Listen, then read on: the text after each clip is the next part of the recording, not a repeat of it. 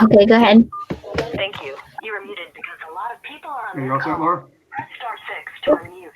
This call is being Okay, thank you. recorded and streamed. Okay, I'd like to call the June 8th, 2020 meeting of the Town of Niskayuna Planning Board and Zoning Commission to order. Mr. Henry, would you please call the roll? Mr. Laflamme. Present. Mr. Scributinus. Here.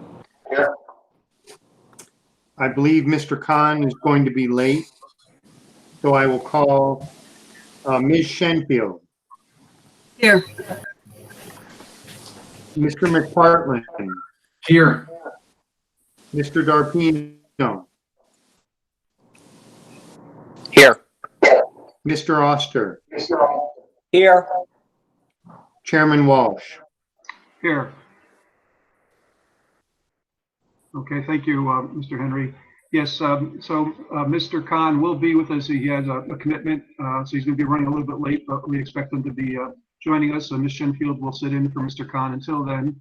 Mr. Oster, as we know, has been recusing himself on Vincenzo. So after the minutes, before we get to the public hearing, I expect him to recuse himself, and Ms. Gold, who's been sitting in his place during the Vincenzo discussions, will jump in there. And I think Mr. Oster has a few minute commitment around 8 o'clock-ish, but it looks like the timing should work out well for everybody because the public hearing will probably take a few minutes, so it might work out just fine. Okay. But, Kevin, let me just call the roll. Let me call Leslie, Ms. Gold for the roll. So Ms. Gold. Present. Okay. Okay. Okay, we're all set. And just a friendly reminder for everybody, please try to stay on mute unless you're speaking. It makes for a much better meeting, eliminating the background noise. And I'll try to do the same too myself. Okay, so we got a couple sets of minutes we need to get through. The first set of minutes is from the April 13th, 2020 meeting. Do I have a motion to accept the minutes from the April 13th, 2020 meeting? So moved, Mr. Chairman. Okay, that's moved by Mr. Oster. Do I have a second? Second by Mr. Darpino. Okay, thank you, David. Does anybody have any changes or corrections to the April 13th, 2020 meeting minutes? I have none. I have one. Okay, go ahead, David. On line 122, the sentence that reads projects solely, it should have if deemed essential. That is the governor's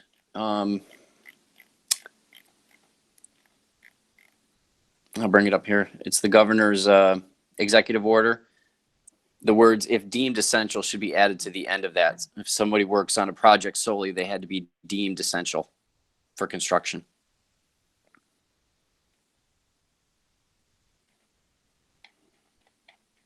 Okay, David, thanks. That seems like a reasonable request. And I think since it's minor, I don't think we need to, we'll just modify the minutes if everybody's okay with that. Is there any other comments or corrections at all? Okay, seeing none, what we'll do is anybody opposed to the minutes with that minor change? Do I hear anybody opposed? Okay, seeing no one opposed, then we'll accept the minutes from the April 13th, 2020 meeting. Next round of minutes is from the April 27th, 2020. Do I have a motion to accept those minutes? So moved. All right, Mr. Oster, thank you. Mr. Oster moved the April 27th minutes to be accepted. Do I have a second there? Second. I move, Mr. Chairman. Mike Scributinus, second the motion. Okay, and I think Ms. Shenfield beat you to that one, Mr. Scributinus. Thank you. So seconded by Ms. Shenfield. Any changes or corrections or comments to the April 27th? Again, I have no changes. Good job. I have one minor change on page 8 on the 4th paragraph. It says, in the second sentence, Mr. Darpino stated he lived on Grand Boulevard. Just change the word lived to lives. That's it. Okay, thank you, David. Again, I'll consider that a minor correction. Does anybody else have any corrections or comments to the minutes from April 27th? Hey, Kevin, I know it's kind of redundant, but I feel like you should call all in favor and then any opposed. Okay. Yeah, I haven't been doing that because everybody tries to say it at the same time, but. It's okay. All right, all right. All those in favor of the April 27th meeting minutes at that minor correction about Liz on Grand Boulevard, say aye. Aye. Aye. Aye. Aye. Is anyone opposed? Okay, hearing none opposed, the April 27th, 2020 meeting minutes are approved with a minor modification. Thank you, everybody. All right, next up, we have our a public hearing. Laura, I think you want to give some ground rules or just make some comments before we get started with the discussion, open discussion. Yeah, we have a lot of people who want to speak. So I've been keeping a track of who has told me that they want to speak. I'll call their names in order so that way we can at least go through people that I know that are on the line.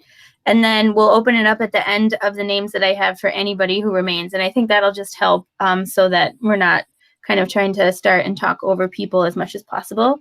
So for the public hearing, I'll call out the names that I have for the public hearing. The public hearing obviously pertains just to the Vincenzo Drive. Then we can close the public hearing if all is well, and then move on to privilege of the floor. And then I'll do the same process under privilege of the floor where I call all the names that I have so far. And then at the end, anybody that I haven't called that's on the line that wants to speak, we'll leave it open from there. But I think that'll eliminate, any of the people jumping in. And you said this already, we're going to say it a lot. Please stay muted. And I'm just going to, because there's a couple of people on the line that may not have used the software before. So I just want to share my screen real quick and just show people the mute button. It may look a little bit different on your screen. And I'll just pin myself here so that we can just look at me. But if you kind of hover your screen around, you'll see these three buttons. And I think everybody has these three buttons here. This is your mute button. If it's on red, you're muted. And then if you unclick it, you're back to normal. So please try and make sure that your button is red. We're trying to run this meeting the way that we would typically run a meeting in real life, which is difficult virtually. And I know that people have a lot of thoughts and they want to share while we're having our meeting, but so like if you were sitting in an audience, you wouldn't be allowed to shout out comments, and it's distracting when the planning board is trying to make their deliberations to have the running commentary in the chat box. So I really want to ask people to leave the chat box except for technical issues. If you have comments about what's being said, feel free to write them out in an email, send them to me, I'll share them with the board. But let's leave the chat room, chat comments for technical issues to keep that clean and clear so that I can help anybody who's struggling with the call. And then if you want to stay on the line after the public hearing or the privilege of the floor, planning board has typically been okay with that. But please stay muted because after those times, that's the time for public input. And this isn't a working session where we go back and forth. So you're welcome to stay on the line. Just stay muted, or you can sign off this call and go to the live stream and watch the rest of the meeting.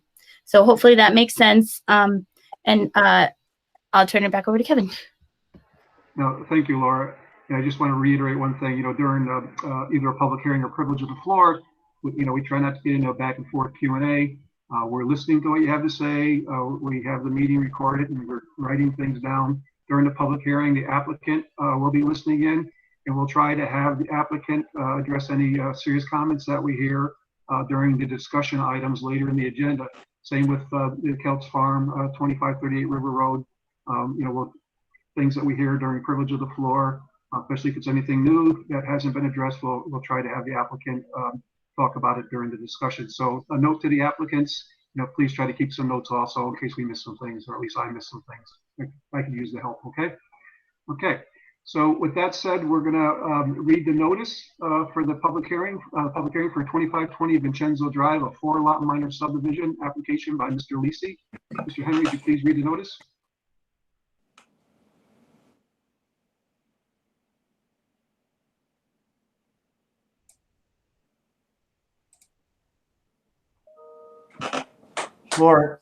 Laura, do you have it handy? I don't have it handy right.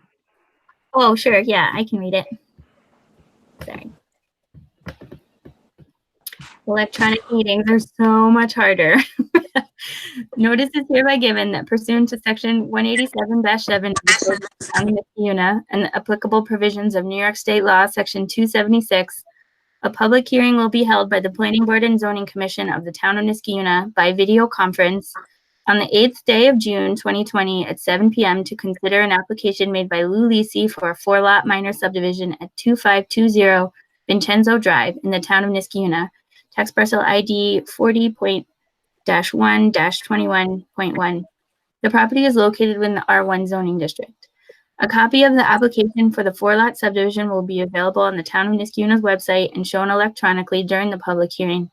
To participate in the public hearing by video conference, copy this link into your browser with the link that people use is attached. To join the public hearing by telephone, dial 1-304-405-6430 and enter the following PIN, 330543-959. If you are unable to participate electronically or by telephone but would like to submit a comment to be read during the public hearing, please email your comment to lrobertson@niskayuna.org by 12 p.m. on June 8th, 2020. The Planning Board and Zoning Commission of the Town of Niskayuna will hear all persons interested during the aforementioned public hearing. By order of the Planning Board of the Town of Niskayuna, Kevin A. Walsh, Chair. Okay, thank you, Laura. And as discussed earlier, Mr. Steenberg or Mr. Lisi, if you'd just like to give a quick overview. Oh, and Mr. Oster has raised his hand. He's going to recuse himself. Yeah, and again, I'm not sure the exact protocol when it comes to a hearing because there's not actually decision-making taking place, but just for consistency's sake, it would be appropriate for me to recuse myself and let Ms. Gold take my place. Okay, thank you, Mr. Oster. And so let Mr. Steenberg at least give an update or the latest where we're at with this project. I know it's been a work in progress for some time. So Mr. Steenberg, I'll turn it over to you.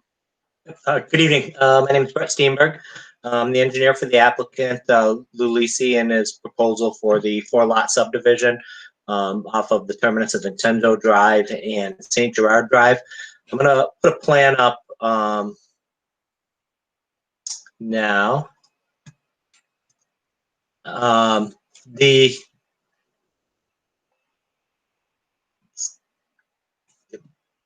everyone see that? Okay. I'm gonna start from the beginning since it's a public hearing, and I'm gonna try to keep it somewhat brief because I think most of the people have probably seen it, but I figure it's probably a good idea since it is the public hearing that they understand, even though there haven't been a lot of changes to the plans over the course of the last few weeks other than technical. The project is located at the terminus of Vincenzo Drive and St. Gerard Drive off of Antonia and Row Road being here. It's 17.7 acres in size and has a high point located right about here, a few hundred feet from the terminus of Vincenzo Drive. The stormwater under the existing condition flows off of this high point and down Vincenzo Drive to one of these two catch basins located here. And since the project's inception, we've known that this has been a major area of concern for stormwater management. That these residents along Row Road don't want to see any additional stormwater. So that's what we've really focused the main task of our engineering around. You'll see this is the existing house, which was constructed, I believe, last year, which does have its own stormwater management system designed by others, which is underground gravel storage near the end of the parking lot here. Which based on my reviews of the site appears to be working as designed. I don't see any issues with stormwater coming off of that site. Stormwater from this high point here to the west flows along, and you can see how the contours pitch. There's actually another high point here between the lands of Valenza and Du Bois that basically everything pitches this way. Ultimately towards a stream channel which flows out St. Gerard and Antonia. There's a considerable amount of wooded area between here and there. The rear of all these lots pitch actually from the house back onto the subject parcel, the subject 17.7 acre parcel. So we're not anticipating any major issues with any stormwater moving in this direction. Actually, if you stand here and look down this line, you can see there's a pretty good gradient off of the rear of these lots onto Mr. Lisi's parcel. Moving down to the proposed subdivision, it hasn't varied much from the original design. It's a 4-lot subdivision. Lot 1 being subdivided off with the existing house on a 1.99 acre parcel. Lot 2 off of the terminus of Vincenzo onto a 2.31 acre parcel. Lot 3 at just over 2 acres.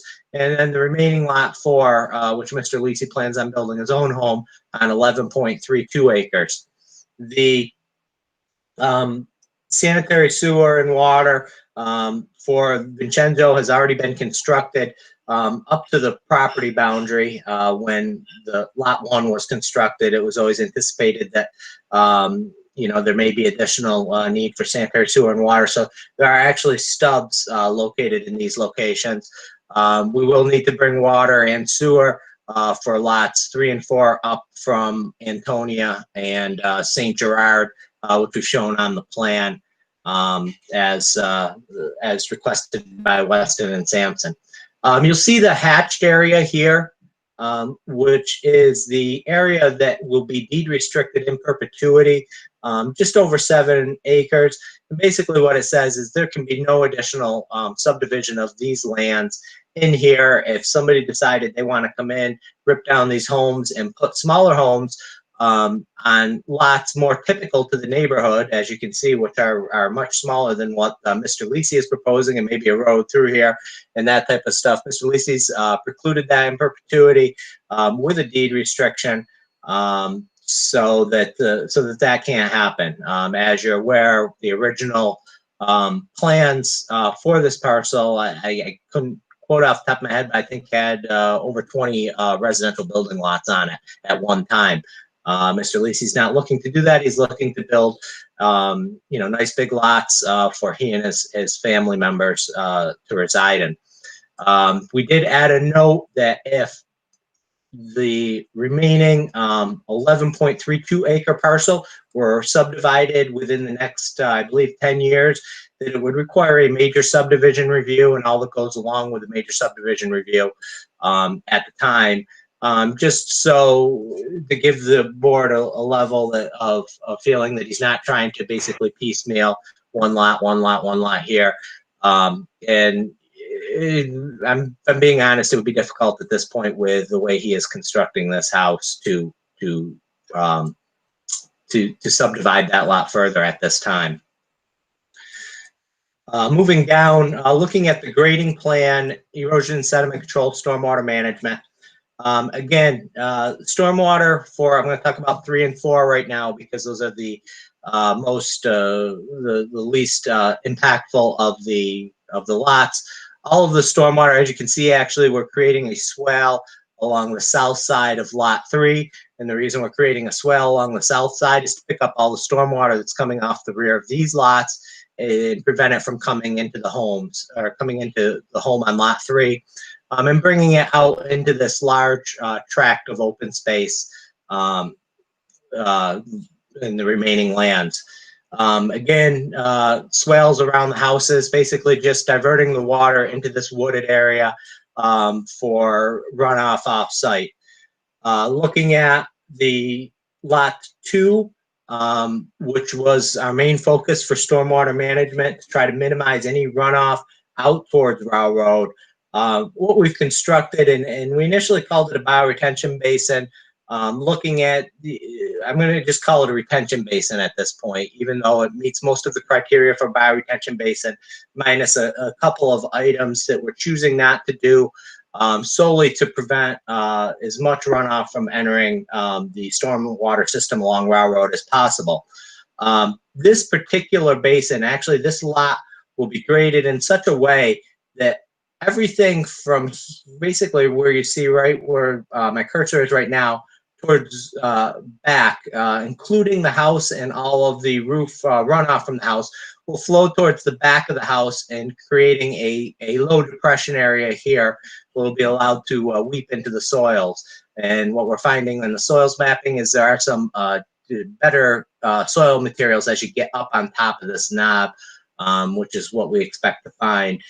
Even without that, we don't anticipate any issues with runoff migrating onto neighboring properties with the creation of this low area. But what we've created just solely for this small area here, and the driveway is this large retention basin, which will be planted with, and these are specified on the plans, planted with trees and shrubs that have a tendency to have a high uptake of stormwater and mulched annually to keep them vigorous. This particular basin itself will be able to handle the 2-year, the 10-year storm, and almost the entire 100-year storm without any runoff leaving the site from that location. And when I say almost the 100-year storm, it will exceed this basin by 3/100ths of a foot. So you can do the math, but that's a fraction of an inch. So looking at exceeding this basin, at which case it will run off and down into this catch basin. However, based upon our drainage analysis, this is far below, 79% below what the runoff volume going to that catch basin is under the existing conditions. Because as you can see, all of this area pitches off towards that catch basin as well. We did spend a lot of time over the last few weeks, and that's why the plans came in a little later than I would have liked to you. Discussing the requirements for a SWIP. We've prepared a basic SWIP. The basic SWIP is required for any development, any residential development between 1 and 5 acres of disturbance, not total area of the project, but disturbance. We're disturbing, I believe, if I'm remembering right, 2.5 acres of land as part of this, with 0.7 of an acre of impervious area upon completion. So we're meeting that criteria, and we did get some guidance from Ms. Kim regarding our compliance with that regulation, and that a full stormwater pollution prevention plan is not required as part of this project. And you may think that that's bad, but it actually offered us up some flexibility with being able to do some things that you wouldn't normally be able to do under a stormwater pollution prevention plan to protect those people on Rao Road. And that's basically taking all of the roof runoff and just letting it drain into the rear of the lot, and letting it percolate into the soils and run off, rather than putting it typically under a full SWIP. They would want that put into a stormwater management basin, which would have to have a positive discharge into that system, which it could be designed in such a way that it wouldn't increase the peak rates of runoff to Rao Road.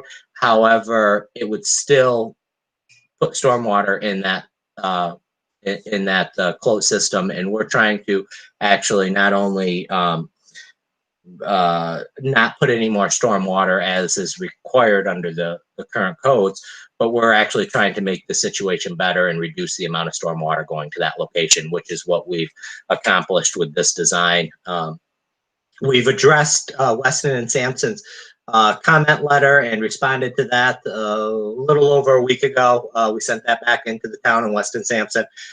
We have not heard any, I have not received any additional comments to this time.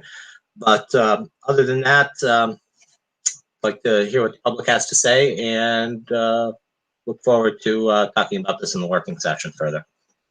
Okay, thank you, Mr. Steenberg. And what I'm going to do now is turn it over to Laura, because Laura is coordinating anyone that wants to speak under this public hearing. So thank you, Laura. Okay, thank you. The first person that I have listed that asked to speak is Doug McFadden, and I do see him on the line. Doug, would you like to speak? Sure. Thank you, Laura. Thank you, Kevin. Thank you, board.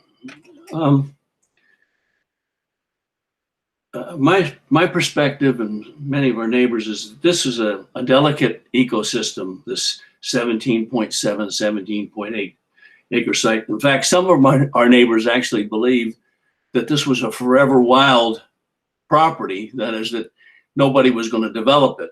And years ago, one outfit looked at it and then decided they didn't want to do it. I don't know whether it was economics or whatever, but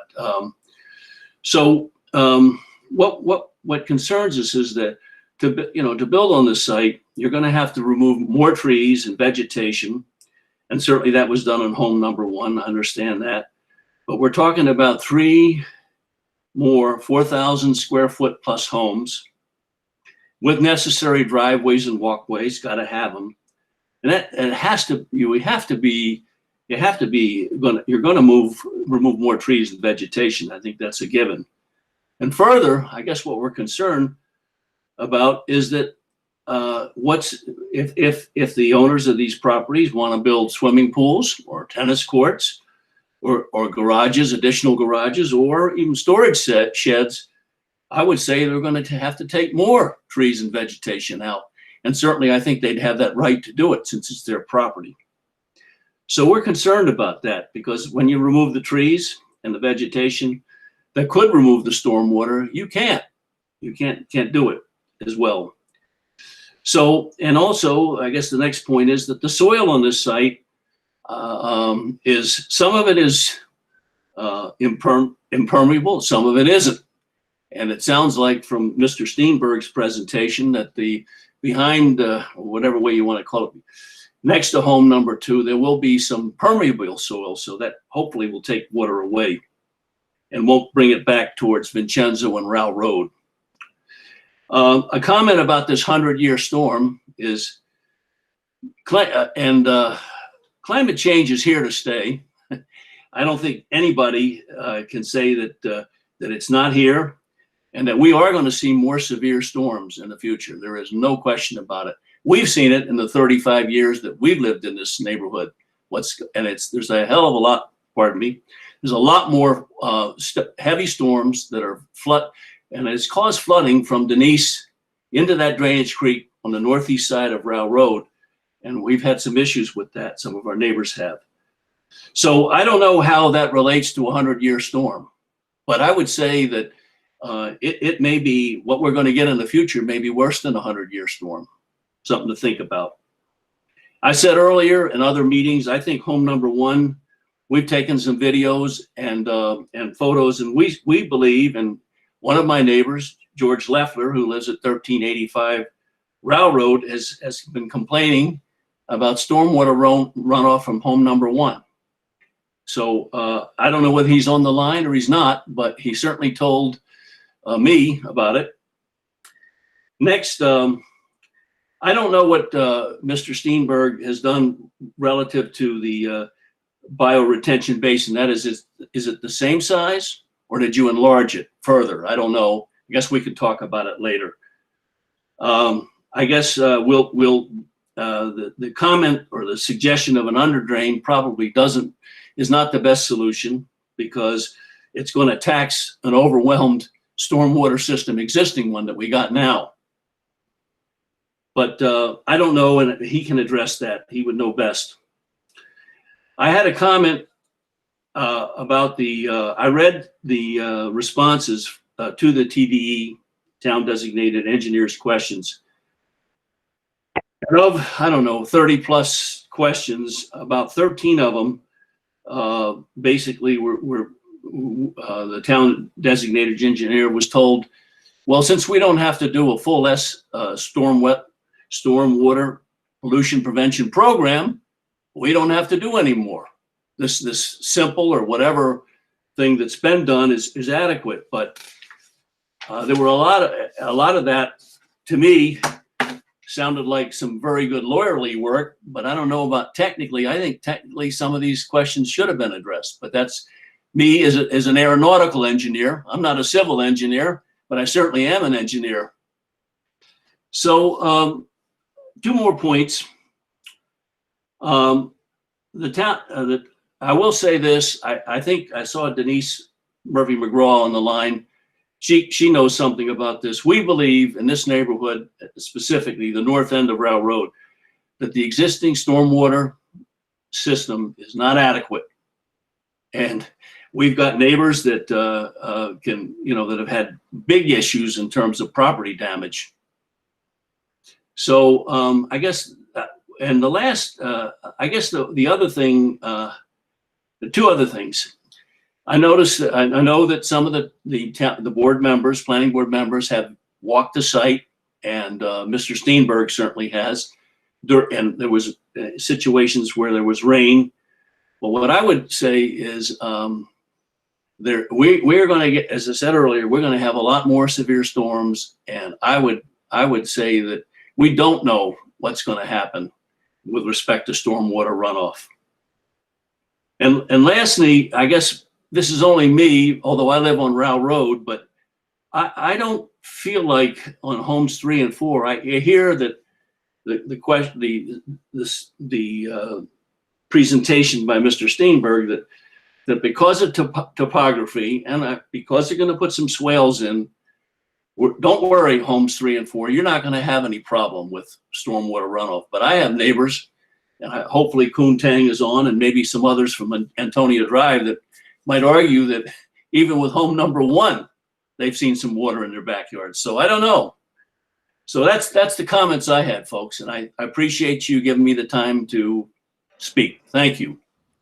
Thank you, Mr. McFadden. So I have a letter from Kuhn, and I don't see him on the line. Kuhn, are you here to read your letter? Okay, I will go ahead and read the letter that he submitted to the Planning and Zoning Commission. It says, "Dear Chairman Walsh, first, I would like to thank you and the Planning Board." Sorry, just making sure this isn't him. Okay.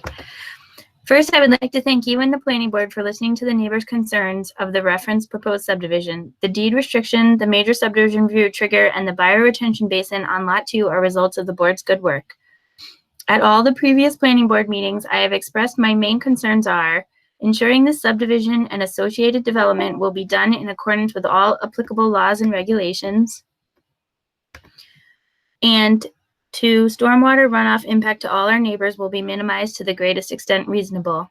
As far as I can tell, Mr. Lisi is doing everything by the book so far. However, I still have a concern that stormwater runoff impact to the neighbors are not fully addressed now and into the future. The preliminary plat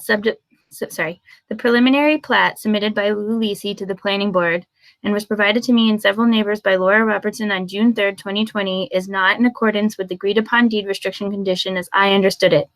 The deed restriction language on the preliminary plat states that the hashed area of 7.03 plus or minus acres will not be further subdivided. My understanding is that this 7.03 acres will never be subdivided and developed, underlined. I am concerned that the new owners of these houses and lots will build tennis courts, swimming pools, or other structures in the wooded area and thereby reduce the forested area.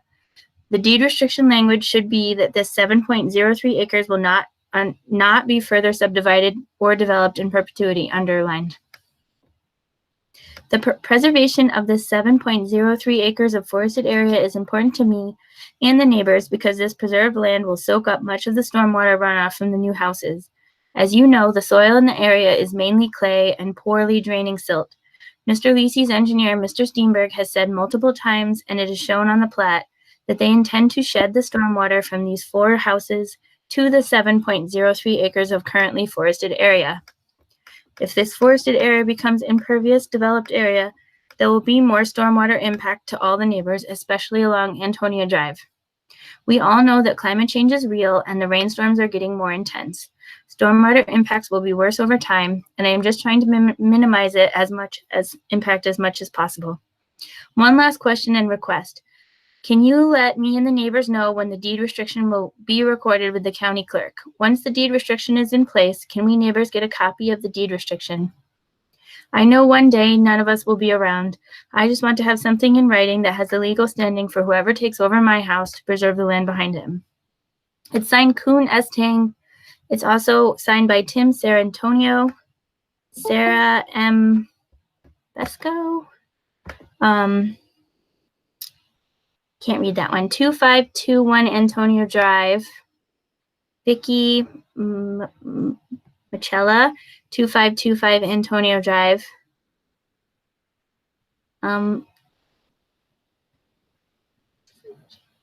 Sorry, a McFadden from 1388 Row Road. And then there's an addendum. Another reason that the deed restriction conditions need to be strengthened is to prevent Mr. Lisi from segmenting this development without addressing the cumulative impact to the environment or the stormwater issue. If Mr. Lisi or the new owners of the 4 lots are allowed to add structures after the houses are built onto those lots that are supposed to be preserved to protect the environment and to mitigate the stormwater runoff problem at this site, Mr. Lisi is in effect segmenting the development without addressing the cumulative impact. I understand this is not allowed under the State Environmental Quality Review Act, SEQR, and as the lead agency, in this case, it is the town of Niskayuna has responsibility for enforcing it. One of the requirements of the New York State DEC General Permit for Construction Activities specifies that a development site with 25% or more soil disturbance must have a full SWIP to adjust post-construction stormwater impact to the environment. The current application from Mr. Lisi claims that the soil disturbance to erect these 4 houses will not exceed the 25%. However, if he is allowed to further develop these 4 lots, although he is not subdividing them, the entire development site of 7.03 acres may exceed the 25% threshold one day. I urge the planning board to strengthen the deed restriction language to ensure that this 4-lot minor subdivision does not turn into a major subdivision without the proper oversight and possible violating SEQR and the general permit for construction activities. And there are additional pages of signatures there that I will forward on to the planning board. The next person I think is on the line, and I saw him, is Norman Schilling. Norman, would you like to speak? Can you hear me? Yep. Okay. Well, thank you. I appreciate the chance to talk, and I appreciate the board listening to this. Excuse me. Laura, I wrote you a letter, so I'm going to read that directly, and then at the end of it, I want to make a recommendation to the board. And what I wrote to you was that when I saw the TDE assessment and recommendations, I thought it was very well done. That the recommendations, if implemented, would provide a high degree of certainty of control to ensure avoidance of additional flooding damage and risk to both me and my neighbors. What was disappointing to me, though, is what seems to be a legally toned response from Steenberg Leachy Group in response to what I feel were the most substantive findings and recommendations of the TDE. What I expected to see was a response in a matrix form that categorically lists the comments and recommendations of the TDE, and specifically for each of the responses, documented follow-up of exceptions, warning, or concurrence by the TDE on each of them that the proposed design will provide a high degree of certainty of stormwater control and flooding risk reduction. In that matrix, the responses to your TDE should be documented that provides the TDE's assessment as to the basis of his recommendation, what would be the potential risks if not implemented, and 3, why or why not it can be ignored in the Steenberg response. I believe that we in the planning board really need that matrix, such a matrix, to fully inform our decisions and actions. And bottom line, it shouldn't matter to the town planning board whether SWIP strictly applies or not. Groundwater and stormwater runoff hydrology and physics do not care what standard of requirements that the board decides, but we neighbors do. So my recommendation is I think you need to get a response back from the TDE, and I would sincerely like to see what he has to say about whether or not the design is appropriate and safe. Okay? Thanks, Norm. Yeah, thank you. The next person that I have noted on the line is Sandy Money. Sandy, are you still there? Yep, I'm here. Okay, good. Okay, thanks, Laura. I would like to go on record to say that Mr. Lisi should never be allowed to build anything in Niskayuna. He is a contractor who has bait and switch tactics that he did with the Albany Med building project on Upper Union Street. Instead of providing the underground water management system that he spoke of at the town hearing at that time, with a green cultivated field on top, he made a major change to the plans without a public hearing and built instead an extremely unsafe open detention pond, leaving an almost 6-foot dangerous drop off the edge of my property and a 9-foot hill at the back of my property that causes constant flooding in my yard. He also built a catch basin that is too high to do any good. The detention pond is filled with water for weeks on end, attracting all sorts of wild critters, including ducks. And the winds off of Union Street blow in extensive debris like medical waste that then gets blown into my yard. All this has considerably reduced the value of my property. If allowed to build in this subdivision, I fear he will do what is most convenient and cheapest for him, and not what is best for this town. A contractor with no integrity like him should not be allowed to build this or anything else in this town ever. Thank you.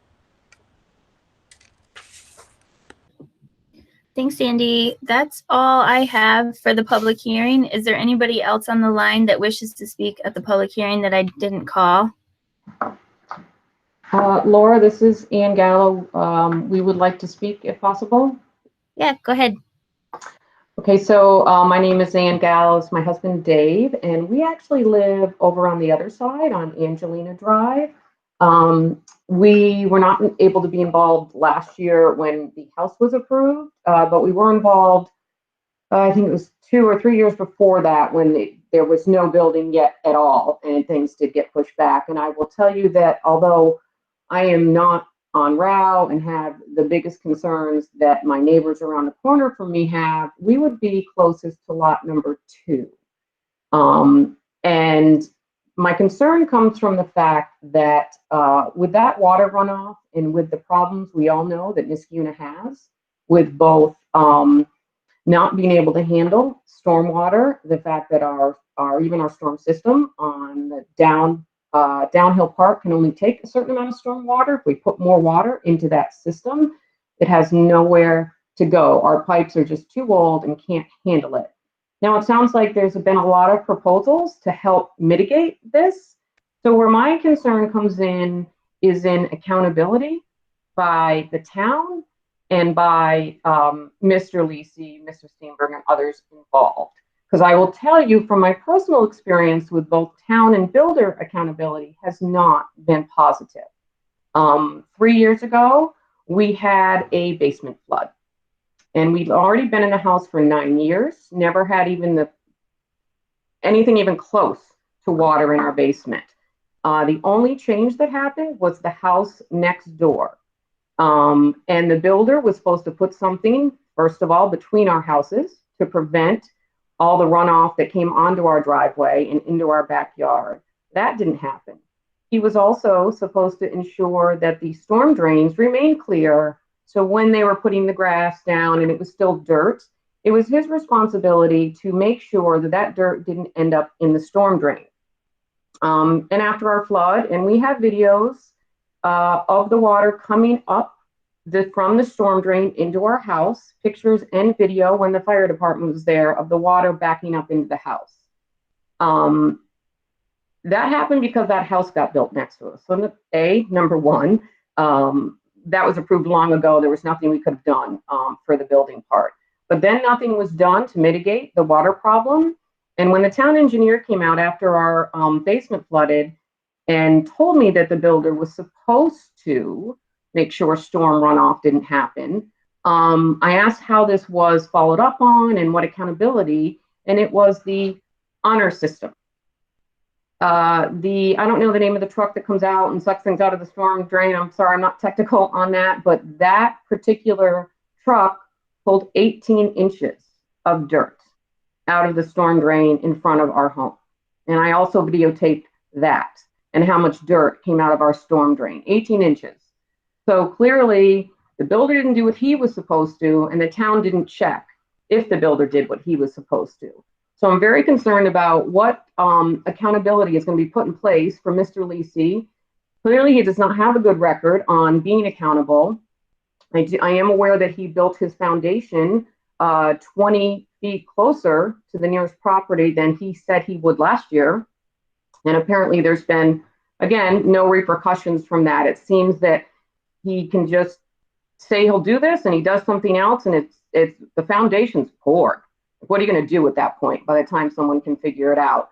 So if this is going to happen, and we are going to unfortunately take what should be a forever wild place and put these 4 huge houses on there and have more water runoff happening to both the people on Row and Windsor, and certainly it will affect me. I'd like to think it won't, but it's going to be pretty much in my backyard. What accountability? Mr. Steenberg said that Mr. Lisi's not trying to piecemeal this in, but that's exactly what he did, because last year the impression was given that they wouldn't be separated into further subdivisions. So the camel got his nose under the tent last year, and now the camel's trying to put in 3 more properties. And how do we know once those start to go in, what changes are going to happen? And unfortunately, there's just not a history of that going well with him. I don't know when these plans were put on. The first time I realized that he submitted these plans was 5 days ago when I got the email. So I believe they're supposed to be a 30-day, and we didn't see that for the full plans. So my primary interest is, if this is going to move forward, I don't think it should move forward, but we had $15,000 worth of damage in our basement. And it took us about 2 years to get the basement to livable order because of the damage. The town first told us that that was covered by the town's insurance because it was storm drainage that came up our storm drain. And they told us that there was no deadline on submitting our bills to them. And it took us almost 2 years because we don't borrow the money. We paid money out of pocket when we could. When we went back to the town with our bills, they told us it was too late. So first they told us it doesn't matter how long. We got things done, and then they told us we waited too long to submit it. So that was $15,000 worth of damage that everyone knew that the builder did wrong, and that the town didn't follow up with him. And who was hurt? We were hurt. $15,000 for one small ranch house, one very small ranch house built next to us. And the town never did anything for us for what we were cost. So I have I want assurances, and what in writing is the town going to do if we all start having damage and water damage. I have a wet backyard until July already. So what's going to happen when my backyard turns into an unplanned swimming pool because of the runoff and my property values go down? So I'd like to know how the town is going to assure residents, or maybe Mr. Lisi should put some money in an escrow for all of us when we have to pay for all the damages. So that's it. Okay, thank you. You're on Antonio, Ms. Gallo. What was your address, house number? On Angelina. So we are 2530 Angelina Drive. So our backyard would back up to lot number 2. Okay, thank you. Yep. All right. Laura, you have anybody else? Is there anybody else that has joined that was wish to speak at the public hearing for Vincenzo? This is Steve McMahon. I'd like to say something. Okay. Go ahead, Steve. Yeah, so I live at 1404 Rowell Road. I am the lowest spot on Rowell Road. Just north of me, the culvert for the drainage creek everybody's talking about here goes underneath Rose Hill Boulevard. It is not unusual at all for that culvert in an intense rainstorm to be beyond capacity. And when that happens, the water backs up into the backyards along Rowell Road. And in particular, it hits my backyard worst. In 2008, this resulted in it actually knocking the back wall of my house off its foundation, knocking the wall in and flooding my basement with 3 feet of water and costing us tens of thousands of dollars in damages, for which we sued the town, and the town settled. So like Mrs. Gallo, I would like to know what assurance we have that when this development happens, if things don't go as planned and we do get more water and things do flood, I would like to know what assurance we have that we'll somehow be able to be made whole from this. Because otherwise, basically, once the horse is out of the barn, it's gone, and there's nothing anybody can do about it. The other thing I'd like to see, and I'll just make the comment, is I would like to see, I don't know if this is the planning board's purview or whose purview it is, but I would like to see somebody take up the issue of increasing the capacity of the drainage creek behind Route Road. When that creek was put in, it was not done, the culvert was not done properly. It actually should have been a bridge over Rose Hill Boulevard, but it wasn't. They made it a 4-foot diameter culvert, and that culvert is, as I said, often beyond capacity. I realize it would be a lot of work to extend the capacity of that system all the way down to the river, but if you want to solve the water problem, that's the only thing that's going to really do it. So that's all I have to say is I want to make sure that there's some recourse when things don't go as planned, which, you know, we all know they never do, that us homeowners have some recourse to recover some damages. Thanks. Okay, thank you, Mr. McMinn. Anyone else wishing to be heard for the public hearing, 2520 Vincenzo Drive? And as you all know, it's on the agenda for discussion later on, so we hope to address your comments the best we can tonight with the applicant, so thank you. No one else? Okay. So hearing no one else, I'll close the public hearing for 2520 Vincenzo Drive. Thank you, everyone. We have no unfinished business tonight, and we have no resolutions or new business or action being taken by the board tonight. So we'll go right to, oops, I'm sorry, I jumped privilege of the floor, the most important thing, huh? So we're at privilege of the floor. So again, I'm gonna let Laura coordinate the order, either speakers or emails or letters that were dropped off. So thanks again, Laura. Yeah, thank you. I'm just going to go through in order of when people asked. And then when someone sent an email but isn't able to attend, I'll just read their email. So the first person I have on the line that wanted to speak is Art Pasquarello. Art, would you like to go? Good evening. Could I defer to John Tingley to speak first? He is the attorney representing the residents of Windsor Drive, and I believe he's present on the line. Sure, that's fine. John, are you there? Yes, I am. Can you hear me? I can. Great. Thank you very much. I appreciate the board allowing us to address the board on the Kelts Farm subdivision. I'm an attorney. My name is Jonathan Tingley with the firm of Gilchrist Tingley. We have been retained by 37 households in the Windsor Drive neighborhood with respect to the project proposed at 2538 River Road. Just to sum up things, first, I'll just let you know, and I think you're aware of this, we did submit a letter today, which included a list of my clients along with their property addresses, as well as an exhibit which shows the project, an average density development, with the only connection to Windsor Drive being a multi-use / bike path. Just to sum up our position, the neighbors that are part of our client group are fully supportive of the average density development proposal, provided that the only connection to Windsor Drive is the multi-use bike path.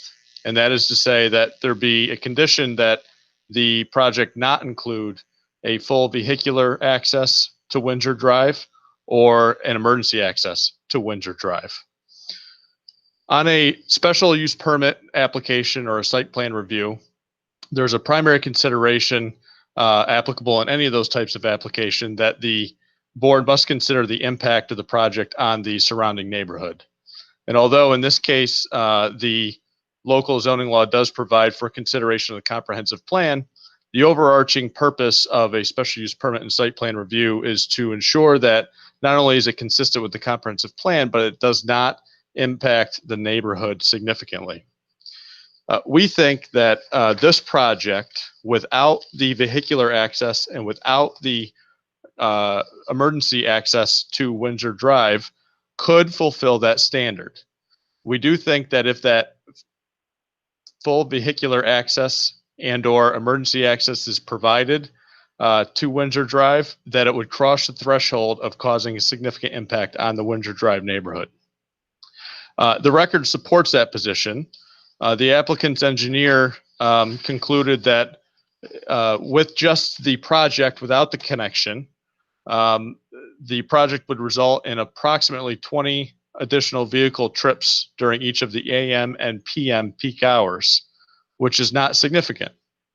However, with the vehicular connection, the applicant's engineer concluded that there could be up to as many as about 950 additional daily trips just on Windsor Drive, with 149 of those additional trips being during the AM peak hour and 122 being during the PM peak hour.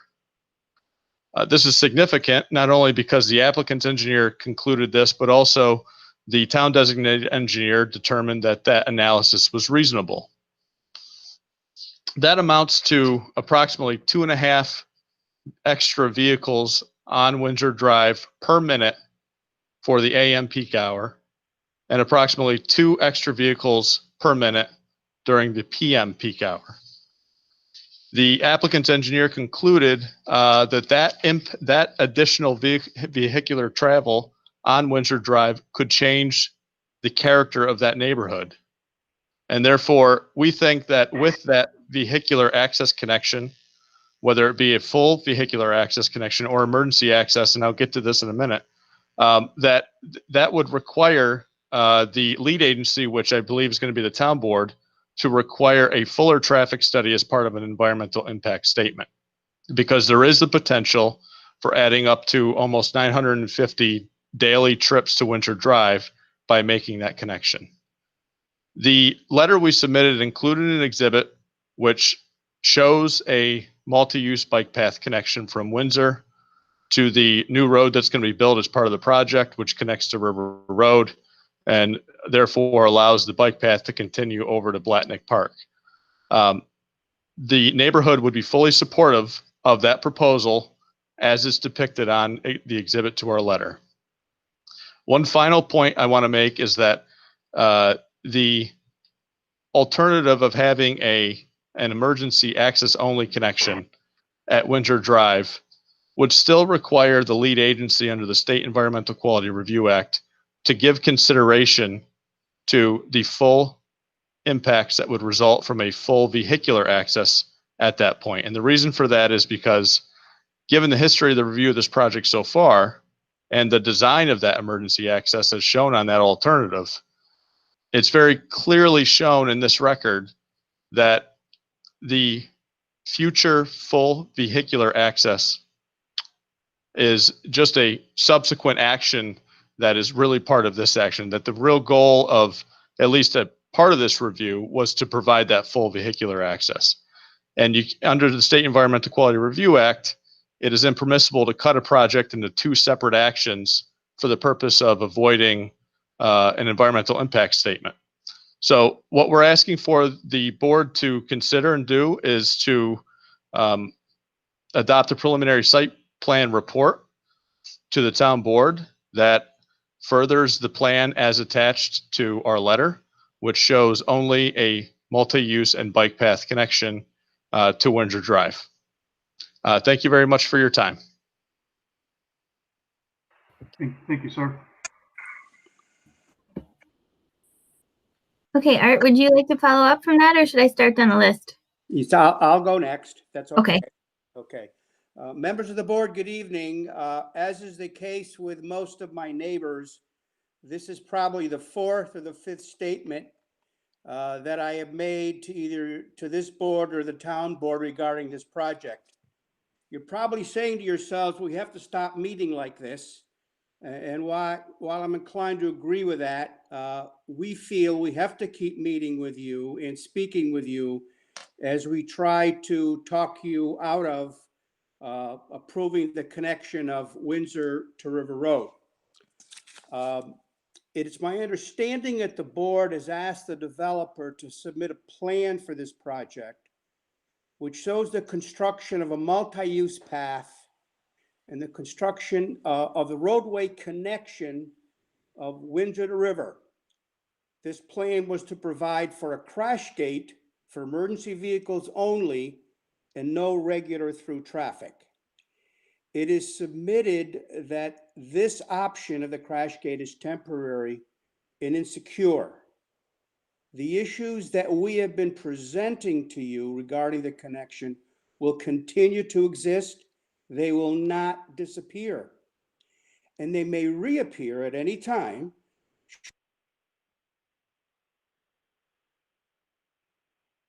We lost your, Mr.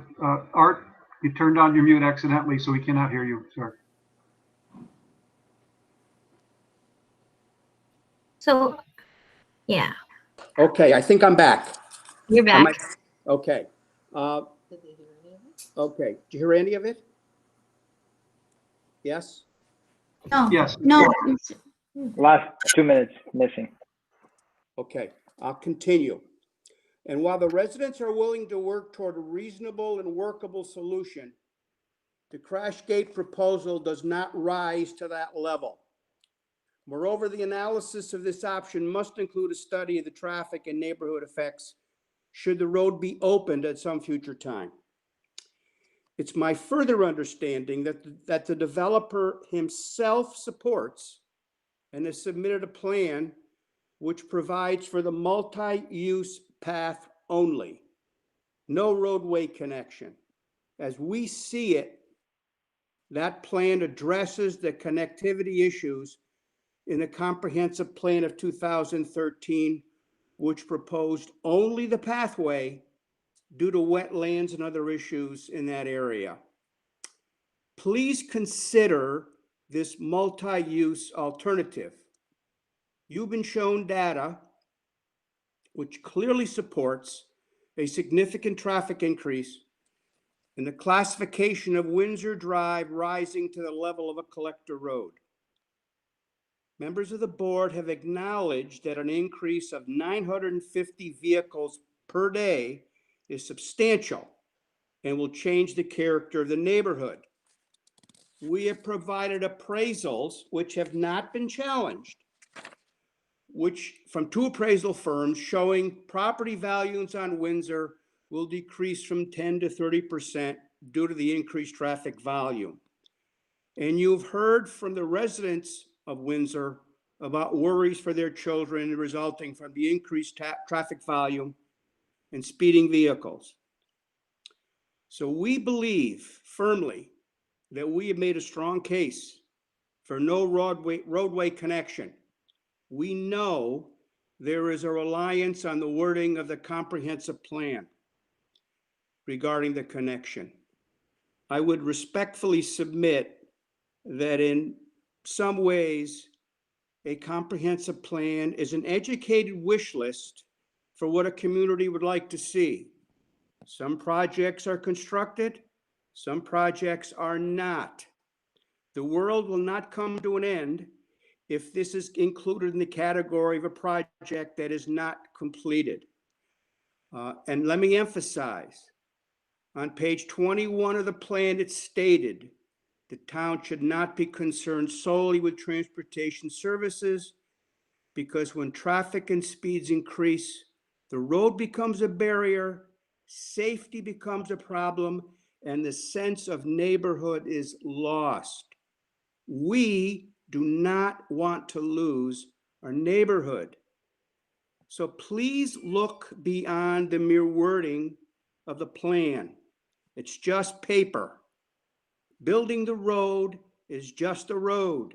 They are not alive. The people who are before you stating their fears and concerns are alive and living and are worried. So in ending, let me just suggest this. Would it not be wonderful when reading the comprehensive plan of 2023, the next plan, we would see the following wording stated in there. In 2020, the planning board, followed by the town board, authorized the construction of a multi-use path to connect Windsor Drive to River Road. Citing the substantial concerns raised by the Windsor residents, the roadway connection was not approved.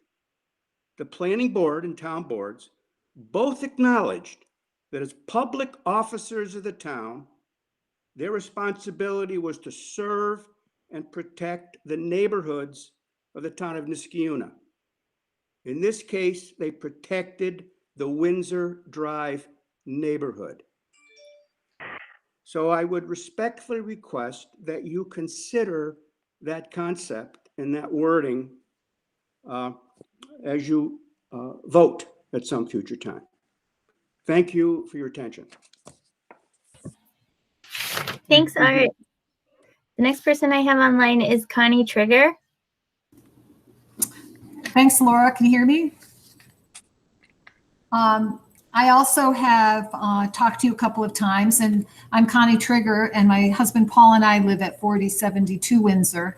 And I've spoken to you those several times about our objections to creating a cut through at the end of Windsor Drive to River Road. And I've talked about our frustrations with the process, the appearance of not being heard, the comprehensive plan being cherry-picked to provide rationales for the cut through, reduce property values, safety, and other aspects of this issue. We support a version of the Kelts Farm development that contains only a multi-use path. And tonight I want to look at this question from the other side of the stub to make the point that this option makes the most sense. The traffic study sponsored by the developer and reviewed by the engineer hired by the town, even in its limited scope, confirms that 950 extra vehicles could be funneled onto Windsor Drive from River Road. A perspective that is not getting much attention is the River Road side of the stub. On its own, it won't generate a significant number of trips. However, the additional 950 cars a cut through would bring will pass through the new, much smaller development. Comprehensive plan or not, where is the sense in requiring a developer to make a change to his original plan that would subject future Niskayuna residents to this kind of traffic volume when it doesn't improve emergency response time, paths of travel that don't already exist, and it negatively impacts an just existing adjacent neighborhood? Not wanting the new development to be isolated and connectivity have been used as rationales for the cut through. Cul-de-sacs and streets that are not connectors are considered desirable settings, both for their safety and cohesiveness as a neighborhood. The residents are not imprisoned, but are brought together. There is a precedent for this type of setting in the Windsor Drive area and surrounding neighborhoods. If you look at a map with Windsor Drive in the center and you draw a circle with a radius about half a mile, within that circle, there are 33 streets that are either cul-de-sacs or that are not connectors. The comprehensive plan includes descriptions of the different neighborhoods in Niskayuna, and by doing so, recognizes the value of their different characters. Some of us lived in other parts of Niskayuna before moving to the Windsor Drive area, and we also recognize that we are not a town of cookie-cutter developments, but a mix of quiet or busy, residential or including businesses, small and large, old and new, and connected or self-contained. Approving an option that will change the character of Windsor Drive through a significant increase in traffic does not respect that diversity. Discussions of this increase in traffic, which planning board members have acknowledged is a lot, are often accompanied by discussions about traffic mitigation. For instance, the Conservation Advisory Committee in their vote for the cut-through configuration included mitigating traffic as a condition. However, we have not heard anything from anyone about what sections of Windsor Drive would receive mitigation, when it would be done, how it would be done, who would do it, and most importantly, who would pay for it. If it's the developer, you are putting an expense on him for a change you ask him to make. And if it's the town, then we will have to pay to fix a problem that doesn't bring any measurable benefit. In a way, since the cut through could lower our property values, it's like someone saying, okay, we're going to take some of your money, we'll pay it back through mitigation, but we don't know when we're going to give it back, what form it will be, or who will pay for it. So in conclusion, we strongly urge you to allow the site plan showing only the multi-use path to be presented and to recommend this plan to the town board. Thank you. Thank you. Thanks, Connie. I do have an email from Paulina Nicevic, but if she's on the line, Paulina, are you on the line? Okay, I'll go ahead and read it.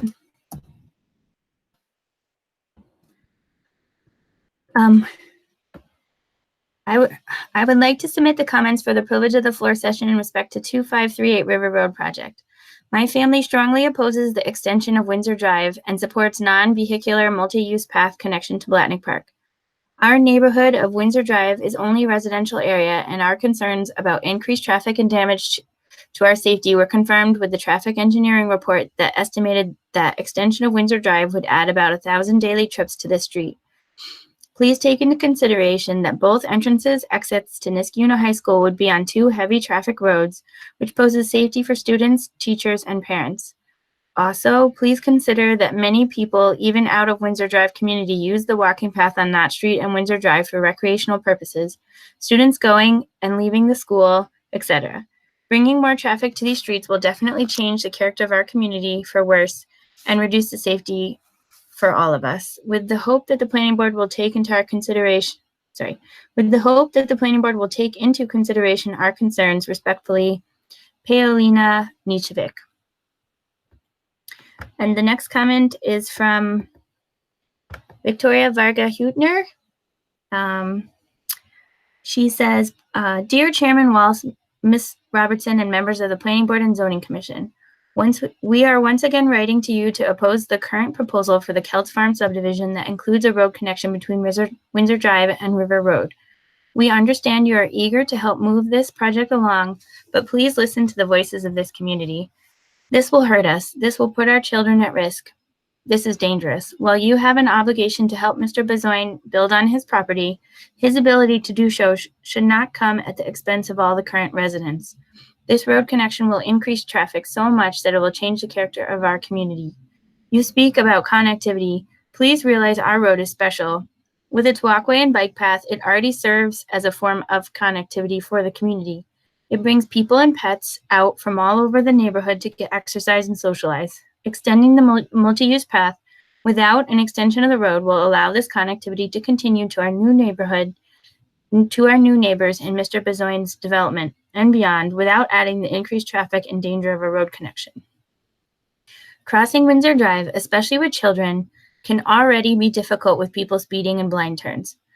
With over 950 more cars per day, this will be even more dangerous. Please trust that the people who live on or around this road are all taking the time to speak out over and over again because we understand the true breadth of how this new project will hurt our community. A bird's eye view of how our road looks on a town map is much different than a view from the ground. Sincerely, Christopher and Victoria Hutner, 4041 Windsor Drive. The next person that I have online, and I saw her, I think, is Danielle Bigali. Danielle, are you here? Hi, Laura. How are you doing? Good. Thank you. Thank you for giving me the opportunity to speak. And I, like some of my neighbors, you have probably heard my voice a couple of times. I know that you are aware of the many issues regarding this cut through to River Road.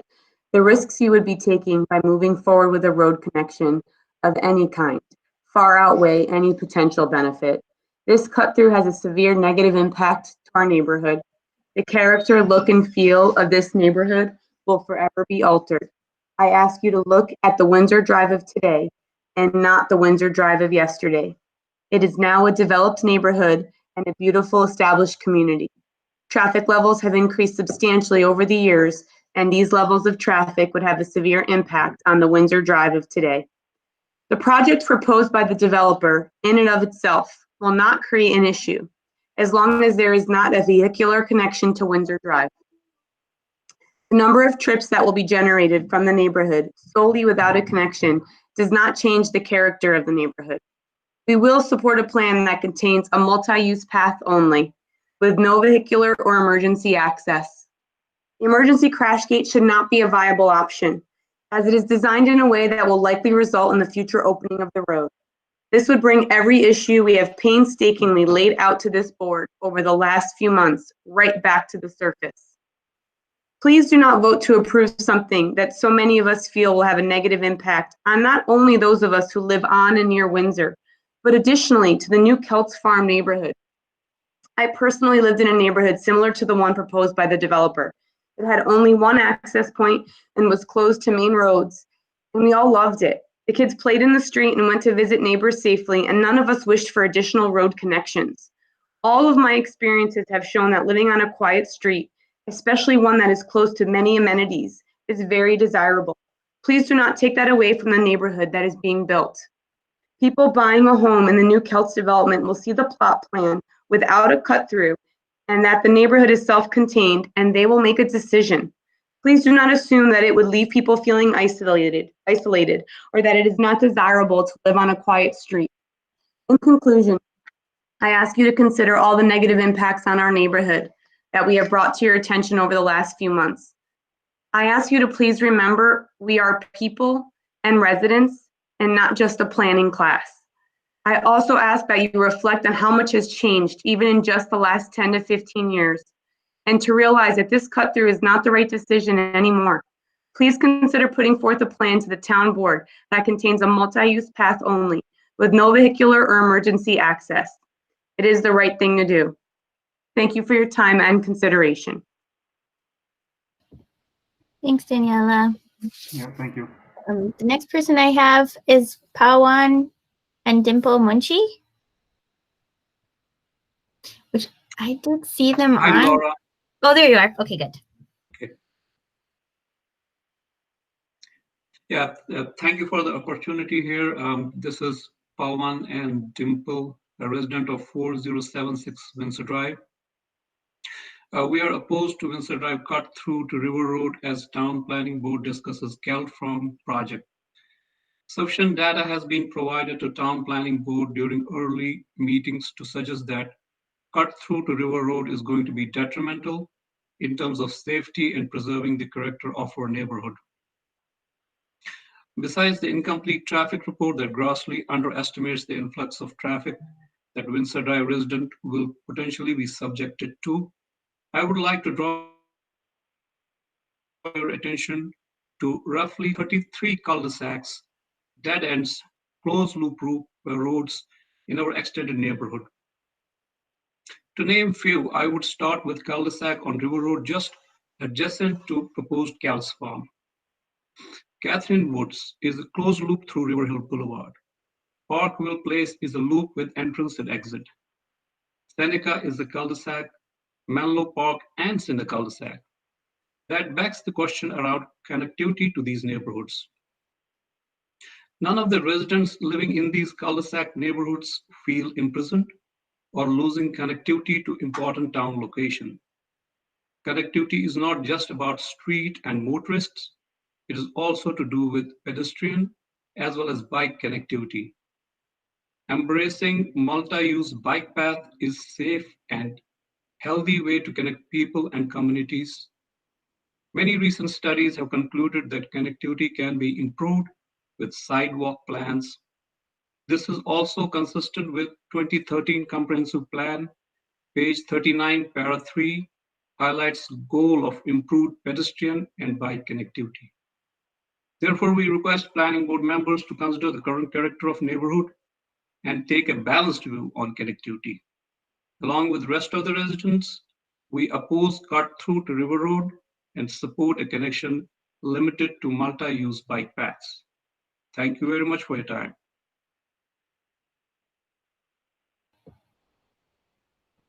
Thanks, Pawan. Is Dimple speaking too? No. Okay. Yeah, that was I know. online. Okay, thank you. The next person I have written is Rajiv Datta.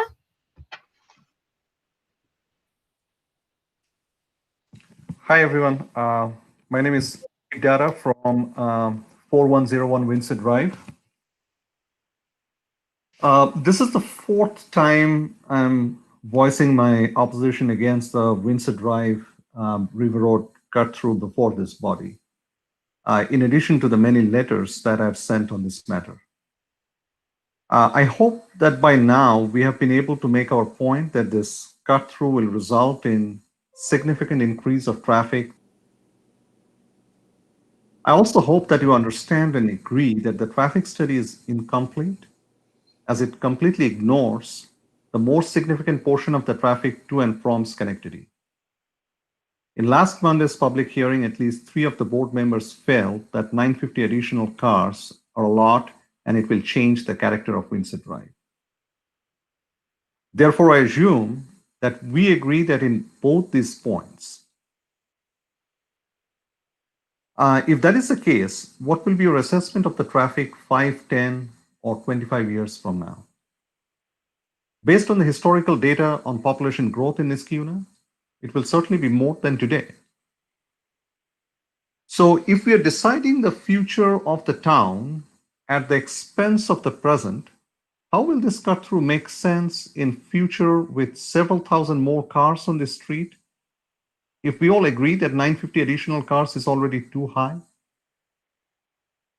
Therefore, building a connection and putting a crash gate to keep the option of opening it up in the future is just not rational. Also, to justify it for emergency vehicles where it will take more time for the fire trucks or ambulances to reach Kelt's Farm from Windsor than via River Road, I don't find that rational as well. We all have agreed that the connection to Blatnick Park through a bike path is an excellent way to improve connectivity.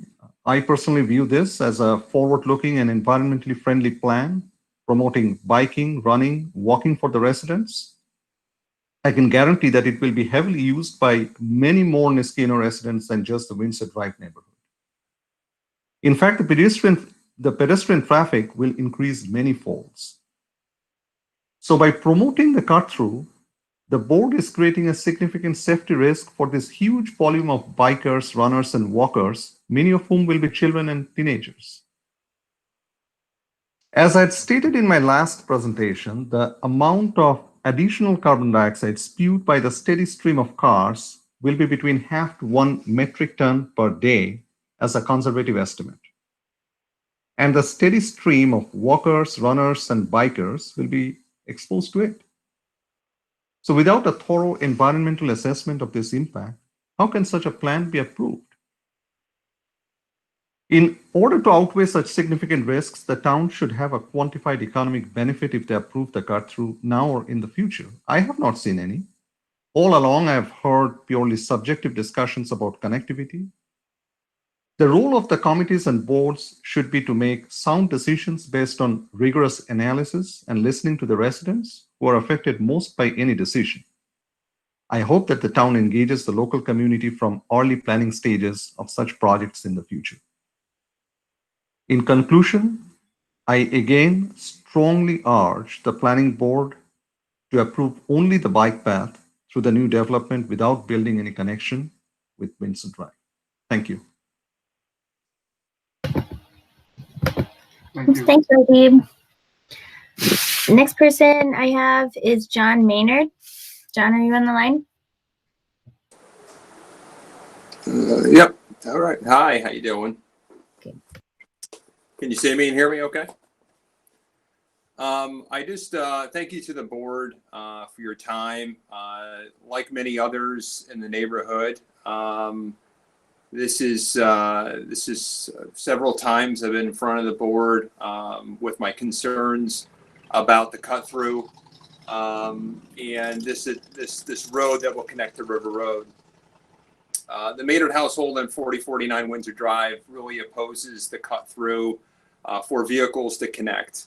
I've been a 12-year resident of Niskayuna. I love where I live. I love everyone on this street. I've been really learning more and more about the residents on this street. And we're very passionate about really the connection is okay for a bike path. But this, the cut through is not something we see makes any sense at all. Biking, walking, I think is the future, not more motorized vehicles on the road. When I watch any type of forward progressive show or town in the country, it's promoting more biking and walking, not more motorized vehicles. So I'm confused today that we're trying to make more motorized travel to a park, which we want to promote more biking and walking. I think that if we would add a connection or a cut through, it would obviously change this street forever, and it'd be irreversible. Once you open the floodgates, you cannot shut the floodgates off. The traffic study states 1,000 additional cars would be added, and no one disputes that. We dispute that the study is incomplete and that we believe that there's probably a lot more cars than 1,000 cars on there, and that several data points were not included in the math or the traffic study for Windsor Drive. The road is factual, a straightaway, a speedway, a gully. It's adding more cars to NASCAR and wishing for less crashes. It confuses me why we want, again, to make a cut through. Every day, I back up my car with my 6-year-old daughter in the back seat to a road that already has a lot of traffic, and now we want to add a lot more to it. And it scares me about road. And we already have a beautiful walking path, which when we back on this road, is a safety hazard, just to make sure that we have people walking and running and biking. And now we want to add more speeding cars to a road. My fellow neighbors have added a lot of great items that we're discussing tonight that we shared with you on June 1st. And I think what was a great takeaway, I believe, towards the end of the night, is that everyone agreed, I believe, from the town board side, that 1,000 cars is a lot of cars. And that was a surprise for a lot of people. And again, we believe 1,000 cars is just the starting point. Where's it going to be 2 years from now, 5 years from now, 10 years from now? And any GPS, I think that no one's using old Jim Map Go Map anymore. Old GPS is just going to bring you right through to the shortest distance. So again, I really urge the town board, our town planning board, please do not build this cut through. Please, we support the bike path. We understand the builder has to build homes, but we can't say it enough. I think we provided a lot of information to the entire planning board. We respect your time. We know that time is valuable. It's the most precious thing we have is time. And, thank you. The one thing I want to, I guess, leave last is, if we open this road, we're basically making a row of silos. A busy road doesn't have connection to it. Neighborhood loses its identity. And I think, if anything, don't take that away from us. And just again, thank you for your time. Thanks, John. Yes, thank you. Next person is Rahul Chokahawala. Hello, Nora and Planning Board. Hopefully you can hear me. Okay, thank you very much. Okay, so Rahul Chokala from 4089 Windsor Drive. I have not taken any extensive notes, but have made certain points, and I like to express some of my observations and get across the point our opposition to this cut through. I need to be a little bit frank, and hopefully you'll understand there is a great sense of urgency on our part. We've been struggling. You guys have posed us a serious challenge. 3 months to date.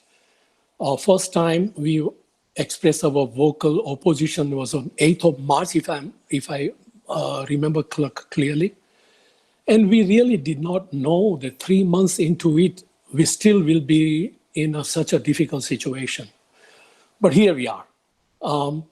So one of my observations is that, and I admire the efficiency with which you carry forward what you express as your preferred plan. On one hand, you reassure us that no, your minds are not already made up. That is not a done deal. You have repeatedly said that recently in our special meeting. But when we really observe, you just leading the same plan through the cut-through plan through committees after committees, certifications. Recently, you cleared CSC and CSC certification, which you got approval from. It was astonishing to see that you got CSC approval partly based on misrepresentations of not just facts, but also our opinions. We've been watching these videos and taking notes, and it is really unsettling to see that you mentioned that this cut-through is desirable for homeowners. That is totally untrue. I have not come across a single homeowner on Windsor Drive who finds this cut-through desirable. You also mentioned that the property value will increase because of connection. We have substantiated that it could drop as much as 30%. So it's untrue. Then you mentioned about 25% increase in traffic at CSC hearing, which is of course totally not true, which is even your own appointed traffic engineer certified as not true. So we wonder how the CSC approval was obtained without even a traffic recommendation, without more comprehensive traffic study. Then if you look at CSC approval, to cut long story short, you obtained that approval, and kudos to you, contingent upon an unquantified implementation of traffic clearing measures, traffic calming measures, I should say. What does that mean? Maybe a bump, maybe a stoplight, would that be suffice? And people at CSC, some of them were really concerned for us, that what you guys will be putting us through. So you have found a way to get just enough votes out of the committee to get CSC approval too. Then we had a special meeting. Thank you very much. That was the first time that finally we were able to express ourselves. We really put on countless hours preparing for that meeting. Tens, if not hundreds of hours have gone into this one since 8th of March, I must say. We put together cases, we submitted presentations and so on, substantiating what we are talking about. For instance, the traffic study, if we can take it up one more time. We are not challenging the data of the traffic study by any means. We are just questioning that how come you have only considered, for instance, 1 out of 3 routes that can get diverted into. Why selectively, out of research circle, you say, okay, let's just take this one that goes up the Van Antwerp and study that. And there you guys been debating whether 25% or 90% of that will be diverted into Windsor. But how about 2 other, perhaps far major routes diversions, one heading towards Schenectady, which will cut through Windsor Drive. I'm sorry, Laura, you're smiling, but this is unbelievable challenge for us, what you're putting through. And we are not just out of our entertainment that we are putting so much energy and emotion to it, because we can see that you guys are on the verge of pushing this through. So let me just quickly continue. By the way, and we identified 3 other points minimum, which will impact, if not in a short run, midterm or a long run, the traffic that will be going through Windsor, as Rajiv and John articulated. But I was astonished to see that how you reported the meeting outcome into your report. And you basically stated clearly that we were very unhappy about it, and that we are expressing our feelings. These were not feelings we were expressing after doing some hundreds of hours of work. In fact, it was based on your feelings that a CME study report dated May 8th was diluted down to CME's revised report of May 20th. Based on your feelings that people will continue to drive the longer route and will not take Windsor cut through. And your traffic engineer himself disputed that 90%, 85 to 90% cars will go through Windsor Drive. It was based on your feelings that no, only one out of those 3 routes will be actually diverted into Windsor. And the other 2 will, none of those cars will get diverted into. The ones going up north on River Road, towards Schenectady destination. No, none of those cars, not even one will die. That was based on your feelings. So when you mentioned feelings, it was really uncalled for. We are not expressing, we are substantiating in terms of how much this traffic study was compromised and was not properly scoped to begin with. And I was just wondering, I understand that you want to get this cut through, but you must be balance-minded. And how come during the scrutiny of the traffic study or CME's traffic study, no one from the board said, wait a minute, aren't you guys missing something? How come CME is already considering 1 out of these 3 segments? And how come there is no provision of increased traffic when the roundabout comes up on Riverdale, for example, or when the school structure is remodified? How come none of you guys, why we had to do it? Why we had to point it out, practically screaming to get an attention that you are missing something, but none of you guys, why? Because you wanted to make it quick and efficient. So our conclusion is that this is, yes, your mind is already made up, and this is a done deal. I mean, but what is the consequences on us? Not just 932 additional cars per day. We can expect many folds more cars per day as a result of underscope study. Hazards for children. There are 40 kids running, and every day my wife and I observe, and we take so much pleasure to see children going into the, driving the small bicycle, children crossing the street. And of course, they have to be careful, and there will be some traffic when COVID-19, these restrictions are lifted, clearly. But we are living in a world where we see this is going to change in front of our eyes. Bikers, walkers, the hazards to them. 30% reduction in the home price is substantiated. We have mentioned to you that we have done that, but you have not. When you said the prices will going up, could you please email by, say, tomorrow, end of the day, the report which says that the prices of Windsor Drive will go up? We'll appreciate that. So what will you achieve? You say connectivity without any quantification of connectivity.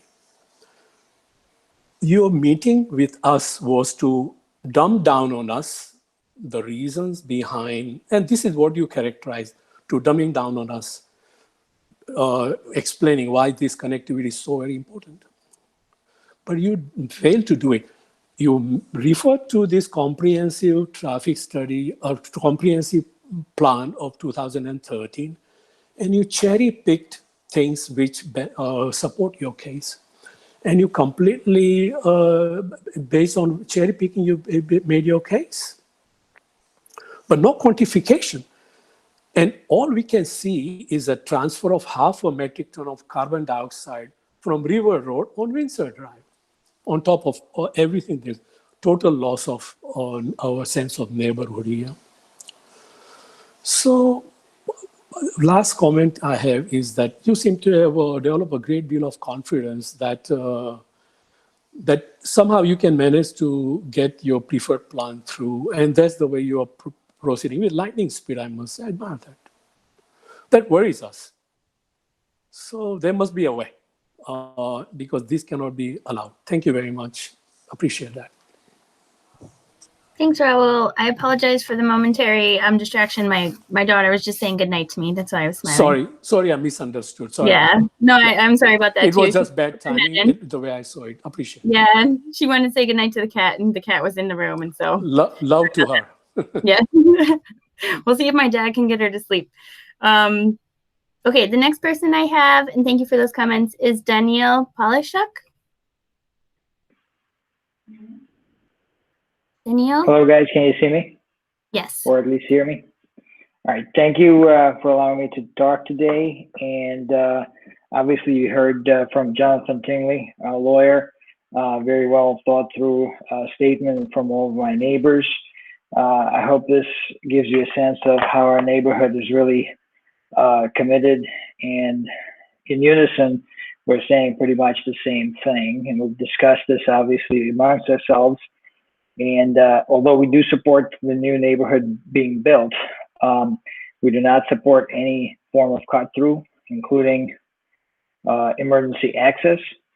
Bike road, walk path is fine.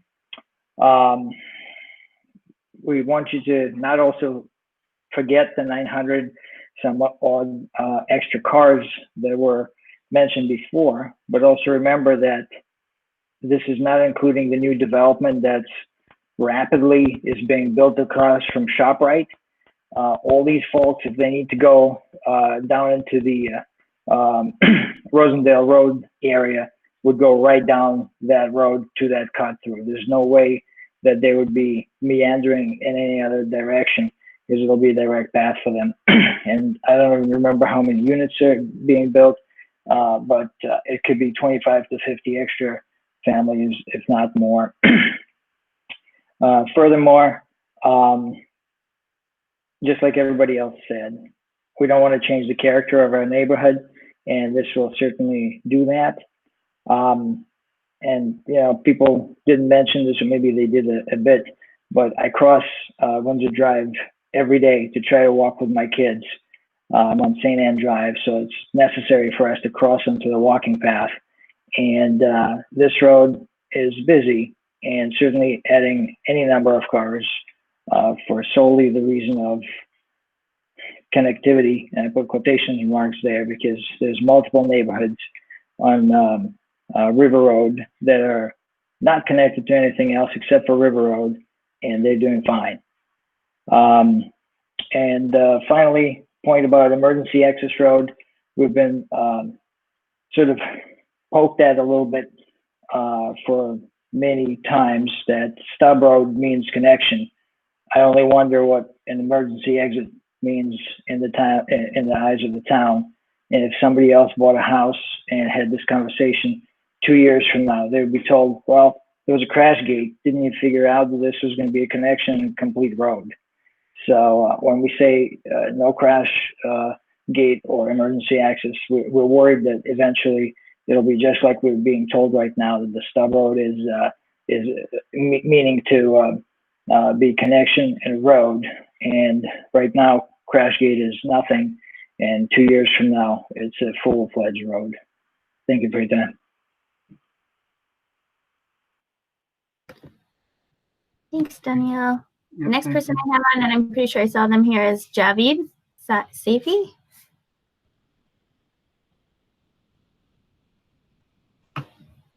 Javid, are you here? Let me just check my email really quickly. Hold on.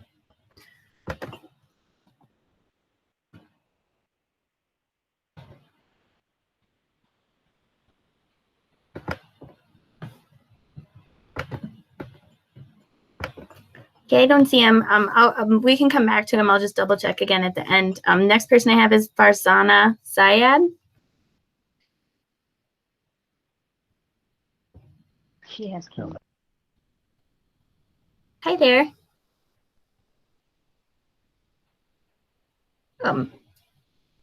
So Javid, I just saw you. Can you? I'm here. Oh, here you are. Can you hear me? Go ahead. Yes, I unmute myself. So thank you for the privilege of doing this. You know, I wanted to say from the Safety Family household, we agree very much that this Windsor cut through should not be done for all the slated reasons that you've heard. We're we're not opposed to continuing the bike trail all the way down, but with no vehicular connection. I think, and no crash gate as well, because I think that leaves it right open to connecting. The only last thing I just want to add is that, that there's been a lot of data presented to all the different committees and things, and I think that it all should be taken into consideration, and just not a decision made not based on consideration of all the data. And I think everybody has said it very clearly, so I won't repeat it. But the risks of making this cut through definitely outweigh any benefits you can look at. And I do think the traffic will increase much more than the estimates given. So I hope that the planning board will consider all these. And I'd like to thank you for the privilege. Thank you. Thanks, David. And I thought I heard Farzana for a second. Farzana, are you here?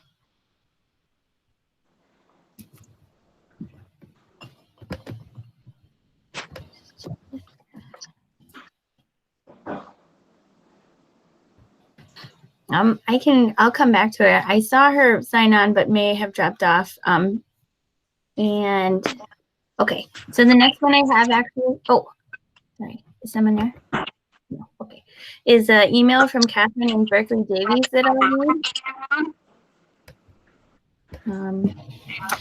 Says, hi, Laura. I corrected a confusing, dear members of the board. I'm getting feedback. Can you hear that? There we go. Okay.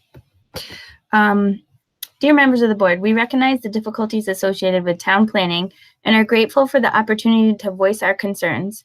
We are opposed to the Windsor Drive River Road connection because of the increase in traffic it will bring to Windsor Drive.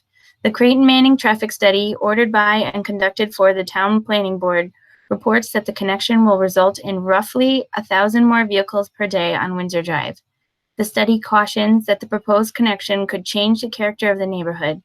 Also, it should be noted that the traffic study was limited in scope and did not consider all possible sources of traffic to Windsor Drive and likely underestimates the actual increase in traffic volume. Just imagine an additional 1,000 cars that residents, pedestrians, and cyclists have to watch out for every day when playing or working in their front yards or attempting to cross the street. We ask each member of the board to consider the street that you live on and think about having 1,000 more cars per day. If you would not be willing to have 1,000 more cars per day traveling down the street where you live for obvious safety and quality of life concerns, then you should vote no to connecting Windsor Drive to River Road. Sincerely, Catherine and Berkeley Davis. The next person online is Soma Day. Dr. Day there. I don't know if people, I have seen both these names on. I'm not sure. I'll double check my email. We can go to the next person. I have Sonia Shetty.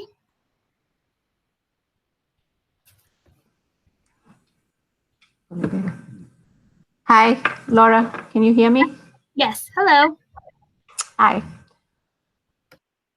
So thank you for giving me the opportunity to speak. On behalf of my family residing at 4044 Windsor Drive, I would like to express our support for a plan that contains only a multi-use path and no vehicular or emergency access.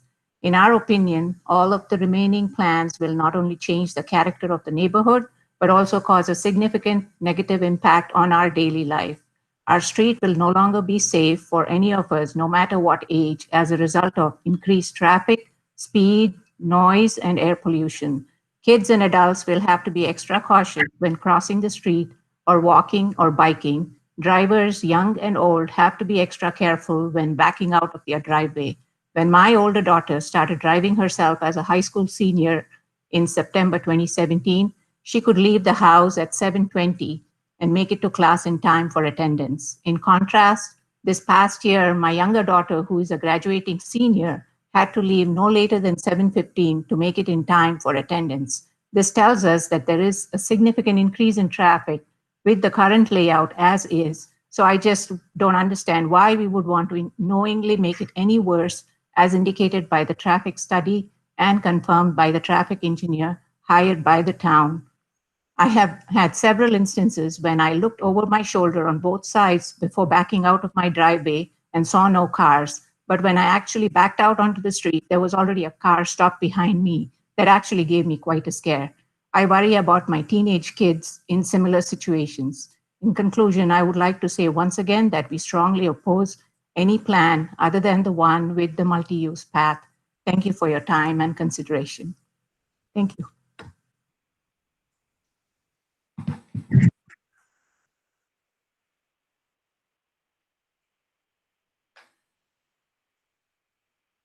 You're on mute, Laura. Sorry. Thank you, Sonia. I did see that Soma Day is back online. Soma, would you like to go? Yes. Can you hear me? Hello? Okay. Yeah. So thank you for the opportunities. Dear Town Planning Board members and Town Planner, during my extensive research of going through meeting records and listening to hours of video recordings from past meetings and live streams, I found some recurring issues that I would like to bring up. Firstly, for months, the town planner, town planning board, and various committees were discussing the Windsor Drive cut-through while we were kept totally in the dark. There was no representation from Windsor Drive in any of the meetings. You were aggressively moving in a direction that would negatively impact our lives, our children's lives, and change the character of our neighborhood, but you chose to completely ignore it. You understated the traffic problem, questioning the numbers in the May 11th public hearing, so much so that the traffic engineer modified his conclusions while keeping the data same. Only after it was pointed out in last Monday's meeting did 3 of the board members agree that an additional 952 cars per day is a large number, and that is only considering one intersection. Traffic to and from Schenectady was ignored. Now I would like to take a step back and ask you, would you like to live on a cut-through street? A few thousand cars dashing by the front of your house every day and releasing an enormous amount of carbon dioxide. Ironically, the CSC supported the cut-through because it would reduce greenhouse gas emissions, but that is just not true. Have you considered that there is a high school on this road and many kids routinely walk and bike to school or cross the street to go to the library? We have been repeatedly told that this was always part of the plan, but then why was it removed from the 2013 comprehensive plan? Why were the residents told that there will be no development and no connection to River Road? If we had purchased our houses knowing of these developments, it would have been different, but we did not know. Secondly, I have observed time and time again that whenever any committee member has questioned or asked about the merit of this connection and the subsequent traffic impact, that person was quickly cut off and stopped from expressing their viewpoints. Discussions in these committees should be unbiased and fact-based. For an example, please watch the June 3rd CSC meeting video. Ultimately, you shouldn't be trying to push your own agenda here. The decision you and your committee members make will have an enormous effect on us. Thirdly, it is bothering to notice that some committee members do not have a good grasp on what they are voting for. I was disappointed by how the committee members were filling out the Environment Assessment Form, EAF, based on their gut feelings rather than facts on last Wednesday in the CSC meeting. So we request a detailed traffic study as well as its impact on our neighborhood and environment before proceeding with the cut-through plan with or without the crash gate. In conclusion, the only solution that is acceptable to us is the bike path. It is environmentally friendly, will not permanently alter the characteristics of our neighborhood while increasing the connectivity to Blatnick Park, and will be welcomed by all of us. I hope you will listen to us. After all, we are the people who live on this street and will suffer the consequences of this decision. We are united in this fight and will continue to fight for this cause. Thank you. Thanks, Selma. The last person I have on my list, if she's here, is Vicky Michaela.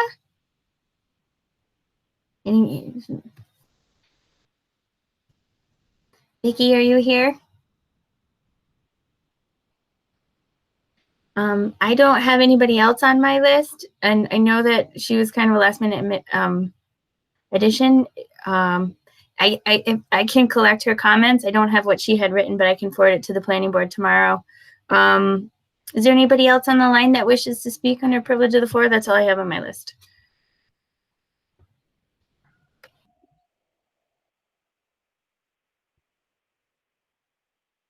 Okay, doesn't sound, Laura, like there's anyone else?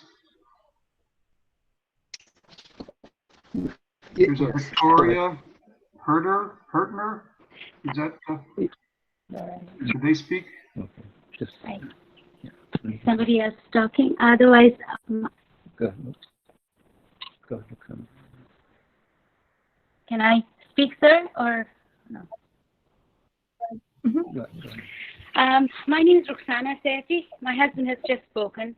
I just don't want to repeat what everybody else has said, but I completely agree with all my neighbors. I just want you guys to consider, does it take a tragedy to occur? Something bad happens to somebody on the street. We have a lot of elderly, a lot of young kids. Would it take a tragedy for you guys to wake up to our cause? That's what I would ask you guys. And thank you for giving me the time. Thank you. Anyone else, Laura? No. Nope, not for me. Okay. All right. Well, thank you, everybody. I think we've got everybody. If you haven't, please speak up, and we'll move on the agenda. We'll close privilege of the floor. Again, thank you for your comments. We have no unfinished business tonight, no new business, no resolutions to take action on tonight. So we're going to move right into discussion items, and I appreciate everybody's patience tonight because we do have a lengthy agenda.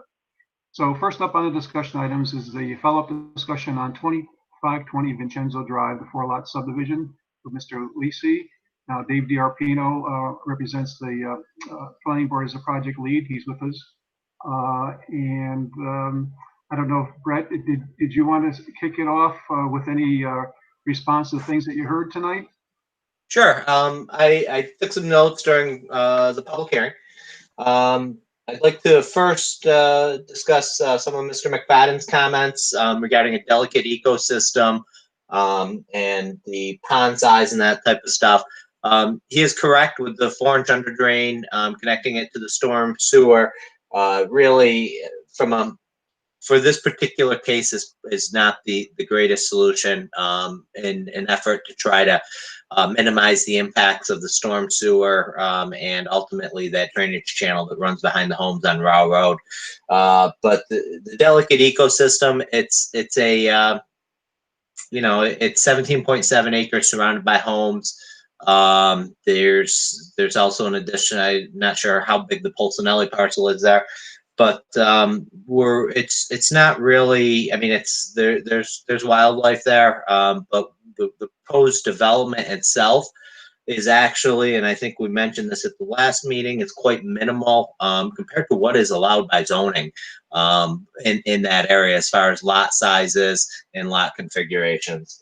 The pond did increase in size, and the reason it increased in size is I wanted to contain a little bit more of that stormwater, and it came out. We ended up with some very good values after going through some of the TDE's comments, and that it is some of the TDE comments that we did look at were, as far as the porosity of the soils and that type of stuff and what numbers they wanted us to use, which we concurred with their evaluation on that, and ultimately increased the pond size slightly from what was previously shown at the last meeting, which offered us the ability to actually contain the entire 10-year storm, refine some of the grading, and very minimal impact on the 100-year storm. And then moving forward to talk about climate change, Is the climate changing? Possibly, I don't know. However, we are comparing a pre-development and post-development condition. So if the climate's changing, it's going to be bad, whether Mr. Lisi builds anything there or not. My personal feeling is, as far as especially the end at Vincenzo, is it's going to be better. Larger storms will be better managed with the implementation of that retention basin than they are right now with no development on that parcel at all. That retention basin actually gives the site some retention that they're currently not receiving. In the larger storms, whether it's treed, wooded, or whatever, you're still going to get runoff off that site, and we've shown that in the drainage analysis. Moving forward to Mr. Tang's comments. Written comments. I'm a little confused with his reference to ponding in his rear yard, and the reason I say that is looking at the map. And unless I'm looking at the incorrect parcel, he's at actually almost the high point along Antonia Drive, and his rear property line, the elevation is actually anywhere from 3.5 feet to 6 foot higher than the garage finished floor of any of the proposed 4 lots. So that being said, actually pretty much all of Mr. Lisi's parcel is at a lower elevation than Mr. Tang's. The rear of Mr. Tang's parcel, his actual house is actually quite a bit higher than the elevation at the rear of his property line. And there was another comment, I don't know if it was Mr. Tang or one of the other emails, but a discussion about 25% soil disturbance. Actually, the regulation is not 25% soil disturbance. It's actually 25% impervious area upon completion of the project based upon the total area of the parcel. And that was made in reference to people putting in pools, tennis courts, that type of stuff. You would have to, in order to achieve that 25% on this parcel, you would have to have 4.5 acres of impervious area, which is significant, to say the least. We're looking at approximately 0.7 acres with all 4 houses and driveways. So you're looking at, 6 times that amount, just in accessory structures and that type of stuff.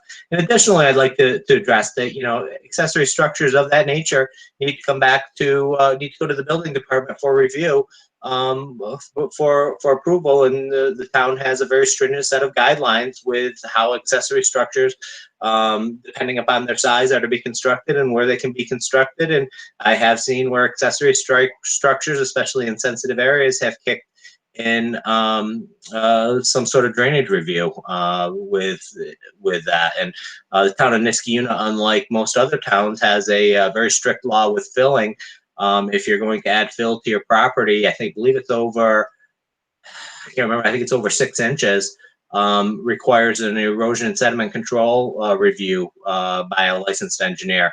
Don't quote me on the 6 inches, I can't remember the exact amount, but the town of Niskayuna has a very stringent law, unlike many other towns. So there is, moving forward, a method of checks and balances with that to make sure that the general intent of the original design plans is kept. Sorry, Brent. It's 2 feet, or you're changing drainage. So, if 6 inches changes the way the drainage goes onto another person's property, then we review, but it's 2 feet. Is it 2 feet? Okay, thanks, Laura. And Mr. Schilling talked a lot about, going above and beyond making Mr. Lisi go above and beyond what the laws and regulations require him to do. And that's just, my personal opinion, Mr. Lisi is already going above and beyond by analyzing Vincenzo far above what would typically be required for a minor subdivision, as well as any type of, most subdivisions, because of the sensitivity of that issue, and spending a lot of money with the implementation of this retention basin, which is not required by DEC standards. in an effort to make sure that there aren't any issues downstream of the parcel. There would be a very slight amount of additional runoff that could be contained very easily if he to meet this. However, he's chosen to really try to assist the people in not moving forward with putting more water, both volume and runoff rates, to Row Road than is currently there. But as far as going with full SWIP, that is not required for a project of this magnitude, and I've never had an issue where we've had to do one for a project of this magnitude with this amount of soil disturbance and impervious area. And then lastly, I'd just like to address Mr. and Mrs. Gallo's comment with regard to they would be backing directly up to Lot 2, and hopefully this makes them feel a little more comfortable. They'll actually have a 350-foot wooded buffer of the Polsinelli parcel between Lot 2 and the rear of their parcel. I had to get on the Sims GIS map just to figure out exactly where they lived, and there'll be approximately 350 feet of existing woods that will remain that's part of the Polsinelli parcel. And I think that's about it from what we were. Yeah, I know there was also some concerns about accountability. Maybe this might be a question for Ms. Kim, our Deputy Town Attorney. The declaration of intent for future activity, I think that helps address any future concerns about access to be able to review or understand what conditions are on the property in the future? Yeah, so I'm sorry that this isn't attached to the agenda packet, but we can make it available following this meeting. But Mr. Lisi has voluntarily agreed to sign a declaration that my office prepared with Laura Robertson and Josh Hawley, our stormwater management officer's input, that essentially confirms that this is not part of a larger plan of development or sale, which requires under the New York State DEC permit regulations, the preparation of a full SWIP. Which implicates post-construction stormwater follow-up controls. In that declaration, Mr. Lisi represents that if within the next 3 years there is any proposal for additional construction activity on Lot 4, it will automatically trigger a full SWIP, meaning he or whoever the owner is at that time won't contest whether or not that construction activity was part of the proposed subdivision that's before us right now. And at that point, it says the owners of Lot 1, 2, and 3 won't object to the owner of Lot 4 coming onto their properties to assess the adequacy of draining on their property at that time, anytime between now and 3 years from now. And that's kind of that addresses one of the issues that is presented with segmented review, is like the inability to go onto property that we don't have the right to order trespass on somebody's property to look at the adequacy of drainage controls that were put up in the past. But this declaration will give us that right, subject to a 3-year term. So Laura, I don't know if you want to add anything, but I think that this was a really good solution to get the town comfortable with making a determination that this just does not require a full SWIP.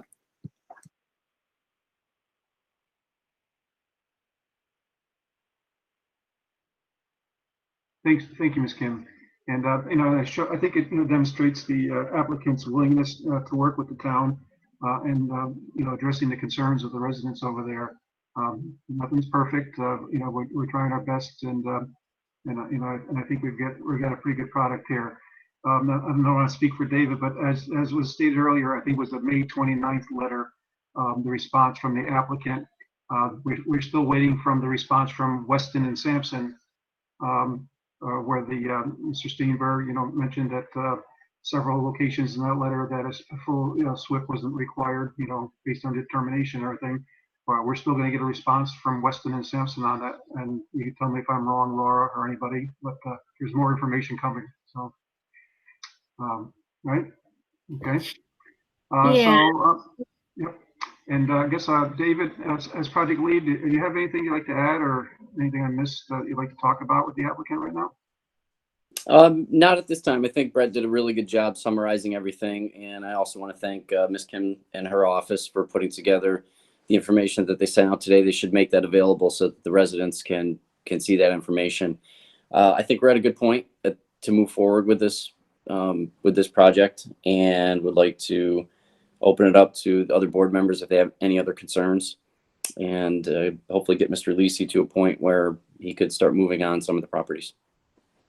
The one thing I will bring up again is if you're looking at Vincenzo Road, up the road towards the house that's already built, that left-hand side road does have a bit of a drainage problem on it. I've been there during a couple rainstorms, and I don't know whether that's a developer issue or if it's a town issue, but the drainage to that one catch basin, if the flow could be improved there, I think that would be beneficial, especially on that left-hand side of the road. And then again, whatever development is done for the new house on lot number 2, to make sure that the catch basins that are down there heading towards Rao Road are utilized to their full potential.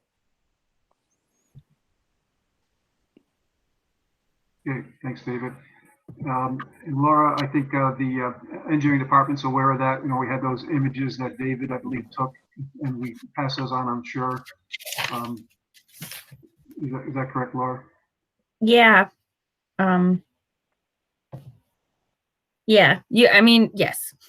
We have, I think I actually sent those to the highway department, you know, when David sent them out to take a look. But I mean, you guys are, I mean, Brett can go out there and look at it too, and we can just kind of pool the opinions and figure out if there's anything that we can do with those catch basins. And I believe there were some other comments from the public.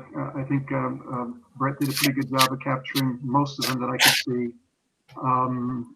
You know, if there's an issue with any past performance with the applicant, you know, that's something that the planning board, not that we're not interested, but that's something that, you know, need to work through the town, through the code enforcement, which, you know, Laura is part of in the planning office.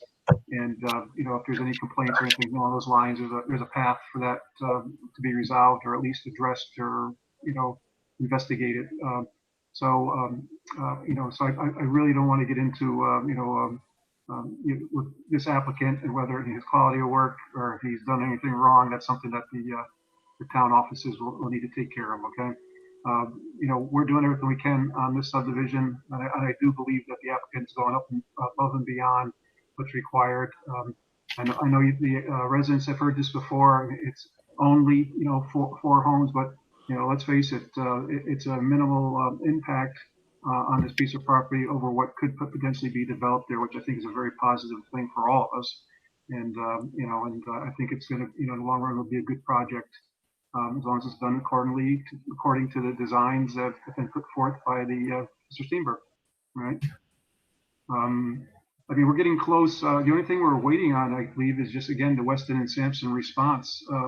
And I think we have everything in that we need.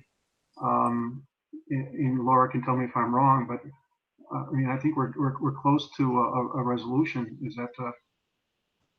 Yeah, Weston Sampson was copied on the correspondence with Brett Steenberg on May 29th, but I do think that they were waiting for the town to finalize, you know, what the requirements were for the SWIP. So we have to coordinate that information with them. They'll have to receive the same thing that you guys received, which I don't think they have yet. And then they would be able to write a letter back that would identify any additional outstanding engineering issues. Okay. Now, our next meeting is June 22nd. Is there any, you know, again, I'll just throw this out to the board, and I'm open to hear any comments that we have from the board members, besides David or anybody, of course. And I mean, are we ready for a resolution? Would we expect a response from Weston and Sampson to the point, as long as nothing critical comes out of that, should we have a tentative resolution for approval? Are you ready, Brett, Mr. Lisi? I mean, yeah, we're ready to move forward as soon as possible. I actually was hoping that we would get a conditional approval based upon, you know, addressing Weston and Sampson's comments this evening. which I know this board has done in the past. We We feel have to have a resolution. Nope, we have not done that in the past. Yeah, no, Laura's correct. We always have a resolution, and so we always call for a resolution, whether it be tentative or we're ready. Okay. In this case, it would be tentative because we haven't received the final comments for Weston and Sampson, to basically, to your, the response to your response to their original letter. So, Okay.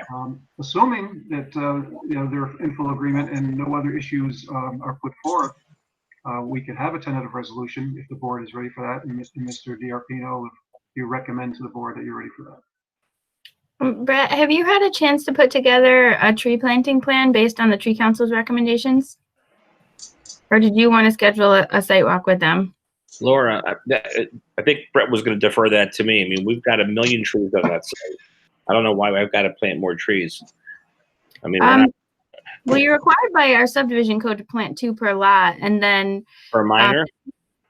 Required. Oh, no, for a minor it's required? Yeah, for any subdivision. And then for the tree council for subdivision has the right under the tree code to go in and identify trees of value that are being removed for the driveways and the homes. And so I think they had a very conservative estimate to say that you're only removing 8 trees.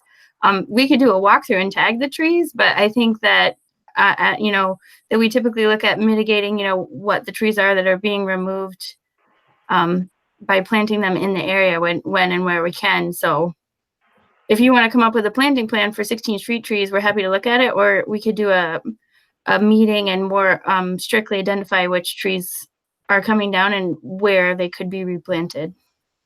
Okay, let's do that. A site meeting? Let's have a site meeting. Okay, Laura, at that site meeting, would somebody from the tree council also attend that, or that just be your own? Yeah, I mean, that's entirely tree council. Yeah. And their recommendation was to just prepare a planting plan, but they also said that they would be available for site meeting if that was the developer's preference. Yeah, how many trees are they requiring, Laura? It's 8. 8 trees. Yeah, 8 additional trees to what you'd be required under the subdivision code. Then let's go with the 8 trees. And this was in the, this was condition 7 of the resolution at the last meeting. It says applicant shall implement recommendations of tree council with regards to subdivision, street planning along Vincenzo, St. Gerard, Antonia, and Rao Road as applicable. So as long as we have the recommendations from tree council and, the representation that the applicant will implement those, I don't think that should be a reason to hold up the resolution for next month. I'll implement those. No, but let's make sure it's clear how many, because I believe it was 2 per house, right? So it's 8, plus they were looking for an additional 8 to replace ones that may come down as a result of the construction. So Mr. Lisi, just, you want to make sure that if it's site walk is required, to make sure that, again, 8's a given, the additional 8 that you're in agreement with that, maybe that's the right thing to do. That's fine, Kevin. That's fine. I'll do the 16. Yeah, well, okay. But, you just want to make sure you understand what you're agreeing to, that's all. Understood. If you're ready to do the 16 and then there's no issue there, then the only open item we have is Weston and Sampson's response, and no other, nothing else comes out of their response to your update, I guess you call it. All right? Yeah, that's fine. Okay, thank you. David, any other board members? Is there any concern with a tentative resolution for next meeting? Is anybody not in favor of that? Let's put it that way. Well, I'd rather go positive. I'm in favor of a tentative. Excuse me? It's Leslie. I'm in favor of a tentative. Okay, thank you. Yeah, I just want to, make sure if anybody's opposed, it's hard at the virtual meeting, just if anybody's opposed, I want to make sure that's clear.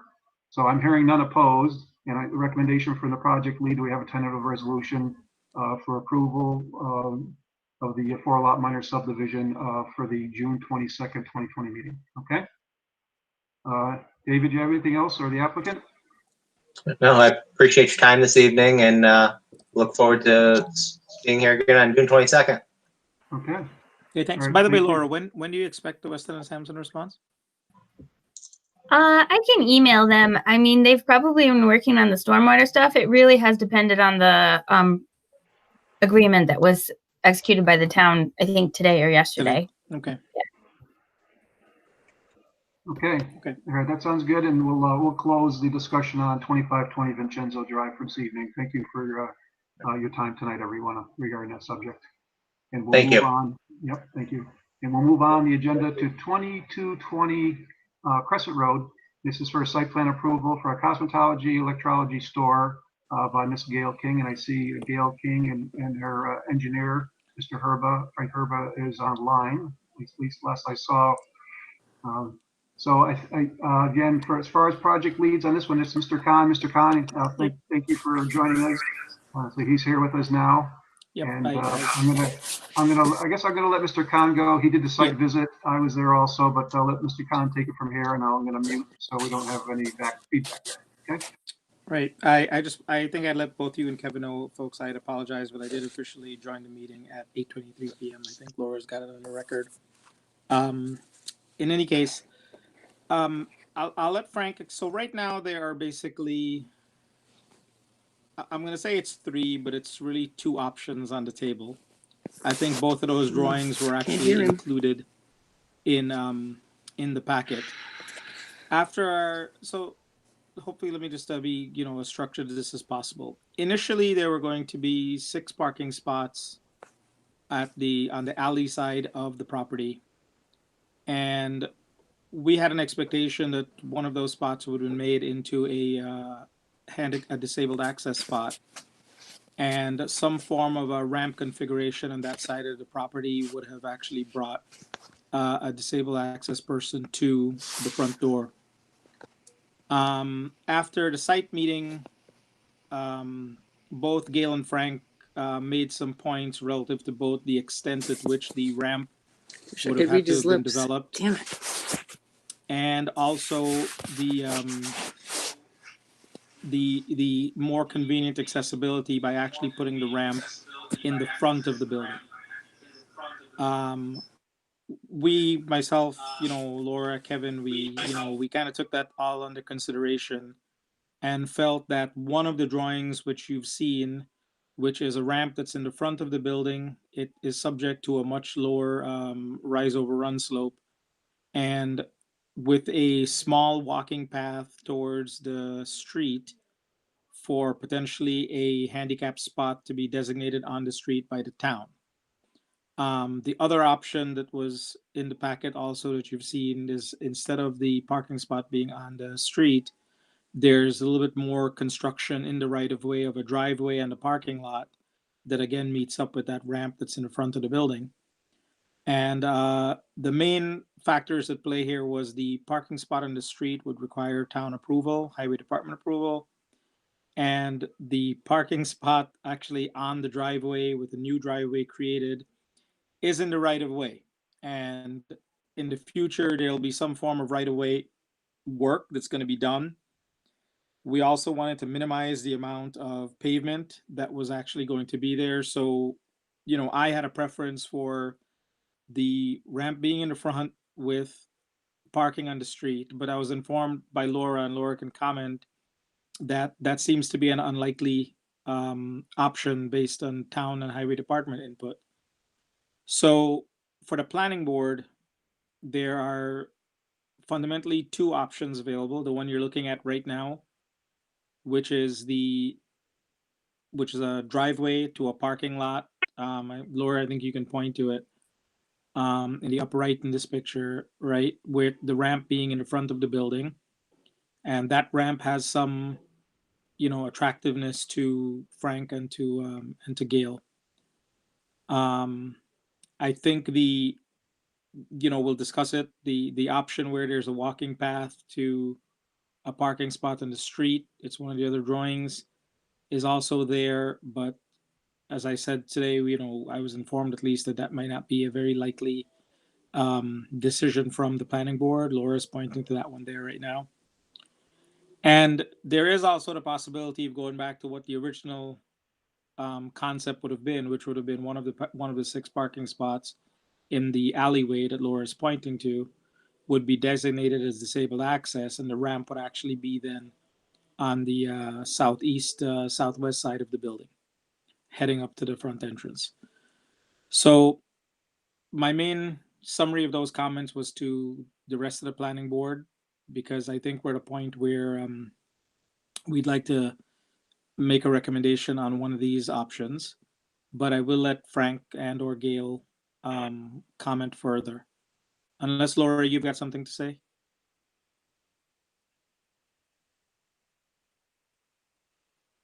No, I think that covers it. I'm not saying that the space in Crescent Drive would be completely no, but it's definitely complicated, and it would add, I think, a fair amount of time to the project. And it's definitely, not a slam dunk. I do not know that it could be approved. I'm not saying that you couldn't try, but I would expect that it would add a decent amount of time to the project, which you'd have to acknowledge, knowing that it may not be a yes. Right.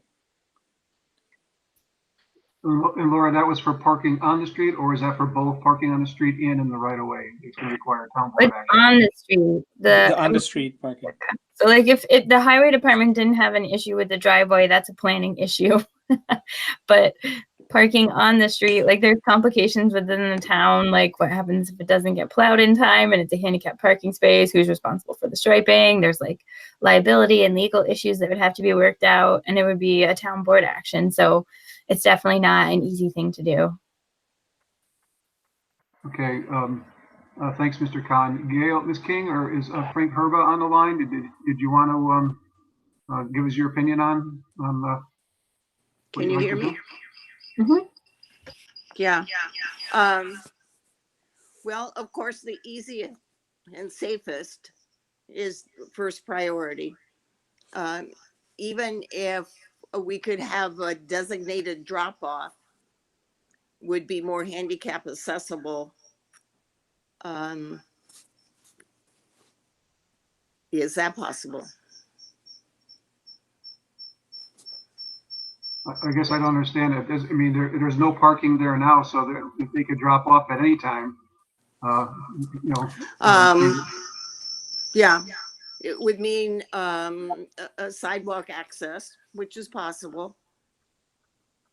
So we can go with that. Well, I don't think that solves the issue though of having one handicap spot available per regulations though, right? Yeah. It definitely would be better for the handicap. So I think, and we talked about this a little bit, Gail, it's actually a building code issue, that the planning board is recognizing. But I'm not sure if it's building code, if it was just a drop-off area. We could check, but you probably actually still need some kind of approval. So the question is, if that's the number one option and it's really important to you, you would have to recognize that it's going to take more time, and it's not, and it may not be possible because it goes beyond what the planning board has the ability to say yes to. So we don't want to be the ones that are saying, okay, now you have to go down this multi-month process. We're willing to look at an off-street parking on the left of the building or one of the 6 spaces to be designated handicap. If you choose that the on-street parking is your number one priority and you want to take that extra time, that would be your choice. Okay, so my options are I can build a handicap access and they could be dropped off from the street. But there would be no parking, although people park there now. No, I think per code, you have to designate one of your spots as handicap. I'm sorry, I'm having trouble hearing you. Can you repeat that? Yeah, Gail, are you online as a phone and a computer? You want to turn one of your volumes off. Yeah, we're having trouble with the sound. Like your sound, it looks muted on my phone or on my iPad. Yeah, that's better. Did you turn one of them off? That's better. Yeah. Can Yeah, can so you say I think something? the issue No, is you I have can't to hear have a you. painted handicap parking space No, per I building. can't hear her. So when we walk the site, it seems like the handicap spot in the right of way, which would be to the left facing the front door, Yeah. I know it wasn't preferred at first by myself or by, I believe, Mr. Khan, but we ended up getting there because it seemed like the benefit for the aesthetics and for the rise to run ratio, for the handicap ramp, and for all those reasons, it seemed like the right thing to do. Is that off the table? I mean, what, isn't that the solution? To put the handicap parking in the right of way? Yeah, Yes, that is possible. yeah. Yeah, And but not on the street. Is that what you're saying? That's what I'm hearing, is that if you want it on the street, it's going to require, recommendation to the town board, making a decision and identifying that. And I know there are, as Laura has stated, and Mr. Khan knows, there's, issues there with students that are parking or trying to prevent parking, but then all of a sudden you have a handicap spot there and that one's okay. So it kind of complicates things. So if you go to the right of way, it seems like it solves all the issues, unless I'm missing something. Yeah, that sounds good. There Okay, so is a this- drawing representing that, correct? Yeah, let me just clarify. So can you see my screen when I share the screen with you, Gail? I can't hear you, Laura. Oh, Kevin, can you talk to her? Like, we're talking about this one that's off the road. So it's a driveway and it's a driveway and you're allowed to have a T in your driveway, but really. Is that the drawing you're talking about? Yeah, the That's parking space is possible? actually on your property. That's correct, Laura. It was facing the building to the left. There's some green space there that looked like it as more than adequate for a one handicap parking space. And then it would meet your needs that you've seemed like you're would really like to have the handicap ramp going in that direction, and that would take care of that. And I believe you also stated that it would be a benefit when your business isn't open, that there may be some residents either in the building that you're looking to procure or one of the other residents, so that there's benefits just to having a handicap spot there. Obviously, it's dedicated to the business, but could be used by others off business hours. Yes, all of those options would be used. Yeah. The tenants are in favor of that also. The present tenants. Yeah, and I know it's hard to see on this drawing. I think Frank's old school with, with some of his there you go. She's zooming in. That tends to help a little bit. But I think when we walked it, it was pretty much parallel to the side of the building. This looks like it's skewed a little bit. Is that what I'm seeing, Laura or Mr. Khan? Yeah. Yeah. Yeah, it If we could be brought in straighter. Yeah, I would say maybe we could have Frank But do the best he it's can to for minimize. pulling in Yeah. and backing out. It works good. So let's be clear, Gail. I just want to reiterate. So you're okay with this plan as depicted here. I think there might be some minor tweaks we might want to make to it to minimize the amount of impervious surfaces that will be put on, etc. Right. Right. But okay. So the second thing is, I wanted you, Frank, to be aware that, at some point the town will do something in the right of way. Right, Laura? I mean, that's an open Well, we're looking at it as an option. I mean, the option may Right. end up being nothing, but we're definitely It's an open exploring it. expectation for all of us. Right, but so potentially, and this was part of the argument we were making for actually having the other alternative of the walkway to parking in the street. However, I think we can safely say that's off the table right now. So Gail, that's going to mean that at some point in the future, maybe that all changes, right? That'll have to get changed. You're aware of that at least, right? Well, in any option, that's the way it's going to be. Yeah.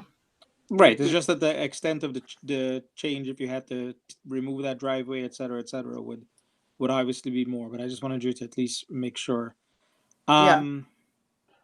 I mean, and this is a statement to the planning board, right? My ideal scenario walking into the site visit was, as I'd mentioned, the ramp on the southwest side of the building, the handicap spot, where the other spots are. But let me say this carefully, but I find the proposed plan acceptable, and I'm just willing to hear what the rest of the planning board has to thinks about it. The key thing is that we are going to be getting rid of quite a bit of green space that's in the right of way right now, with the current plan as depicted. And also, you know, it is subject to change in the future if there's ever a set of decisions as to what exactly to do in that right of way. Right. I'll speak since I did the site visit with you all. You know, yes, there's risk. I think it's minimal impact on the green space.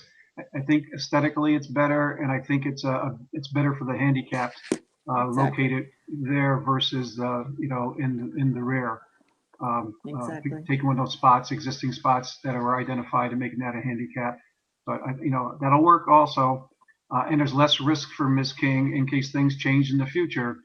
But if Ms. King's willing to accept that risk that it may have to change someday when the analysis is done on Crescent, or if the parking geometries change over there, she's willing to take that risk. I'm good with the left side of the building, facing the building. Okay. Of course, and if anybody else has an opinion, we'd love to hear it.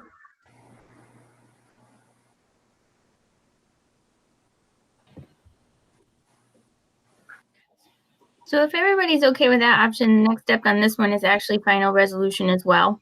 I could bring back a tentative resolution for Vincenzo, as we talked about, and a final on this one. Laura, do we need to, so I'm fine with that, but I'm just for completeness, do we need to, I know we had the public hearing on this, but I can't hear him. The public, I'm sorry, can you hear me or not hear me?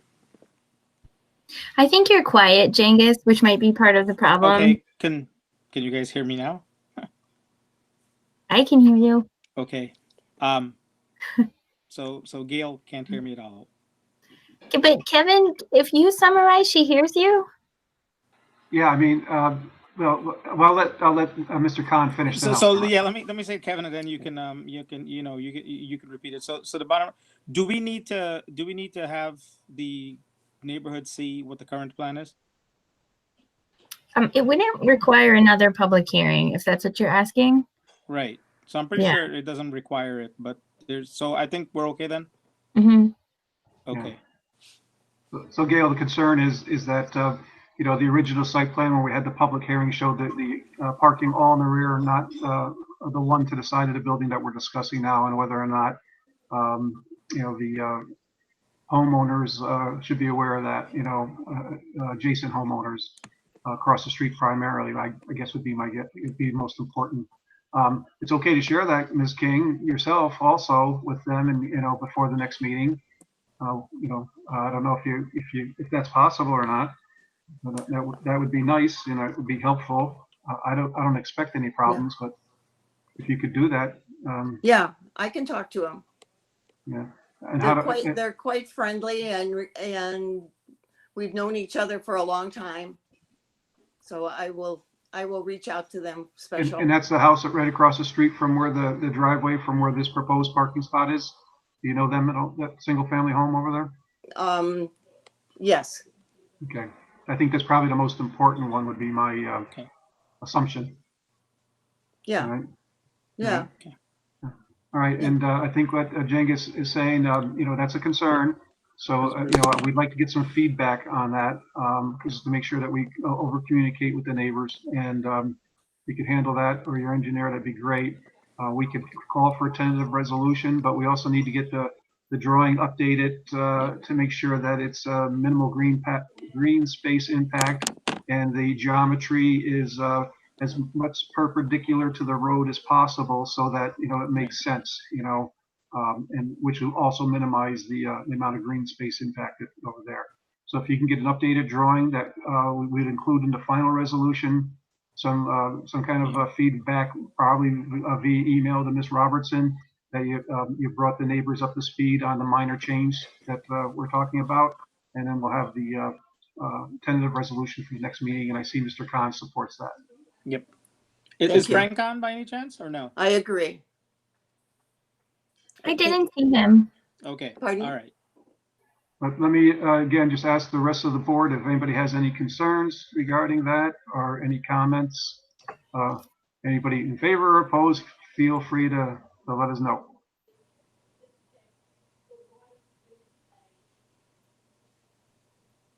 And since I don't hear anything, I'll assume that the board is okay. I assume that's a good assumption. And we're Yeah, okay and I going do, forward. I do want to make one general comment is that, I mean, you know, I see Okay, so that this, means that at the next meeting, or you're going to take a vote tonight? There'll be no vote tonight. We have to prepare a resolution with the drawing that's been updated as required, and you know, and with the feedback that you've had some discussion with the neighbors, and there's no concerns. Maybe Mr. Khan, you know, can also get involved in that if required. But he has one more comment, so I'm going to let Mr. Khan finish, and then I'll repeat that back to you, Ms. King. yeah, right. I am, you know, from my perspective, that area of land on Crescent bounded by Balltown and not, obviously it's zoned as CN. I think right now there was really only one building there that was operating as a mixed use type, commercial neighborhood type building. I think what Gail's doing here allows that piece of land to actually fulfill what its intent originally was. I would have liked to see a better, you know, longer term plan from the town relative to how we're going to handle the right of way. But nonetheless, I think this is a good first step into at least getting some more commercial mixed use into that area. So I just wanted to put that statement on the record. Thank you. Yeah, thank you, Mr. Khan. And I'll summarize it differently. Bottom line is that you're making the building more compliant with the current zoning over in that area, and so it's a positive thing. And hopefully any work that's done on the Crescent or any investigation or studies over there will support any future neighborhood commercial improvements in that neighborhood. Okay. I agree. Hey, Kevin, maybe we should just add, you know, with the driveway going in and some of the green space lawn that's there now, maybe they should just add some additional landscaping along the new ramp or something just to soften that. I don't know, maybe just. Yeah, Laura, I was thinking, could we have a discussion with Frank? You know, Yeah, after I'll have something? Clark reach out to them tomorrow and we can just see if we can do some additional landscaping and come up with the final plan and show it to the neighbors. Perfect. Yep. Yeah, that sounds great. So let's get the engineer involved, and if there's like any shrubberies or anything along there that would, you know, improve the looks and maybe take up some water, there's nothing wrong with that also. Yeah. Okay. Do you have anything else, Ms. King or Mr. Khan, for the board?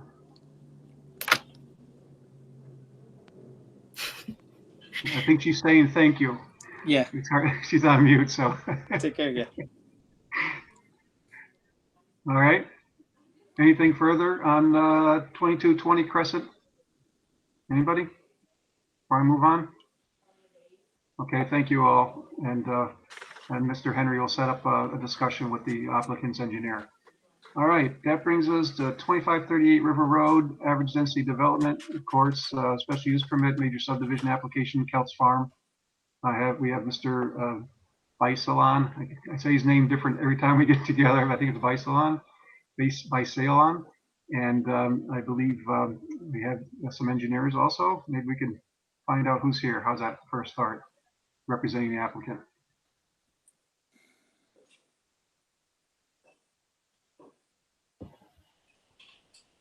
Try to change my views to see who we I have. mean, he's there, Joel. Yeah, he was, yeah, he's, you know, Joel's there. He's muted right now. Yeah, he said hi at the beginning of the phone Yeah. call. Hold on. He's on. Might have to wake him up or something. There we go. All right. All right. In the meantime, Joel, if you can hear us, you could just pipe in and let us know that you're on board and you can hear the discussion. That'd be great.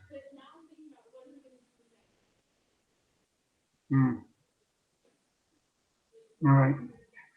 Kevin, I'll call him. Hold on. Yeah, let's just make You sure. guys can talk about some. I'd say talk amongst yourself, but that's a little difficult, huh? Mr. Chairman Walsh, I just want to clarify something because it's now come up a couple times about, you know, the comment about dumbing down, because I was the one that made it and it was an unfortunate choice of words. But my point in saying it was the fact about my concern about, as a planning board member, about making a connection that goes out to River Road, and the fact that is that there's been a lot of articulation of concerns and not a lot of clear articulation of the benefit, other than the idea of connectivity, and that the idea is that we have to make a better case for why connectivity is good just for the sake of connectivity. And then I think that there's a burden to be met. And that was my point in about when I said dumbing down was probably an unfortunate choice of words, but I meant to say, present it in a way that we better demonstrate to the public why we believe that this is a good idea in the long run, other than just for the sake of meeting a planning checkbook or meeting a checkbox. And I realize that I'm somewhat in the minority on this board on that perspective, but I do share concerns about the connectivity in that area. And so again, just to clarify that, because I was the one that said that comment, but the point is, I think we need to do a clear articulation of the benefit, which I don't think we've done so far. Okay, thank you, Mr. Oster. Laura, were you able to get a hold of Joel? Yeah, he was muted. So it's hard when you call from the phone because that's how he does his. And if somebody mutes him when he's on the phone, and I think Jengus had this problem when you're on the phone and you press *6 and it doesn't undo you. Yeah. Back on, Joel. Do you want to talk? Otherwise, I'll put him on my speakerphone and you all have to look at my face, or we can just put the picture. Yeah, before Joel gets started, just one thing I want to add. Along the lines of Mr. Oster, and I heard it again tonight. And I'm just speaking for myself, and I'm sincere about this. I hear several times that decisions have been made. There's no decision by this board. We're going to have a resolution. I think we're hoping for a resolution at the next meeting, making a recommendation at a town board on June 22nd. And I'll just speak for myself. I mean, I've changed my mind on this project, many times. I mean, I had some sleepless nights, so I do take everything seriously. And I have not made up my mind. And every time I talk to a fellow board member or somebody, I swear I change my mind. It's a very complex issue. And I just want to say that again. There's no decision been made. And no matter what the resolution we come up with, how it's structured or what it actually says for the next meeting, we've had resolutions in the past where it comes right down to a vote where we've had to amend, modify, table. So, just be aware that there's 7 people that'll be voting on the resolution. There are differences of opinions right now that best I can tell, as Mr. Oster just said, amongst the board members. So we're going to talk more about that tonight, but no decision has been made. Okay. Now, as far as format goes, I know we heard a lot from the public in tonight, and thank you, our privilege of the floor. The project leads on this project are Mr. DiArpino and Mr. McPartland. They teamed up on this because it's an extensive project, quite the time commitment. So unless Mr. Baisalan has something special to say on this, I'd like to turn it over to project lead just to start, but I'm planning on jumping in sooner or later talking about some options for the board, okay? Kevin, this is Joel. Can you hear me at least? Yes, we can hear you, Joel. Okay, sorry about that. I had to hit *6. I didn't realize I was muted, but the only change that we made, Kevin, from the previous plan was that we added in the 26-foot wide emergency access gate, and we replaced the gravel connection the paved connection with a gravel connection. So there's 2 options in front of you: the hard connection of the road and the bike path, and the emergency access option. That's it. Okay. And I'm trying to look at my notes here, so bear with me one sec. But the one thing there too, Joe, when you mentioned, there's I guess we call it the reference plan that we've been working to, and that plan would be the one that's dated revision 312, which basically shows the connection, right? But when we start talking, and I'm not saying that this is a good thing, right? Those are all options of the base plan, whether or not the connection is not made, whether the connection is made and a crash gate goes up, whether there's a break in the road and the crash gate goes up, the location of the crash gate, the location of emergency access for because of our rule of thumb. You have a road, I believe it's 450, 500 feet long. You want to make sure that you have access in case there's a house fire and there's another accident at the same time. So, the criteria in my mind for the crash gate or alternate access is because of the emergency. I've heard tonight that it doesn't take that long to get there on River Road. Yes, that's true. But if that's the problem, you still need to access the site to be able to, from safety for life and home safety, right? So I don't want to carry on. Well, Kevin, yeah, go ahead. Kevin, let me just clarify one thing, Kevin. Though, with both these options on the table right now, there will be no need for a crash pad through the cul-de-sac because both options have 2 access points. I guess I'm confused. If you have the direct road connection, you wouldn't need the crash through the cul-de-sac. That's my understanding. Yeah, if the road's connected, if the road's connected, we don't need emergency access. We have 2 points of access, right? Right, and if you have the access gate and no hard connection to Windsor, then you don't need a crash pad through the cul-de-sac either, from the cul-de-sac to River Road. That's correct. That's correct. That's all I wanted to clarify. Yep, thank you. All right, David, did you want to, or Patrick, you want to start anything off? Or I'm going to keep going. Well, definitely we'll get into the meat of the discussion, but I think it'd be nice to just take care of a couple items that I noted on the Complete Streets Committee memo. Minor points, but I was curious to get the developers' feedback on 2 things. Firstly, there's a proposal to have crosswalk be reconfigured as one of the first steps in construction. I think that's something hopefully everyone can get behind, and I wanted to see if there were any objections or that we have support for that. And then other point, it's addressing potential traffic concerns resulting from a connection. But I think regardless, I like the suggestion made in point number 1 on the memo to add a boulevard at the entrance to Kelts Farm Road off of River. That was an aspect of one of the original plans. I think it's a traffic calming measure. It gives you a bit more of a sense of neighborhood and kind of awareness of pedestrians, and hopefully discourages speeding in and out of that road.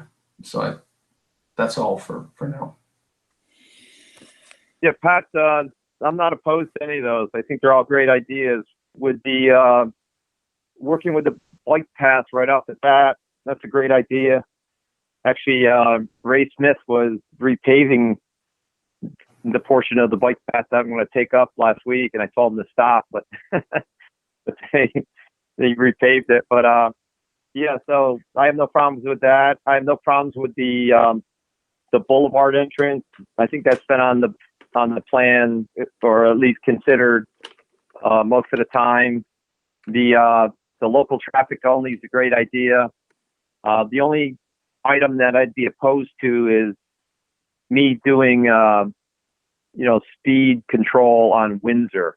I think that obviously if the connection is made, that Kelts Farm will affect the volume, but whatever we do in Kelts Farm, besides the boulevard and the local traffic only, they'll reduce the volume. But I can't do anything on Kelts Farm that will affect the speed on Windsor. I think the speed on Windsor is a town issue, and it's frankly it's been a town issue. Yeah, we agree with that, and the town's aware of that. If I may, I just wanted to make one comment, and then I'll kind of finish my introductory remarks. But as it relates to making this connection, it's hard for me to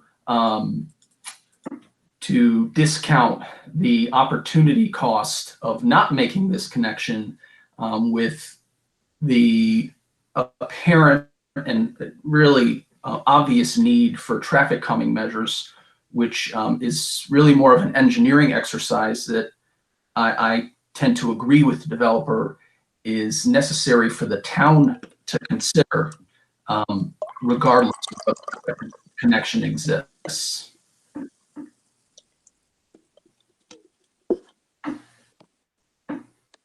Okay, thank you, Patrick. David, did you want to add anything at this point in time? Yeah, if I could. First off, I wanted to thank the residents for their time that they put in, especially at the June 1st meeting. And, you know, that commitment and the type of volunteerism that's in this town is what is a really strong attribute of our community. I'm sure most of you are volunteering on other things that are not just this project. And, you know, I know you put in a lot of hours, and a lot of the board members here have too. One of the things that we were doing when we developed the comp plan in 2013, dating back 8 or 9 years ago, was we really took a hard look at really defining the different neighborhoods in Niskayuna. And this was a big deviation from the previous plan. So if you compared the 2003 plan to the 2013 plan, you know, not only were we looking at townwide goals, but we were really honing on neighborhood and really trying to define parameters, whether they were defined by streets or housing development or natural characteristics of what made Niskayuna neighborhoods the communities that they are. And that's a really special aspect of the town that we live in. So obviously the comp plan supports that 100%. We don't want to jeopardize communities if we don't. So this is tough balancing act here that we're trying to figure out, this road connection that's been in the plan for, you know, several decades. And, you know, we have a developer that's come along and has found a viable option possibly to do that. But again, we're also getting some data here that says there's a significant increase of potential traffic that can come not only from one section, but from another. So those are just some of the things that we've been looking at. And, you know, I want to just reiterate what Chairman Walsh said before. This is not a done deal. There's a lot of decisions that have to be made. I think to date, we've seen at least 5, maybe 6 different versions of the plans.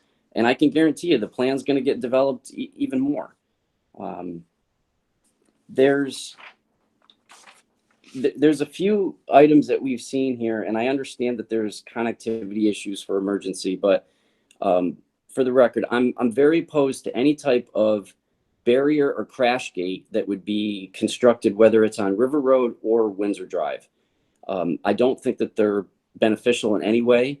If a road connection is not the final answer here, I don't like the aspect of adding those. I think they're detractable to your values of the home, and they do come with a high potential of down the road saying, how come this last 50 feet or 100 feet or 20 feet weren't connected? I'm not a big proponent of them for urban development. I don't think that they add anything to a neighborhood. And I think that there's definitely other ways to configure things so that those can be avoided. So I just wanted to throw some of those things out there, at least before we get on to, I know that Chairman Walsh has developed a pros and cons list that we wanted to talk about with the board members. But I wanted to get a few of those opinions of mine out there so that the residents can understand some of the decision making that we've done so far. Yes, and thank you, David. And I think that speaks to the differences of opinion amongst the board members also. But we hopefully we can get to a point where we get enough of agreement, a quorum, basically pass it on to the town board so that we can continue to move forward, because we'll get to a point where we need the town board's approval of the average density development to continue to move forward with this project. And we've had other similar projects over the years where we've had to send it on to the town board, and sometimes the town board also conditions their approval.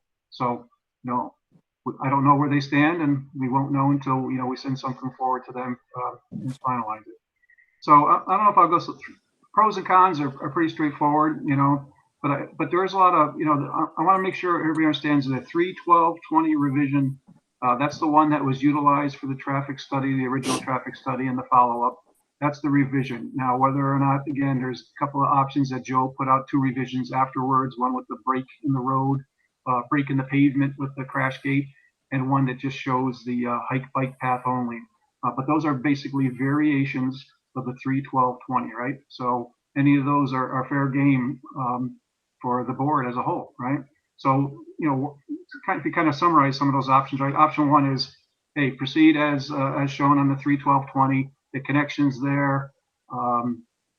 We know that there's going to be an increase of traffic on the order of 950 cars.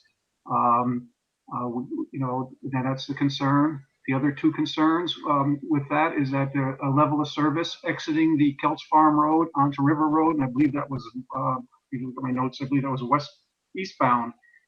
Looks like it would be a level of service D, which isn't the worst.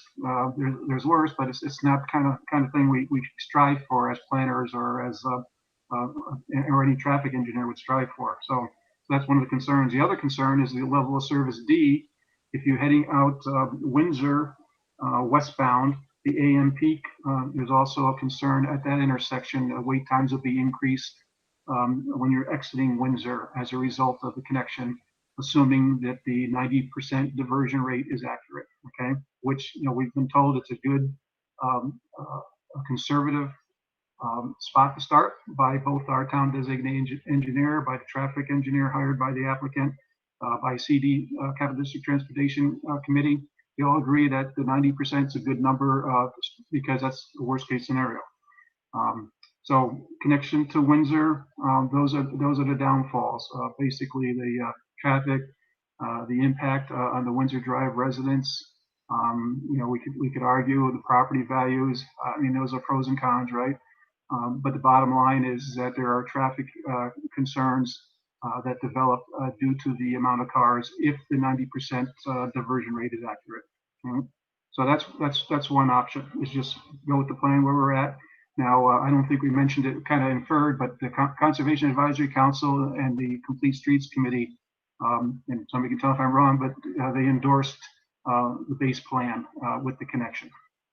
Okay, and those committees are advisory to us, but primarily advisory to the town board, especially since the town board is the lead agency for seeker on this thing. This application, Conservation Advisory Council is very important, their opinion to the town board. So another variation of potential, again, these are just potentials for talking, and I'm going to ask the planning board members to give me some feedback on where they stand and where they're at. And we've already heard from David a bit there. But another option, again, not preferred by the residents, is keep the well, this is one that if I was king, it sounds good on paper, but I don't know if it would work. But I say, hey, well, what about that plan? What about if we keep the Windsor Drive connection open for 1 year from completion of the I guess it would be acceptance of the roads in the new subdivision, the new average density development subdivision. And 1 year you do a traffic study to determine whether the assumptions were any good, whether or not the 90% diversion rate is reality, whether or not you really have a level of service D at the two intersections I talked about previously, and get some real data. We all love real data and real numbers. Post-COVID life, is that going to change things? Is the GPS accurate? Is it worse? As the neighbors have said, maybe it's greater than the 950, maybe it's 1200. I think there was one of the comments we heard. So there's nothing like real data. Problem with doing that is obviously connections open. So if it's true, we're going to have the traffic. We are going to have the problems if it's true. If it's false, well, geez, that's great. It's false, but maybe things wouldn't be so bad there. Obviously, that I know that the neighbors, would prefer to see no increase in traffic, even if it's a 50% diversion rate or a 25% diversion rate. And those numbers are all in the traffic report. You can look them all up. So I understand that. And the other problem with opening it up and collecting data, if it's deemed that there is a problem, that the numbers are higher or are actual with a 90% diversion rate, if you wanted to take action to fix that, it would require a mitigation plan, right? Or it would require closing the road. So that wouldn't be, that might be popular with the Windsor Drive folks, but the new development, those people have been using that path, and all of a sudden you say, hey, after a year you bought a house, and now we're going to close the road. So there's problems with that. Again, I'm just speaking in generalities here, just to get off on my mind all the different options, right? So there's problems with that also. Another scenario of that is don't open a road, one that David just talked about. Connect the pavement, make it the emergency access for safety and for property protection of the new neighborhood, but don't open it and put a barricade. And there's a couple different options to go along with that one, a couple different scenarios. One is you put the barricade right at the Windsor connection with the 90-degree bend and some distance from the thing. You put up the emergency barricade, and my understanding is that the emergency vehicles bump the barricade and it pops down. There's different styles. Some of them they may have to unlock to get by, but there's a couple different types out there. But you could put it there. Mr. DiArpino, in some discussions I had with him, kind of thought out of the box, as I thought was kind of cool, was like, well, what if you had the closure at the river roadside so that the new Kelts Farm development was part of the Windsor Drive community? We know we have the traffic counts. I think it's about 20 cars AM peak and PM peak. So really it's very low impact to the neighborhood, the addition of those homes, as long as you don't have the through traffic. So another variation of the, again, of the 312 plan would be to have a barricade on the river road side, so to prevent the cut through. The neighbors just have to trust that the town board in the future would do the right thing, not opening it without any discussions about mitigation, not opening it if it wasn't the right thing to do. We're not segmenting, the approval, saying, hey, we're going to satisfy you by not making the connection, but later on we're going to open it up. That's not the intent, I know, by myself and any members of the planning board. But that's a real scenario, another option that we could address. So basically make the connection, close it down at one end or the other. The one thing that's interesting about closing it down on the river road side is that not only is the new development part of the Windsor community, is that if they want to go to the park, I mean, they're already there, right? All they got to do is, you walk over on the hike bike path. The hike bike path is a given, no matter what scenario we take. We all endorse the hike bike path. It's the right thing to do, and that's a given. Okay. All right. So a couple different ways to make the connection and put up barriers. Another thing obviously is the one that Joel, I think it's a 6/2/20 drawing revision, where he had a gap at the Windsor connection. So there's still a barricade, but there's a gap, so there's no physical pavement. To me, my personal feeling on that one, that doesn't make any sense. I want to have Joel pay for that pavement. I don't want to have the town residents pay for that blacktop now or in the future, or it just looks like a better job if it's connected with the emergency vehicle being able to go over blacktop versus crusher run or dirt or grass mat, things that we've utilized on other projects, right? And then, of course, the other connection is one that goes back toward the beginning, and that's no connection, basically no connection. And, but we still need emergency access because of the length of the roads. As you know, the county only wanted one curb cut on the county road. And so by doing the one curb cut, it invokes this emergency either barrier or connection somehow. One other option would be at the end of the cul-de-sac to have a emergency vehicle capable grass mat, I guess you call it, or crusher run with thin layer of soil over the top of it. And that would go back to, again, the 312 plan, not the one that Laura has up, because the one Laura has up, it looks like that could be tough to do with those topo lines at the end of the cul-de-sac now. So, there's other variations. I'm not trying to be all inclusive. There's other ways to skin this.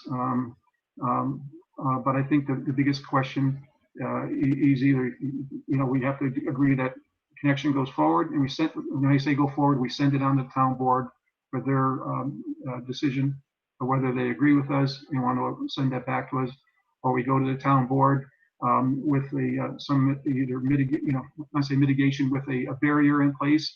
And the basis for that is not to open it up in the future, but because it makes sense from an emergency standpoint, and it makes sense to have the developer pay for the blacktop. But we're going to need to have a resolution, and we're going to need to state where we stand, and we're going to need to have a majority vote in affirmative of whatever way that the resolution is worded in order to send it on to the town board. It's getting time where we gotta get there. And I'm not saying time to rush it. I think we've been working hard on this, and we're not done by no means, and the town board isn't done. So there'll be more to follow.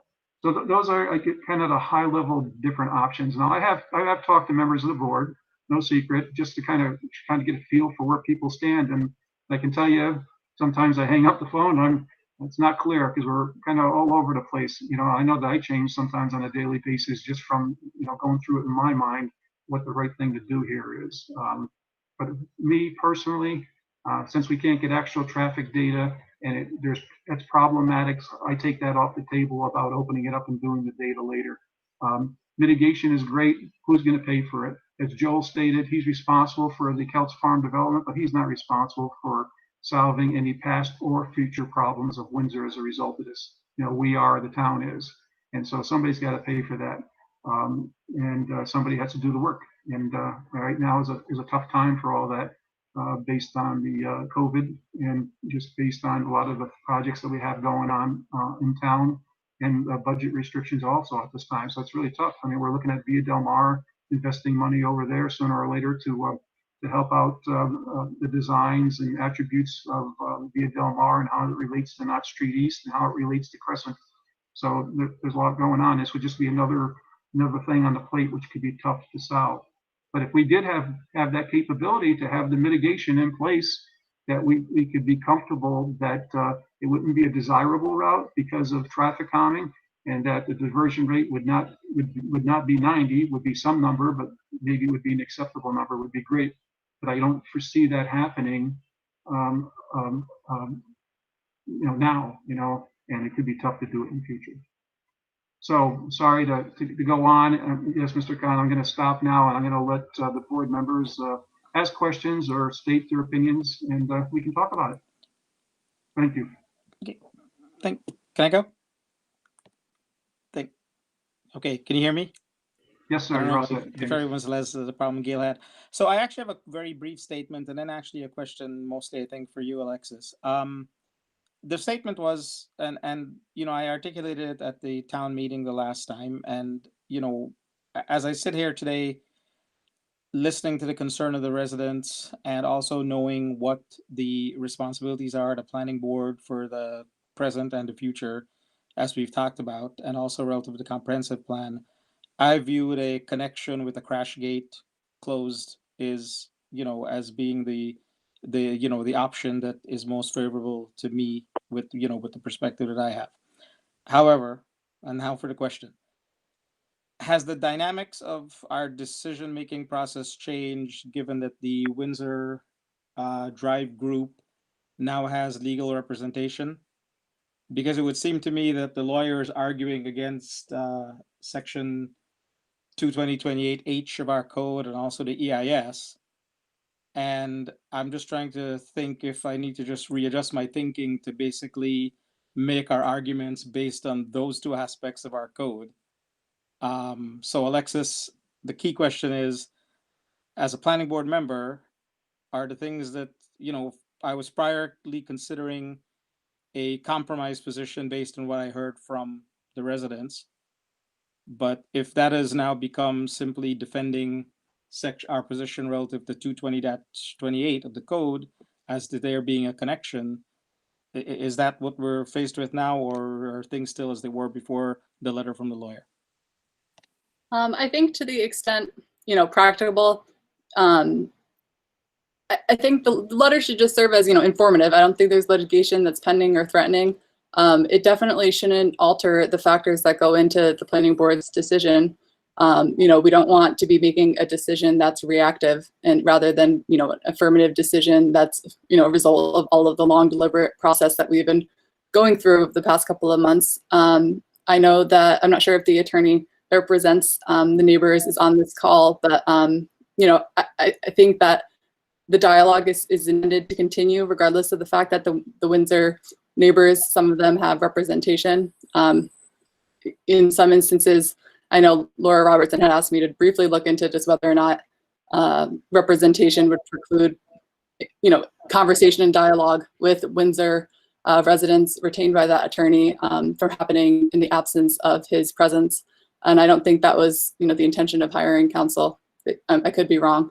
But yeah, like I said, I would say it does not, well, you want to address the comments brought up in the letter. I mean, that those are just maybe a summary of the most pertinent ones right now, but we need to go through and address all of the factors in making the recommendation to the town board that are okay, because there actually is a level of obviousness how actually a functioning connection does actually not violate 220-28H. And so, like I said, if I had to make an argument as to why a connected roadway does not violate that part of our town code, right? It would lead to a recommendation that there be an opening functioning connection. Given all the data that we've got, knowing the discrepancies in the data based on the complaints that have been raised, et cetera, and the realities of how that data was taken. So I just wanted to know if my view of coming to a compromise position of building the road and then locking it, is even, worth being on the table. I mean, Laura can jump in because, I'm sure she has a view as to this as well. I mean, I think that to the extent that you want to address statements in the letter that you don't believe to be accurate, maybe that is information, or not accurate, maybe that you wanted to comment on, maybe provide that information to the town board in the recommendation from the planning board. Yeah, I mean, the thing is, I'm not judging the accuracy. Hang on a second, Laura, please. I'm not judging the accuracy of anything written in the letter. It's just that the legal argument is basically boiled down to an argument about 220-28 in our code. Yeah, so and I think that's a much more structured discussion that we can have, actually, right?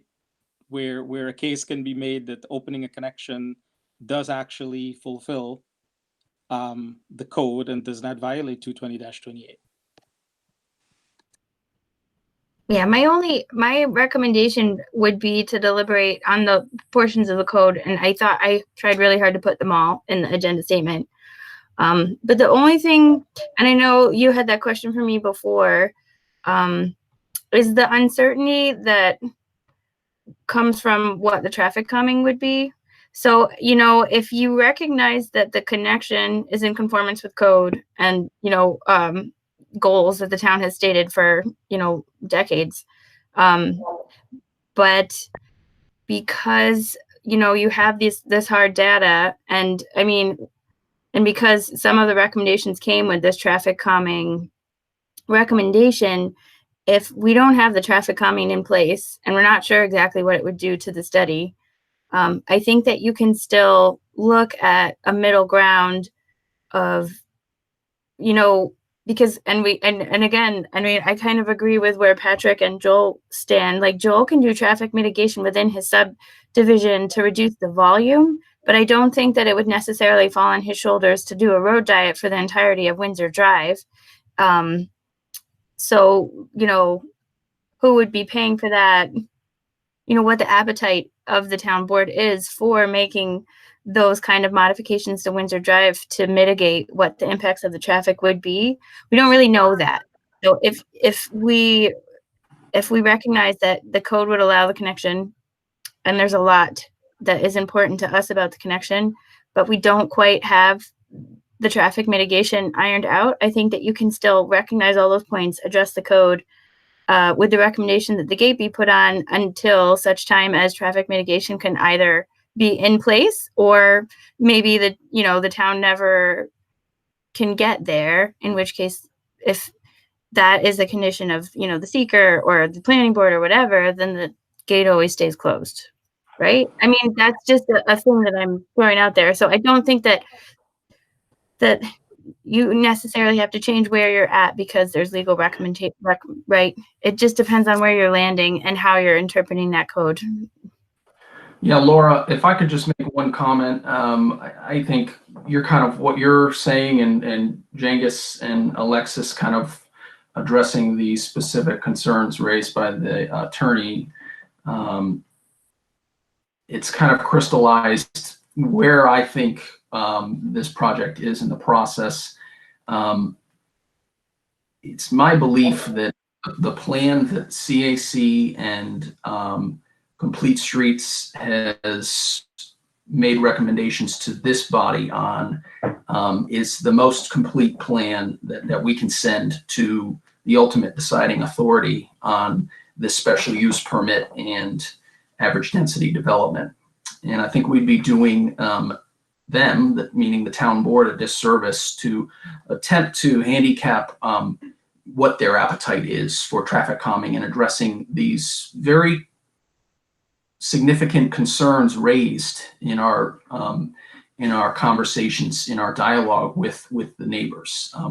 It really gets at a deeper issue that has already been occurring at the intersection of Van Antwerp and Windsor, at the intersection of Windsor and St. Anne.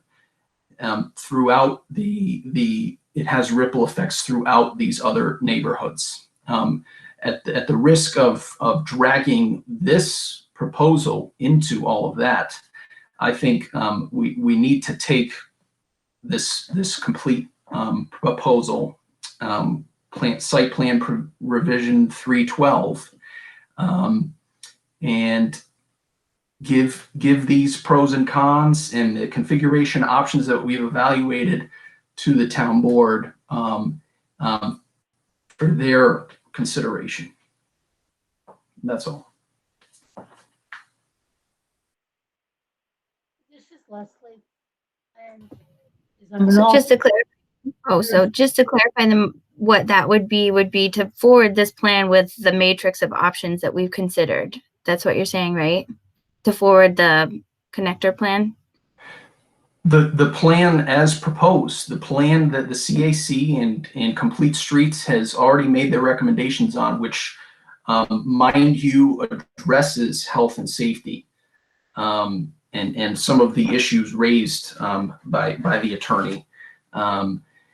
We have input from those committees, and I think the onus now is on us to make a recommendation. I fear that any further consideration of hypotheticals and attempting to predict the town board's appetite for really taking the Windsor Drive residents' concerns head on is not our responsibility. Yeah, and I mean, I agree that in so much as I think I raised this point at the close of the public hearing, that although the planning board can require additional materials, the intent of the code of requiring, a recommendation in reasonable time by the planning board following the public hearing is, I mean, to me, indicative that the planning board's recommendation is supposed to be, similar in nature to the plan that was proposed at the public hearing. And at this point, we're diverting where it's almost a completely different plan. So if we're going to continue on with the exercise of requiring different configurations, I feel as if we might need to just reopen the public hearing and kind of redo that process. So yeah, I agree. And I mean, I think to the extent you were to provide multiple plans to the town board, that isn't, even though maybe it would be unorthodox, it's not inconsistent with the purpose of 22028, which is to encourage flexibility of design and, ultimately giving that decision to the town board. I have a question, a follow-up to Patrick's question. Just reading the recommendations from CAC and Conservation Council, specifically the recommendation from seeker findings from the Conservation Advisory Council. They go on later on to say that I think determination of significance, I'm pulling up just a piece of it out, but the CAC found that there would not be a significant environmental effect from this proposal, provided that traffic impacts were mitigated for the existing residents. My question is, do we need to spell out, can you guys hear me? Do we need to spell out what those traffic mitigation efforts would be in our recommendation to the town board? I mean, I think that you do, to the extent that you need to give the applicant an idea of the financial investment that he's making, and the term of that investment in this development. I think that's obviously a factor that goes into go into the town board's consideration.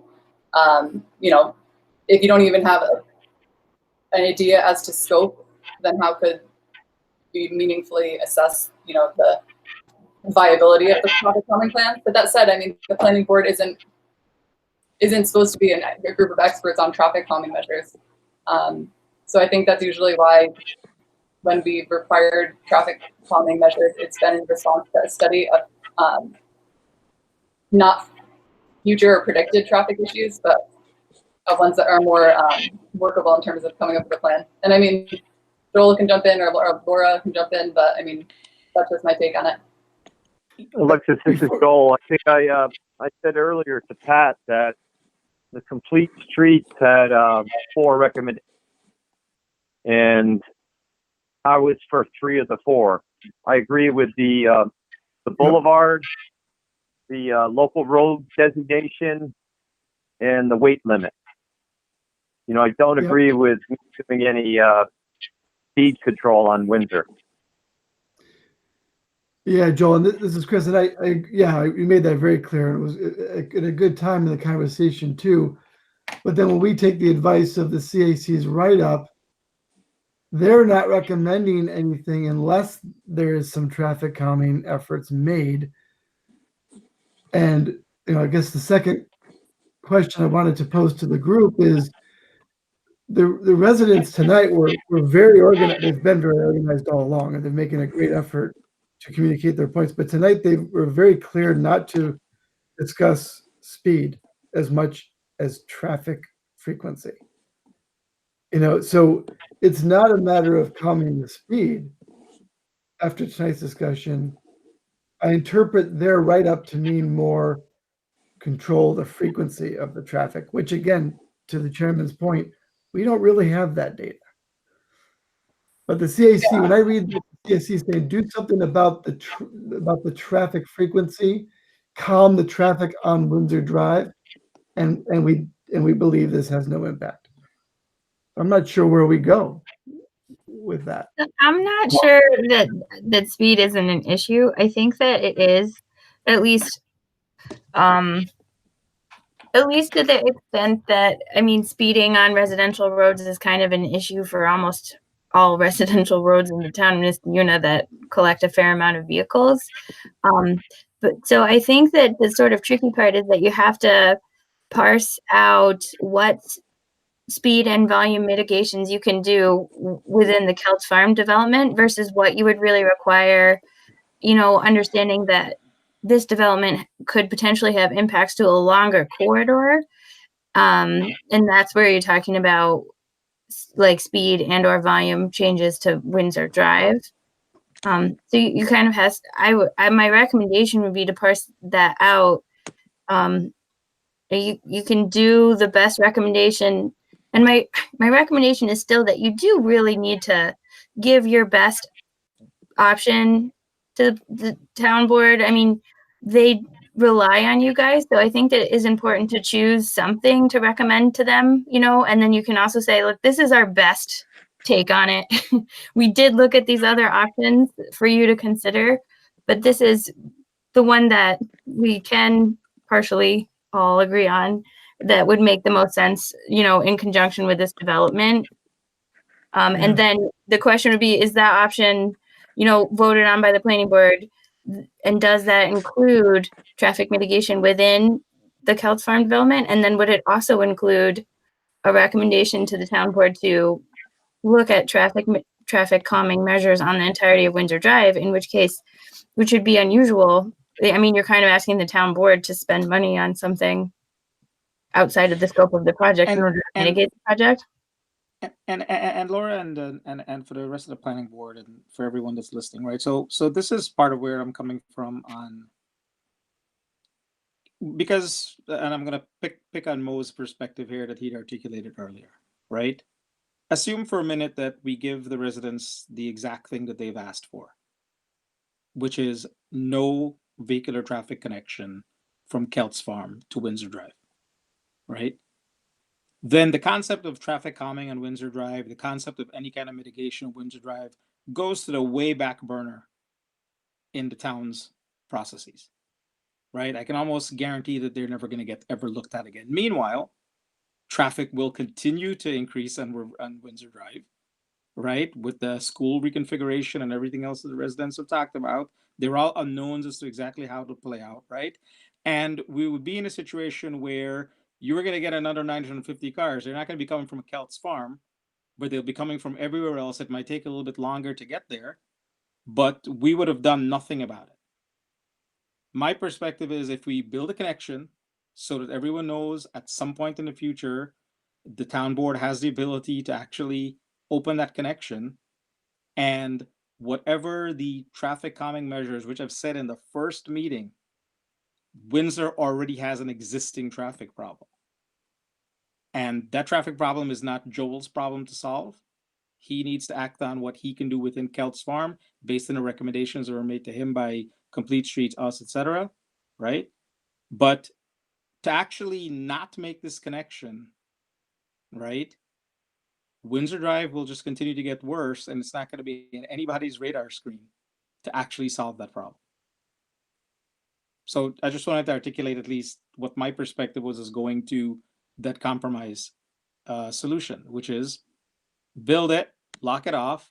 There'll be none of those 950 cars from the traffic study coming into Windsor Drive. And then between the Windsor Drive community and the town, we figure out what needs to happen to that street to ensure both frequency and speed, that, you know, that the problem that exists there gets solved. And Jenkins, if I may, I just want to be very clear about my position and my fellow co-lead's position as it relates to your suggestion. We feel as though that is too large of a compromise to make preemptively. And Understood. so, I understand where you're coming from, Patrick. I really do.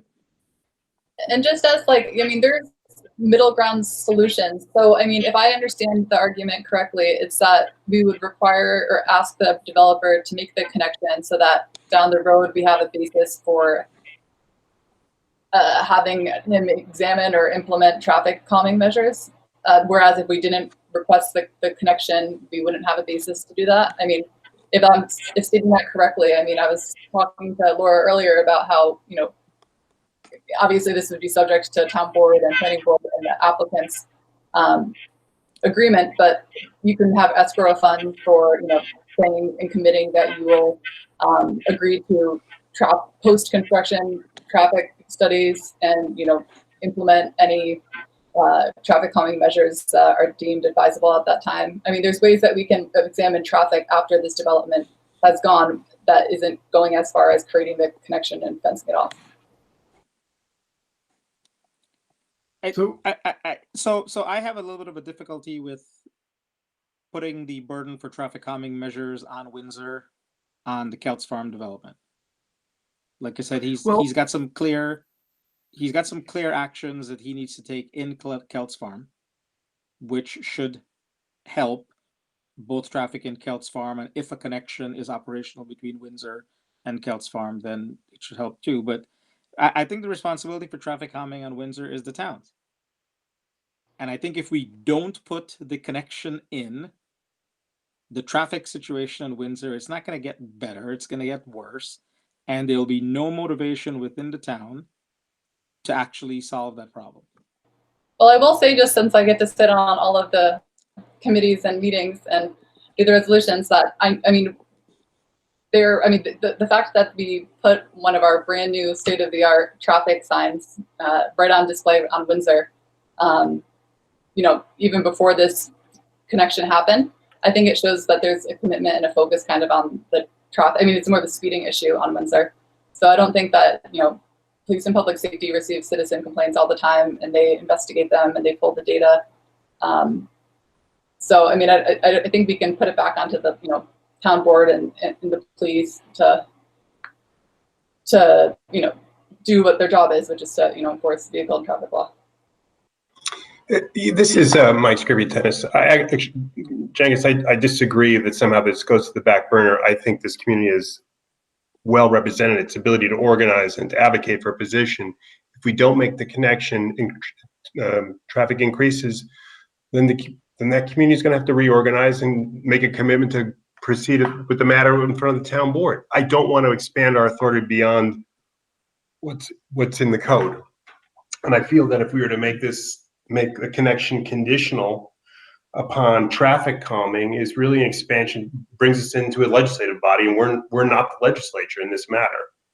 So I'm concerned on a couple of those points. Well, but Mike, just to counter that, this is Chris. I'm personally struggling with making a recommendation as it sits without taking the feedback from the community and what I've learned through this exercise that Windsor needs to be calmed. So I understand what you're saying, Mike, but I actually think us recommending a plan based on our, the rules in which we're set to be on the planning board for good planning and good connections and all that, we've done a great job at. I think we've resolved to a plan that's workable, but I'm not comfortable with that going forward without some commitment that there'll be some traffic calming. And I do think what Joel's willing to do, it will actually impact the traffic flow on Windsor coming, putting simple signs up like local traffic and weight limits and all that coming from River. It would not be hard to do it in the other direction. I think that sets a good tone for some of that traffic calming already, but without it, I don't feel comfortable recommending yet. Chairman, you had noted before that we have not made an articulated position on conductivity. Maybe we should look at doing that now. And I will note, it didn't start with the town of Niskayuna. It's been practice recommended by virtually every planning council in the country. It's something that the CDC has also advocated. The intent is to both build a sense of community and to build safety measures in. Both for first responders responding, for the diversion of traffic when absolutely necessary. I will give you a little information. One of my friends from kindergarten on became an EMT with Fire District 1.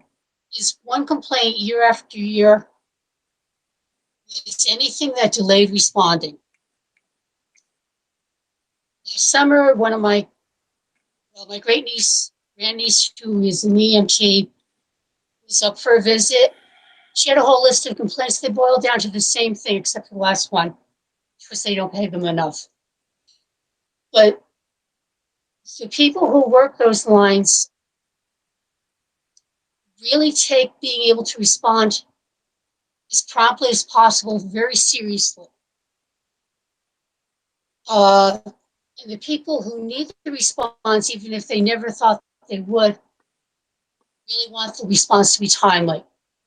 And it goes to police response as well. If you think somebody's breaking into your house, you want them there. You don't want them tied up, looking for a route that isn't tied up by a traffic accident or something like that. The idea of the sense of community is not to have a bunch of isolated neighborhoods. There are communities where they have that, and there are problems with them. I'm not going to go on and on. Maybe other people would like to add to this. I will note that the comprehensive plan has kept it in, not because people didn't look at it. The process each and every time I've been on the last 3 committees, the process has been to look at everything really de novo. Does this make sense? Do we still want to do that? We go by concept, line by line. So it's not just that it got stuck in there 40 years ago and it's still there. And I will also note one traffic calming measure has already been introduced into the plan, and that's exactly how the connection is made. If it's a nice, easy straightaway, it's going to encourage more traffic than a more circuitous route.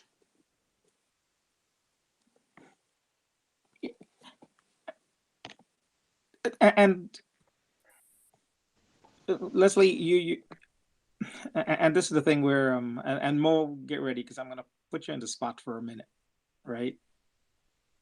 I think it's very difficult for neighbors, and I've seen this at least on this is the 3rd time I've seen it in my time on the planning board. It's very difficult for neighbors within the community that's immediately impacted by a cut through to ever see any benefit in the cut through. There has never been a single community that I've been associated with being in the planning board, and this is the 3rd, where the community was like, yeah, let's have a cut through, right? I think you guys who've been in the planning board with me know that, right? So the key thing is that this will be an impasse that the community that's presently there will never, ever, ever see as having any benefit to their lives, to their neighborhood, to the neighborhood character, right? That's something we've got to realize, right? Because no community like them in the past has ever seen it. So actually, when at this stage in the planning, Leslie, I should qualify everything I said. At this stage in planning and decision making, no community ever sees the benefit. Well, I have a different take on it. It may not on this one, I don't know. But I will tell you that when Windsor Drive was opened and the first group of residents came into town hall, they were opposed to the multi-purpose pathway. Mr. Pascarella and his other new neighbors were vehemently opposed to that. They did not want it. It was going to drive down their property values. It was going to bring all kinds of people in. They did not want it.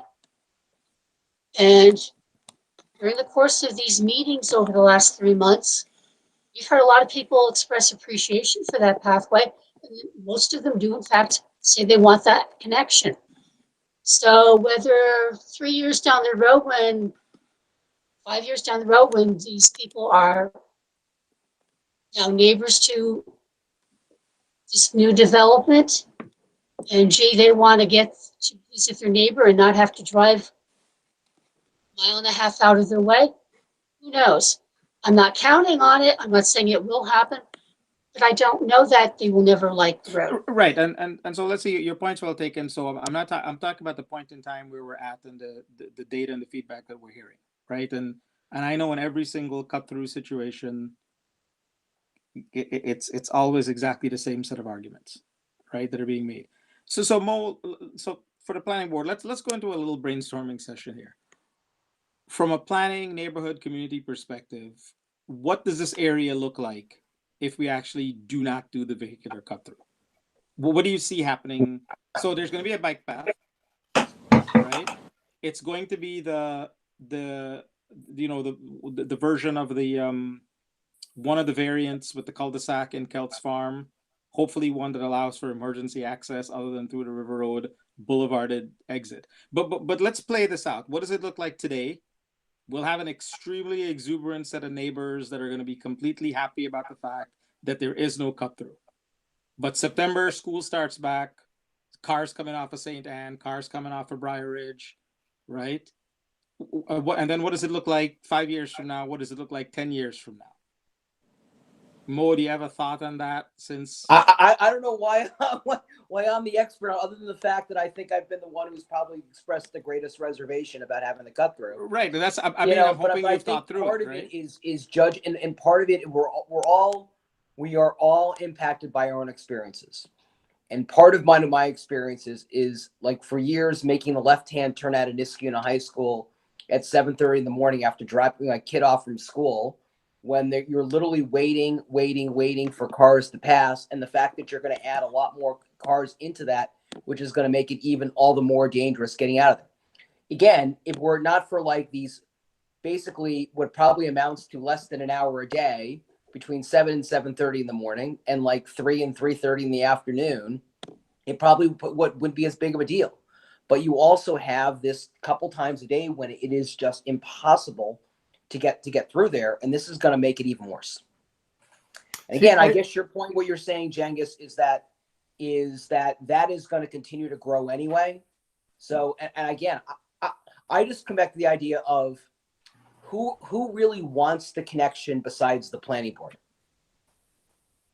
The neighborhoods, the surrounding neighborhoods that get the benefit of the connections. Again, I'd like to hear them say that. We haven't. But Mo, you. I mean, I get the perspective. I get the perspective you're coming from. But we do have a planning responsibility, right? Agreed. But usually we do have to weigh a variety of things. And agreed. Usually, and so part of it is, our own gut, instinct, and part of it is like, what is the benefit to be achieved? And what it seems like we're saying here is, well, connectivity is a good idea. Well, that's glossing over it a bit. Yeah. Leslie did a really good job. I would like you to consider just consider the route that a potential resident of Kelts Farm Road would need to take to Town Hall or the high school were this connection not made? Where do you think they would go? I would propose that there's a high likelihood they will turn right onto River Road and then right onto Briar Ridge and then take that circuitous route to Windsor Drive. Yeah, but that's the same. But hold on, because I'm the one who was put on the spot here. So, but that is the same issue we'd have regardless of where you put the, you know, if you decided to put the barrier on River Road rather than on Windsor Drive. So that would be the same issue regardless. And I mean, I think it's worth considering that I think these were meant to be, some of these houses at least are meant for, you know, more older couples, not intended to be all like a kid neighborhood. I think that's to consider. I think that you guys did not just give lip service to the comprehensive plan, that it's been really examined at every angle possible. That seems as if you're ready for, you know, to make a decision and vote on the plan, as hard as it might be to get pen to paper. And I mean, to address the point of what do we do in 5 or 10 years when we see this issue, I mean, we'll be at a juncture in 2023 where we're drafting a new comprehensive plan. And, you know, that's maybe a time to get public input on how to address these broader neighborhood traffic issues. That's why putting the emergency barricade at River Road and Kelts versus at Windsor kind of intrigues me a little bit, because again, the new neighborhood is part of the Windsor neighborhood. If they do want to get to school or a town center, you know, they're connected, right? And if they want to get to the park, well, they're going to walk to the park. It's right across the street where they're at. And if they want to go east, they're going to come out of they're going to come out of Kelts Farm, Windsor, and they're going to go left, or is it Briar Ridge, and then is it Riverdale? They're just going to go left, and they're going to come out on River anyway.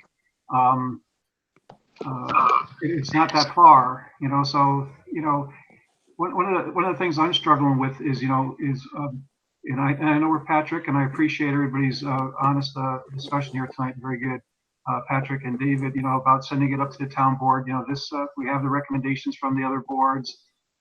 It's in the comp plan, so let's just send it up to the town board. You know, I would hope that we get to a point where we could, you know, help the town board be successful, all of us be successful, because we're all aligned to a certain degree. I know that, you know, it doesn't have to be that way, but it would be nice. And if we send, and that's why I'm intrigued by the barricade at that location, or at Windsor, because the barricade, you know, if they need to do mitigation, like you said, the CAC says mitigation is required in Windsor. We all agree that to go forward, there's some kind of mitigation. Well, is the town board ready to do that? No, not. There's a lot going on right now, and the budget's going to be tough, especially post-COVID. So, so it kind of ties their hands to make a decision. If they're not ready to go forward with mitigation, it's going to take some time. They're going to send it back to the planning board in some fashion, either without any action, saying we disapprove, or they're going to come back with a condition that's basically doing the planning for us. And I don't want that. I would like to send it on and have it make sense, even though it may not make everybody happy. And I think having the barricade in the physical road connection allows the town board in the future to do the analysis, to do the mitigation, maybe secure some funds or a grant or something to see. And, you know, and maybe that study would come back by the experts saying that don't do it, don't open it. It's one of the options, you know. We're not saying.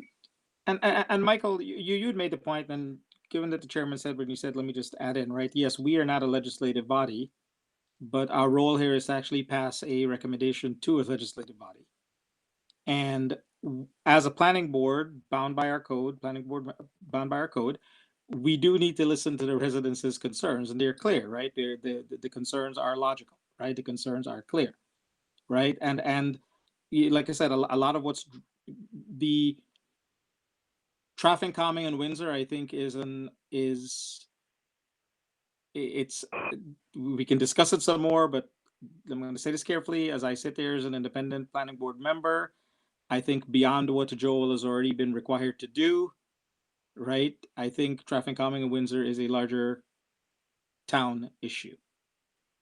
And an inevitability that was documented about Windsor on the planning, on the comprehensive plans of the past, the comprehensive plan maps of the past and the present, with the reality of its need for traffic calming, needs to be something that comes to the forefront. The town board needs to take that responsibility, right?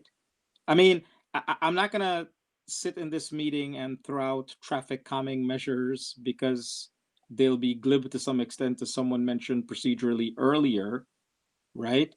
But the point is that the traffic calming study hasn't even been done concerning Windsor on existing conditions, right? And so I'll pause there. There is one technical thing I'm interested in, Laura. Do we have the two drawing alternatives that would show how emergency access would happen to Kelt's Farm if there were no roadway connection? Because I know the current one that was in the lawyer's letter, that's just not going to work, right? There's only going to be one entrance off of River Road, and that's not a safe configuration. Yeah, the one that I lifted, the Yeah, one that that's I why I would love to actually yeah. have the argument just boil down to section 220-28 on the code. Yeah. Right? We would solve this one instantly, but you guys are saying that we don't need to take that into consideration. I think the lawyer gave us a lot of clarity It's with just, that. you absolutely do. You always have to take that section into consideration. No. The point is that that's an easy section to defend. Yeah. With a connection. Yeah, after Kevin said that, I was trying to go back and find a colored version of the circle with only the bike path connection. I couldn't find it. Okay. Because I think, I mean, it's got to be somewhere, but I think Patrick So let's talk through it then. On the one that we have from the lawyer, what does emergency access look like if there's no roadway connection? I can pull that up. Well, there is no emergency access on that one shown. I think we talked about the cul-de-sac having the grass mat or the, whatever. So, Mr. Chairman, if you don't mind, I'd like Joel to talk through it, right? Sure. One of his This new is what you're buyers are in need of emergency services. How are we going to get those emergency services to them? Okay, gang, this is what you're asking for right here, Yes, okay? yes, on this one. We had to reconfigure that cul-de-sac because we didn't have extra roadway going up to Windsor, so we couldn't put a lot, above, up top like we had before. So with this configuration, we'd have to put a crash pad through the cul-de-sac, but there's cul-de-sacs that long all over in Niskayuna without crash pads. So I really don't see the need for a crash pad, but we left that area at the end of the road, you could see. I think I'm muted. You have to, per code. Oops, sorry. Yeah, go ahead, Laura. Oh, I'm not muted. You have to, per code, if your cul-de-sac measured from the actually edge of pavement on River Road, from edge of pavement, if your cul-de-sac goes over 500 feet, you have to provide an alternative access. That's not up to the planning board. If there's roads longer, they were either done prior to that code or they're illegal. But you have to have an emergency access if your cul-de-sac is longer than 500 feet. Well, I live on Campbell Court, which is a double cul-de-sac, and it was done 3 years ago. So, that's the planning board's discretion. It's not at the planning board's discretion. I don't know what the emergency access plan is for Campbell Court. I was not here. That is per code, and it's a requirement. Okay, well, we have the room we made the room available to put a crash pad through there. It's at the end of the cul-de-sac. And the crash pad connects to where, Joel? To River Road? To River. I mean, frankly, what I want to do though, on that bend, I don't think that plan works. I think you would have to go back to something that was like a U shape again, because you've got wetlands, and then you're hitting the curve even farther up where the sight lines are going to be even worse.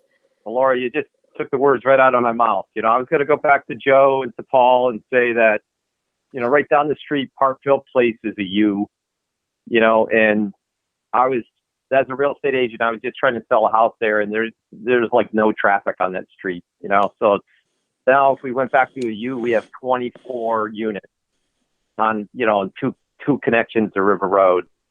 I mean, I would appeal to, Joe and Paul were against 2 road cuts on River if we had the 950 cars a day added, and I agree with that. Okay, because then you'd be splitting that traffic on 2 road cuts, and it would be dangerous. All right, but if we go back to no road to Windsor, a U makes the most sense. I mean, if we came down like Kevin was saying with my original concept, I wanted to come down from Windsor and loop and just connect to Windsor, all right?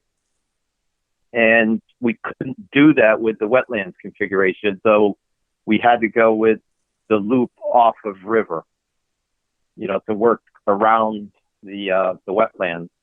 If we took a loop down from Windsor, you could see that we'd have to have multiple wetlands crossings. It'd be an extreme amount of work. But yes, I don't like this version either with the cul-de-sac. I would appeal to Joe and Paul to go back to a loop. You had that conversation with them, but when I talked to the county, I think they were saying only 1 curb cut. That is true. Can I interrupt for just one moment? Just I see Nick. I feel so bad. I really do, because Nick's been sitting there for 4 hours for Balltown Road. Just an update. Is there anybody online for the Serafini properties on State Street also? Just out of curiosity. No, he recognized that it was going to be a long meeting and didn't have childcare available. So I was just going to verbally announce that there wasn't anybody for that, and we could just follow up with any questions. Okay. But no, we're not holding anybody up But there. anybody, could I get the support to just talk to Nick so we could just let him go? Is everybody okay with that? So we can continue. Could I jump in real quick, Kevin, about Joel's last comment here? So the plan that we looked at that has the long bike path connection and basically the sideways J that didn't get put into these meeting minutes today. I still think if the road connection isn't made, Kelts Farm has to connect to Windsor Drive. And you could take the curb cut and make the crash pad come out either at the bike path or at the end of the cul-de-sac, or you could even forego the cul-de-sac there and just make an extension and bring the houses closer together. I really think it's important that this development connects to Windsor Drive and is connected to the town center. We spoke about it earlier. It's right across the street from Blatnick Park. All the houses are going to have walkability to get across there. And the crash pad at the end of Windsor Drive is not going to be attractive. And if you put it along River Road, River Road is it gets more commercial traffic. It's right across the street from a park. I don't think it would detract. And if you could get the crash pad even away from where the bike path crossing is and just dead end the road down there or reconfigure the cul-de-sac, there's going to be a better opportunity for that. And I'm going to advocate for that pretty heavily in any plan going through, road connection or not. So Chairman Walsh, I know you wanted to give some deference to the next agenda item, but David, let me ask you a question. From a safety perspective, having a crash pad on an intersecting road to a 45-mile-an-hour county route, right? I mean, I just find that that's going to be highly problematic. I don't see it that way. An emergency vehicle is going to have lights flashing and not for emergency vehicles. The emergency vehicles are going to navigate it well. I'm concerned about just your regular old driver, right? That thinks that they can make a turn there when there is going to actually be a barrier. Who's gonna do that twice? Well, I mean, it just takes a tragedy happens with one person doing it once. Fair enough, but I'm just saying, I don't know if I disagree with David on that. But there isn't a curb cut there now. What would make somebody want to try to drive over a gravel path on a non-existing curb cut? Yeah, it can be done in such a way, and we haven't gone there, right, from a design standpoint to analyze it or look at it. So, we'd have to take it the next step to see what it would look like, and So Joel, what do you think about that? What's your thought on that? So in other words, we are going to not have an outlet other than for emergency vehicles of Kelts Farm onto River Road, right? That's what the summary of this one is, right? The details of the plan are the plan. Well, gang, personally, I'm getting frustrated because we spent 3 months. I've gone through probably 10. There's probably 10 options here, and we did the traffic calming measures with the tortuous path. We did the 290-degree angles. So really it comes down to, we have 2 options on the table. Option 1 is the full connectivity. Option 2 is the crash pad at Windsor. So I really think that people just have to state their opinion. I mean, I have maybe 3 of the 7 with the stated option right now. I mean, people just have to state their option. We have to do a resolution and send it on to the planning board. I mean, yeah. Okay. I don't want to start from day 1, 3 months back, and say, well, geez, maybe we should have connected to Windsor and put a crash pad here, and now we're going to have too long of a cul-de-sac. I'm going to have 2 cul-de-sacs that come emanating down from Windsor. I mean, should we put crash pads on both cul-de-sacs now? I mean, it'll be crazy. So Chairman Walsh, one of the things I think we do want to defer to the next agenda item, and I'm sorry that I contributed to this.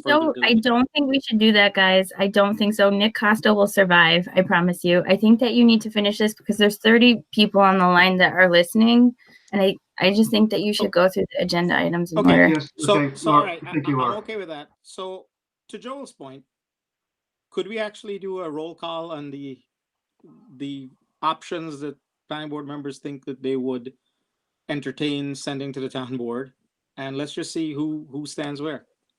I don't know if I would do that unless it's advisory purely in nature, because we represented that no action was being taken tonight. So maybe an informal poll, but like I said, I wouldn't take action if we. I don't need a roll call that we take an action. I guess that. So let me start with the fundamental question. Well, what are the specific options on the table? Chairman Walsh, you had summarized something like a. Yeah, we summarized all the options. I think everybody's familiar with those. I mean, and I'll just tell you where I stand. I mean, but okay, do we all feel that all those 7 options are what we're choosing from, or have they been down selected to a different number? I mean, if there's any options that we've missed, we'd love to hear them, of course. But one thing to Joel's point there, Joel, we got it's hard right now. But if we don't vent this out completely and send it on the town board, we might be starting over again too. So we gotta get through it. Again, where I'm at, and the more I hear things, I would like to see the road connected but not open. Have a barricade either at River Road or at Windsor, and then when it goes on to the town board, we've heard from conservation that there's mitigation required in order to open it. The town board, is not going to be magically be able to do the mitigation. It's going to require, if they so choose, it's going to require hiring an engineering firm, investing funds. It's going to take some time. So by putting the barricade in place, I hate to say it, it kind of kicks the can down the road. That if they ever choose to take that workload on, or subcontract or pay or whatever, at least Windsor Drive and Couts Farm is ready for someday. If there is mitigation, that's where I'm at.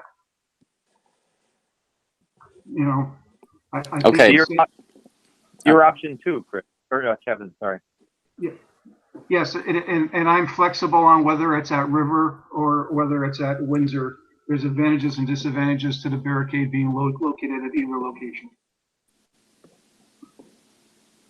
So that's where I stand. I think just to send it up the way it is, and saying that, realizing that we need mitigation, sending up the way it is not going to be successful. Is just my opinion, because mitigation is going to take some time. Okay, so I'll say mine. Right, it's basically the why is that I think sending it up without taking into consideration what we've heard from the residents, right, I think is not the right thing to do. So I would say that we actually do have the connection made, but the barricade, would I put the barricade at Windsor? So that none of those 950 cars from the traffic study enter onto Windsor.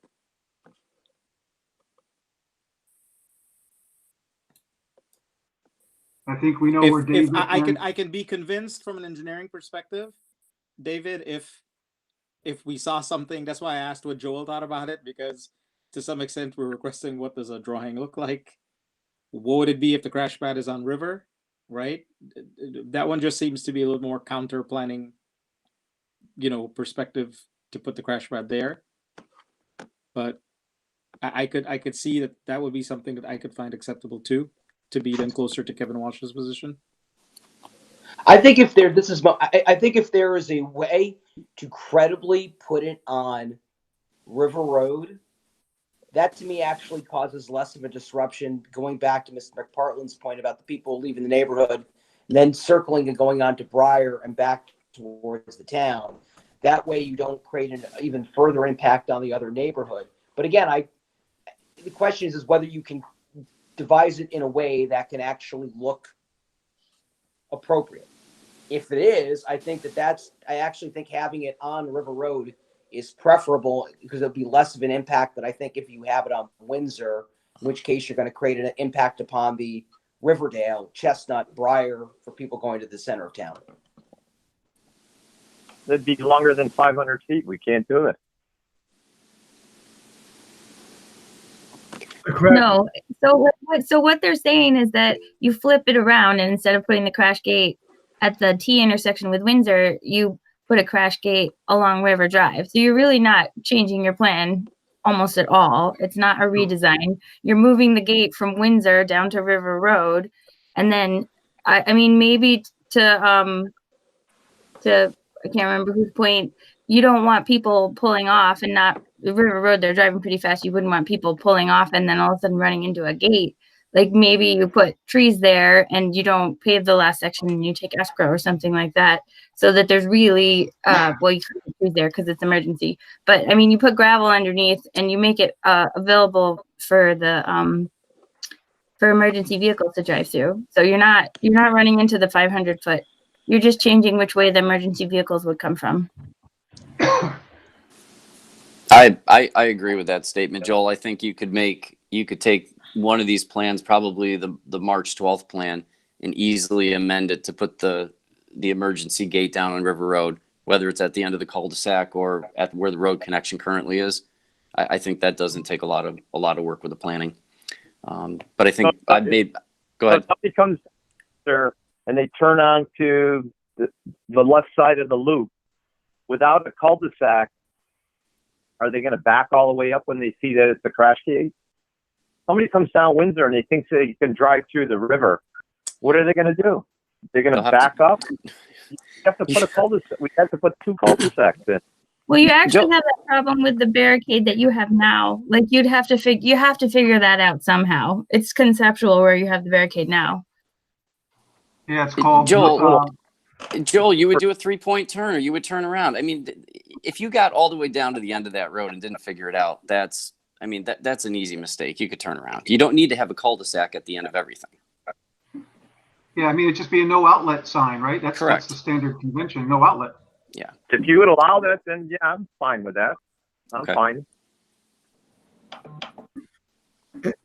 And these are all traffic calming regardless. You put that no outlet, people will start to remember that too, and maybe not just take a left on VA and go to the circle.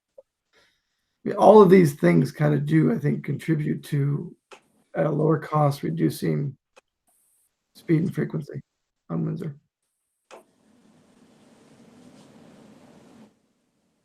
Any other opinions or thoughts by the other board members?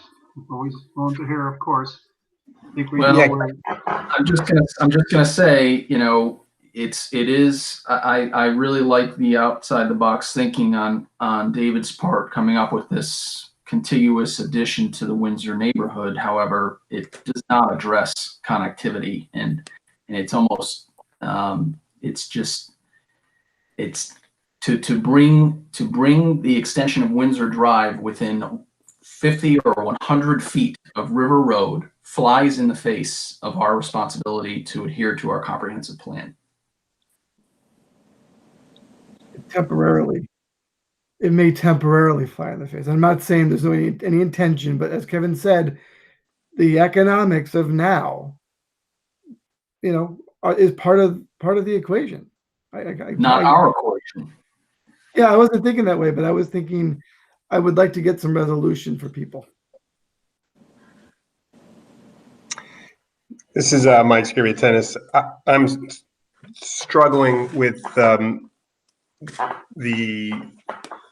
our TDE and a traffic study, which reports out that there's going to be an increase of 950 cars on Windsor Drive. I don't know how we get around that simple fact, although I really would prefer connectivity and would embrace it from a planning perspective. I think that the traffic count really impairs the plan, and consequently, I would support the Windsor Court terminating in the Kelts Farm as Dave Arpino planned. I am less interested in a crash bar, but I don't see how we get a connection based on the data we've received to date. If we're going to be persuaded by data, then we have to accept the data we purchased. So, and I think 950 cars is a tremendous car volume for the community to embrace there. Mike, just to clarify, because I've got this question a couple times, the town board actually doesn't, or sorry, the town itself doesn't pay for either the developer study or the TDE. The TDE is our representation, the developer pays for both. So there hasn't been town money that's gone to this traffic study. So it's not like taxpayers' money is going to this. It's all the developer, actually. I used it colloquially. What I meant to say is that we've embraced the conclusion, right? We've accepted the conclusion. So thank you for the clarification. But it was meant to be. So Mike, can you just say clearly exactly what's the option you're proposing? Well, what I'm hearing is the option you're proposing is actually the no connection. But which drawing are we operating off of? The one that has the cul-de-sac and a single river road cut? What I heard Dave Arpino describe, which would that it either that Windsor Court would terminate with no access to River Road, and there would be either a cul-de-sac or a terminus somewhere in Kelts Farm. So I don't know which version that is. I don't know which date that is. Yes, the 3/12/20. That's the reference document. There are subsequently two that the applicant sent forth, but this is basically the 90-degree turn hooking onto Windsor. Right, but we still don't know what the detail of River Road now looks like. Right. The details are whether the barricade goes at River somehow or stays at Windsor. Pros and cons either way, Part of the community. And so, Michael, you were voting for the one where the barricades at Windsor. I'm sorry, where the barricades at River Road. That's the one you were correct. Yep. Correct. Yeah, but I'm confused. I thought Dave is for option one, the 3/12/20 plan with full connectivity. To clarify, yes, I agree with Patrick. I like the connectivity. I think it serves a town-wide purpose. But if we as a board can't come to a conclusion on this, the next option that I would support would be to connect this development to Windsor Drive, barricaded at River Road, and that has better attributes to this community to be connected to the town center rather than to be connected to the River Road outlet. Thanks. For the record. So Kevin, that would be taking the June plan and putting the crash gate at River instead of Windsor. That is correct. Now, we haven't engineered it. Obviously, you haven't. Maybe there's some clever ways of doing that would minimize any concerns that we heard tonight. Somebody traveling down River Road thinking that they can pull into this development, whether that's striping or whether it's, I don't know. No, I think how it's going to end up looking, it's going to end up looking like there is no roadway access except for emergency vehicles off of River Road. You probably won't even need to put in a barrier because the thing is that, at that point, you're actually putting in, the options you were suggesting, whether it's that crunch pad or whatever else it is, right? Yeah, I agree. I just don't know what it looks like because we don't have it on paper, So one thing I can note is that the town board's meeting is at the very end of the month. This month is June 30th. So they're trying to, other than, try to make a decision or give guidance to the applicant based on plans that we don't have in front of us. I mean, there's always the potential that you could do a special meeting between now and the next. I mean, this conversation might be more productive if we have the options, you know, drawn out and discussed, and then that, if we noticed it properly, you could take action on voting internally on the planning board on which plan you're going to be recommending to the town board. So it seems as if the planning board wants the opportunity to vote on which of the plans to then go recommend to the town board, if I'm interpreting this conversation correctly. I can make that plan by tomorrow. I think the board just has to vote on full connectivity or a crash pad. You know, be it at Windsor or River. I think my point was just more a little bit more deep nuance, that the planning board needs to know exactly which plans it is going to be reviewing for recommendation to the town board. So until we have those, I'm not sure if that decision can be made. And like I said, tonight was just a discussion item, and I think that. So hopefully it makes it clear. So hopefully what I'm going to say makes it clear. So Joel, can we see a plan where the only access to and from River Road is just for emergency vehicles? I could have it tomorrow. I mean, Nick's on the phone. You know, I mean, we could have it tomorrow, but to Alexis's point, are we going to wait to the next meeting again? I mean, I mean, it seems that we keep coming up with options. I'm running up. Yeah, like I said at the beginning of this conversation, I mean, at this point, we're kind of bifurcated the whole public hearing purpose that was back in March. I think that, you know, although it's good to build on and improve on a plan, right now they're just all becoming so segmented that doesn't feel like one plan. It feels like, you know, as we've discussed, multiple different options. So I mean, I think that Alexa, an action for June 30th. I mean, Laura, I mean, this is your call, but I think like the point of this meeting, I think, is to get consensus on a plan that the public understands where the planning board's at, and the developer understands where the planning board's at. And if we don't have that exact plan in front of us, I mean, I think that if conceptually everybody can agree that the barricade should go on River Road, it can be, right? I mean, he can engineer it. Nick is there. I don't think you need to be calling another special meeting. I don't think that a variety of other options is good. I think that we really need the clarity, and I know it's 11 and nobody feels like finding clarity right now, but I think that that's the point, right? I don't think we need to be talking about other options. I think we need to settle on something that we can be clear to the developer on, clear to the public on, and then hopefully, unless something else comes up, take action on to the town board by the end of the month. Right. And Laura, my only thing is I'm just concerned with the words barricade on River Road. Mm-hmm. So all I would just say is some way in which the vehicular traffic, regular vehicles other than non-emergency, they will never know or ever think twice that they're ever going to be able to get onto River Road until there's some future town action, right?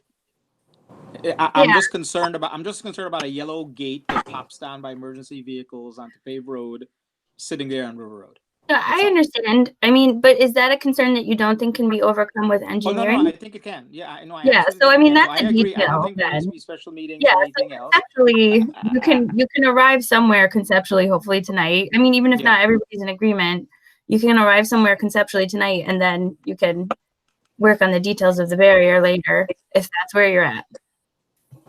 Yeah, that's true, because remember, it goes to the town board, they may have other conditions when it comes back to us, and then we got to finalize it, right? So, okay, but it does seem that we're heading to a consensus path, well, right? Doesn't it? So, I mean, it sounds to me, tell me if I'm wrong, but it seems like we have a quorum, at least maybe, on having the connection made to Windsor, this community being part of the Windsor community, and the barricade along River Road. Why don't we just, have a resolution passing that on to the town board and the other conditions that we needed to include, and we vote on it. And if it doesn't get a vote, then we got to come up with Plan B. I think we have Plan B and we have Plan C. We have several different options. It's one that we got to get a quorum on it. And Mr. Chairman, respectfully, we have a plan. David and I have a plan ready to go, almost ready to go, that we believe is the preferred plan over cordoning off this neighborhood and anything other than full connectivity. So respectfully, you're asking us, before presenting a plan and taking it to a vote, to make a big departure from that plan. And I think, Patrick, you're right. I think procedurally, right, you as the two co-leads, you have to make the plan that you want to make, and right, and the rest of us as the board need to decide it once there's a motion on the floor. And in summary, I do believe that the developer has raised a very good point in terms of the two plans that we are definitely admittedly zeroing in on. They are diametrically opposed ends here. One is full connectivity and one is just an extension of the Windsor Drive neighborhood. They are two opposite ends of the spectrum, in my opinion. And it's my firm belief, and I believe David has clearly stated it as well, full connectivity is the preferred route. Okay, and I apologize. I'm not trying to hijack, your position as project leads. You know that. But if we have a resolution that says full connectivity and recommend that to the town board, what I'm hearing, just from is that's not going to get there. And if we're not going to get there, then what happens is we're just delaying. Mr. Chairman, delaying the inevitable. I think the way I would look at it is hopefully it's the last, and I think it could be the last. There is one other drawing I think I'd like to see. And David and Patrick can make the recommendation that they see as the most fit recommendation, and we decide on that resolution when we're going through those proceedings. I think that's the fairest thing. But if we have that resolution and we can't get there, okay, maybe this is a question for Alexis or sorry to get tired myself. But would we have a second resolution? Would we modify the first resolution and continue? I think we played. I don't think we need to preload it with any kind of assumptions, right? I think at the end of the day, all I've asked for is just another drawing. Well, and I mean, the complicated thing is what Kevin's saying, right? So, I mean, David and Patrick, if you're 2 votes for connectivity and there's 5 votes for not connectivity, and that's the sense that we're getting from the board. I mean, we're not trying to hijack, but if we prepare a resolution that we already know is going to fail, I think that's a disservice to the public and a disservice to the planning board now. So I guess Alexis can speak to that. I don't necessarily see it that way. I see it actually as preserving the process, right? I don't know if you have a specific example you want to point to preserving the process. I feel like this process, like as I said earlier, not to repeat myself, we have not just done lip service to examining the comprehensive plan. If there's a decision made not to go forward with the option with connectivity, there's plenty of meeting minutes that people can look back on and definitely understand why at this point the balancing of the general concerns of the neighbors and their health and welfare outweighed the connectivity desire in the comprehensive plan. So I don't think there's any offensive behavior that we've taken with regards to process. I think if anything, we've been really erring on the side of cautiousness and making sure every procedure has been followed to a T. So Laura, yes, it's getting late, but rather than drag this on and then punt it to the town board with them having to go through this process, I think it's better for us to continue tonight until there's consensus on what the resolution that Laura will be drafting for you guys to vote on at your next meeting.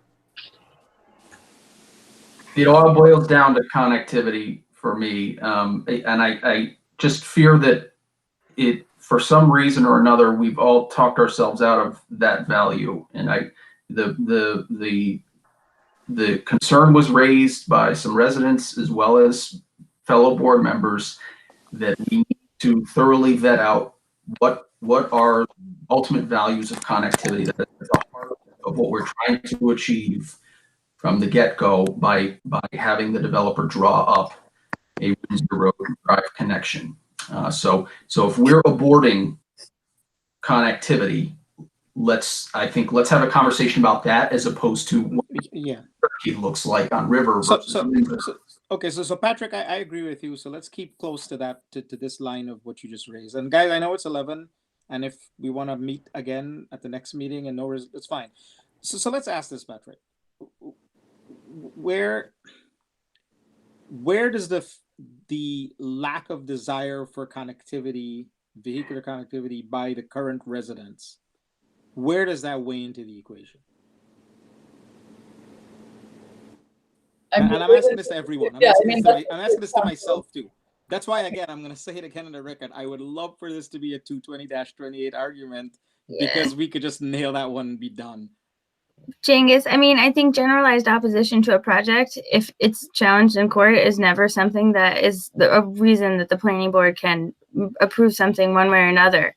I think it actually comes to that two-pronged thing that is in the agenda statement that you're looking at, and it's actually really interesting, I think, that the 2 points that are an enumerated consideration above and beyond what you normally look at site plan and special use permit are what is the impact of the direct adjacent community. And so that's something that you do need to evaluate and address in your recommendation. Such development shall not be detrimental to the health, safety, or general welfare of the persons residing in the vicinity or injurious to property or improvements within its proximity. So you directly need to decide, that versus the development is in conformity with the objectives of the comprehensive plan, especially as it relates to implementation of highways, parks, and preservation and scenic and open space areas. So, I mean, I think that it's not generalized opposition to the project. I mean, I think that what we've heard from the public have been, a lot of times data driven and, very thoughtful comments. And I agree with you, very rarely are you going to hear somebody that lives on a road. Laura, but I think you have to go between 1 and 2 and decide, right? And then what Laura said, I think that you've asked me as a planning board before, like, what do we mean when you're asked to assess impact on the comprehensive plan? Is that negative or positive? Here, the code couldn't be clearer. You're looking at whether or not there's a detrimental impact on health, safety, or general welfare. So not just looking at, weighing the positives to the neighborhoods, it's having focus in on the detriment of the plan and then balancing it with the comp plan. I mean, I know that there's, to the extent that the decisions made not to go with connectivity, I don't think that means that the discussion's over. You guys could amend the comprehensive plan in a separate, town board meeting to either remove it or to add some explanation of why connectivity is no longer consistent with the comprehensive plan as it relates to the Windsor Drive connection. I mean, that's an option to make sure that, that decision is reported. I don't think that this needs to be the final say on connectivity in Niskuna as it relates to, dead ends. So just one comment on that is that, for Patrick, thanks again, Patrick. But as far as connectivity, right, in moving toward execution of the comprehensive plan, if you have the barricade and we recognize mitigation is required, the other board said we need mitigation, right? If you have the barricade and you make the connection at Windsor, no matter where you put the barricade, it's a step still toward executing a comprehensive plan, but you're also, laying the groundwork for doing the mitigation, which would satisfy the concerns of the detriment, fix the detriment, So even though the connection isn't now, it may not ever be, but if it is going to be, mitigation would occur, and then they have the opportunity to open the road back up and continue on with the execution of the plan. It's like I said, it's been in the plan for a long time. This is a step in the right direction, even though it isn't the full there. It's just something to think about. Just Dave and Patrick, just can you clarify something for me? This mitigation that we're referring to, your plan is clear as to the design. Are you saying no additional recommendation or requests from the town for additional mitigation beyond what CAC and Complete Streets have listed out for us. No additional mitigation than what CAC and Complete Streets have laid out. Well, I prefaced my remarks, and I'll just repeat at the beginning of our discussion on this item, the residents of the Windsor Drive neighborhood have raised a lot of concerns about existing traffic conditions that I believe warrants town board consideration. This project has brought that to the fore, and so if we can, if it's deemed legal and council doesn't have an objection to it, I think we should attach a condition of our recommendation to the town board that traffic calming measures are explored to whatever extent feasible. Thank you. Dave, are you on the same page? Yeah, I concur with Mr. McPartland, and I also agree with Mr. Khan's comments earlier that, you know, this really isn't Joel's issue to be dealing with. And to what Ms. Kim has said, you know, I drove down there the other day. There's a speed sign out there.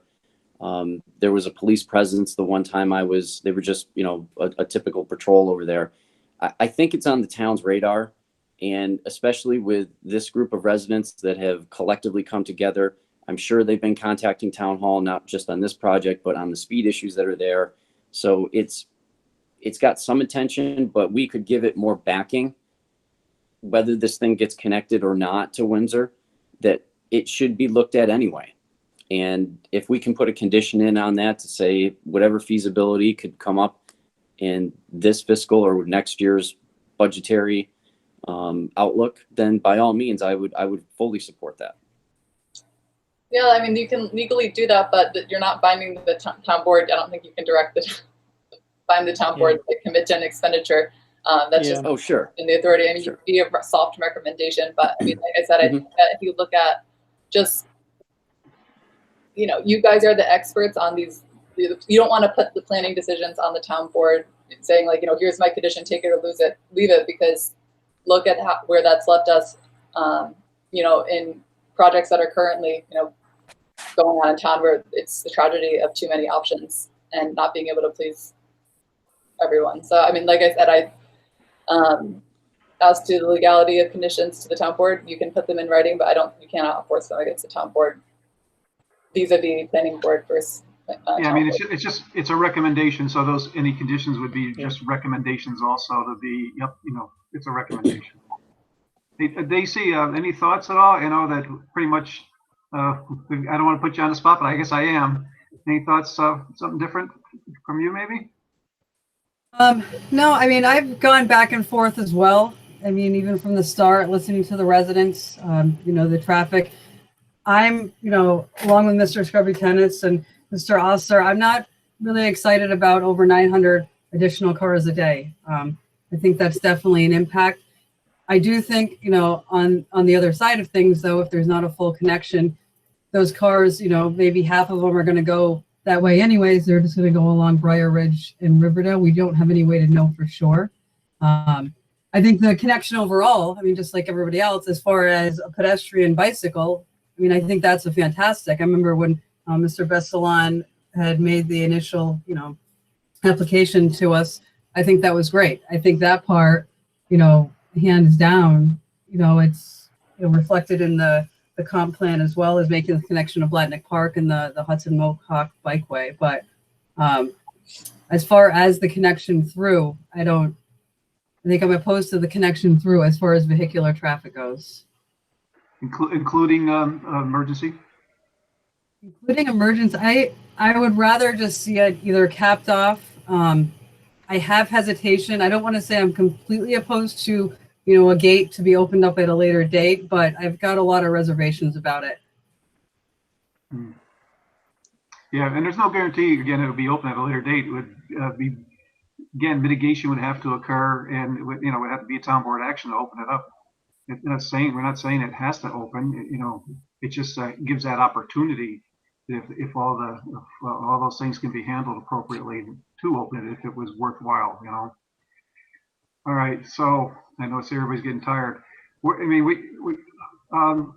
The schedule again, Laura. I'm sorry to bug you on this, but let's see. We got our next meeting is the 22nd. We were hoping to have a resolution for the next meeting because we need town board would be the end of July. Is that correct? That they would. Well, the town board really needs to do typically, or they might have to. I'll double check. Would do the secret determination when they're calling for a public hearing. So I think just for everyone to be fair and to keep the process right, I think that you need to have a full recommendation to the town board so they understand what's coming so that they can make a secret determination and call for a public hearing. And also just so that people have time to understand, you know, where the recommendation has landed and, you know, then put their comments into the town board. All right, so Joel has an action item to give us update the drawing to at least show the potential for a barricade along River Road, what that would look like. That's one action item. Is there others? You know, are we... That's just an exercise in futility. I don't see the difference. There's two options out there: full connection or a crash pad. Yeah, and the location of the crash pad. Well, the location of the crash pad could be ironed out later. Okay, so I'll get you that drawing tomorrow. I mean, then where do we go? Well, then we come back. No, I'm with you, Joel. I mean, that's what I'm saying. You know, are we ready to call for a resolution? But like I said, if we had a resolution that may be dead on arrival, from what I'm hearing from everybody, is that, you know, do we go through that exercise? The six numbers. I'm seeing 5 versus 2. Okay, so if I give you another drawing, is that going to change the 5 versus 2? But we don't have that drawing to be able to vote on it and send it up to the town board. That's why we need the drawing. If that is what the preferred option is for a majority of the board, we still. So guys, let's redirect, right? Because I think it's really, I mean, I see that it's really hard, and I know that it's really hard, and you guys are working so hard on this. But I think probably what we should do is typically when we do a recommendation to the town board, I mean, we have findings. So, and your findings have to be related to, you know, what you're discussing now. So I think you kind of have to decide it as a board, you know, is the impact of the 900 or, you know, plus or minus, like we know that it could be more because the traffic study only examined some of those data points. And, you know, I mean, maybe it could be less because that was the worst case scenario. But I think generally speaking, the TDE and everybody said that that's probably the threshold that you want to look at. So, I mean, I guess you guys maybe straw poll land on you could do a vote on that. The neighborhood so that you can put that in your findings. And then if you're in your findings that you feel that has to be mitigated in some way, understanding that you can't bind the town board to, you know, fiscally paying for something like Alexis was saying, then I think you guys have to decide on whether you would, I mean, not worry about where the gate is, but I mean, really it's just 3 options. Full connection, gated connection for the future, or preclude any connection ever by putting a house where the road should go, which I mean, I am very sensitive to what the residents are saying, but I just think from a planning perspective, not planning for something, you know, not making the connection or making the connection, I'm happy to leave that up to where it goes, but never like precluding it so that it could never happen. I have reservations with that. I just think that you don't know. And if you can leave space for it in the future, I think that it should have space. Yeah. And I'll just want to retract, I guess, or add some cautionary language to my comment that you guys shouldn't take action tonight. I meant with respect to making your recommendation to the town board. I think it would be fruitful and productive for you guys to, non-binding, you could just make it as simple as, you know, a yes or no on whether or not connectivity would be worth the 950 cars increase on Windsor. Make factual, you know, determinations on factual statements to just move this along, because otherwise, like I said, we're down to 3 options. I think that's what maybe we should try to be doing. Right, and so along those lines, Alexis, right? I think so. So I'm going to say it this way, and please contradict me. And it's going to be part because there's actually only one effective piece of data that we have, and regardless of what words got used or whatever the numbers were there, but the increase in traffic at 90% diversion was a number that was verified, right, by the opinions of other engineers. And it did change the level of service to that road to a DE type, right? It was within the D limitations on the road, right? And so when all is said and done for me and everything I've said before about traffic calming and frequency of cars that Chris talked about and everything else, right? That actually is the one piece of data that we have. Agreed? I don't think there's like another piece of data, right? I think everything else is either a planning perspective, a planning agenda, a planning, etc. Right? Well, is there another piece of data? I mean, it is data that the stub was paved, and I do think that you have to take that into account. So hang on for a second, Laura. I am actually not commenting here on expectations of the residents. Right? I think it's a data point that there's pavement there. Right. Yeah. So I mean, look, I've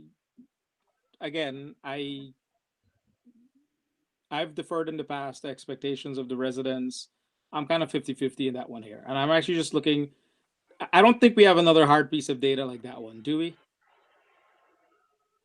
Right. I think that's the hardest that's the most solid piece of data we've got. To that end, Jengis, I just want to state that, yes, I think that's the hardest piece of data. And the two appraisals, which I'm putting in quotations, are not appraisals. They are market conjectures and does not supply enough data. So that's to say, right. I mean, the good data we have is the traffic study. Decisions, right? We look at traffic studies and traffic impact and changing levels of services on the road, right? So for me, the future need of connectivity is important. The present need of connectivity is important, but something needs to be done on that road to change that piece of data that currently comes in as the most solid piece of data that we have.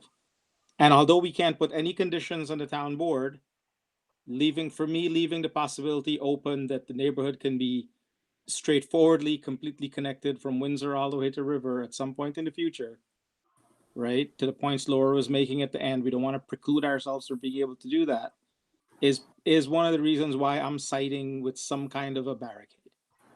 Roads built, but some kind of a, either connecting it to Windsor only, to the Windsor and Kelstorm communities, or River Road. One of those are the options. All I care about is if it's going to be in River Road, I don't want somebody on River Road thinking they can just turn into there when they're driving the car. So Jane, can I propose something just to the group? This is what I'm hearing from the overall group. We're kind of honing in on, we're recommending a connection, physical connection being done with this project. But we want additional mitigation to what CAC and Complete Streets has proposed and required in their own recommendation. And that additional mitigation, we're asking the town to solve. And we could then go forth and give them 2 or 3 options like we kicked around: barrier, no barrier, expense now, expense later. But they decide. We're recommending a connection based on all the things that we've heard and believe it's best for the town and planning and the data that we have. That's what I'm hearing all of us say. The majority is leaning toward a connection, but additional mitigation. We're trying to solve the additional mitigation. I don't think it's up to us to solve that. But my concern is that the town's not going to solve it either. Well, that's their, I don't. I think it's very destructive to fear this possibility that the town won't take our recommendation and act with this health, safety, and welfare of the neighbors and make their decision accordingly. I think to assume anything else is it's just counterproductive. And I hear what you're saying, Patrick, and I actually don't have a response to it. But I still feel that I feel as a planning board, we have a responsibility to tell the town what that option is, how they would solve it. Well, But maybe that's overstepping. and we have, we have vetted out many options if they need to see those options. I know they've attended some of these special meetings virtually, but we do have to put our best foot forward. Yeah. Have to make our best recommendation possible. I hear what you're saying. I understand where you're coming from.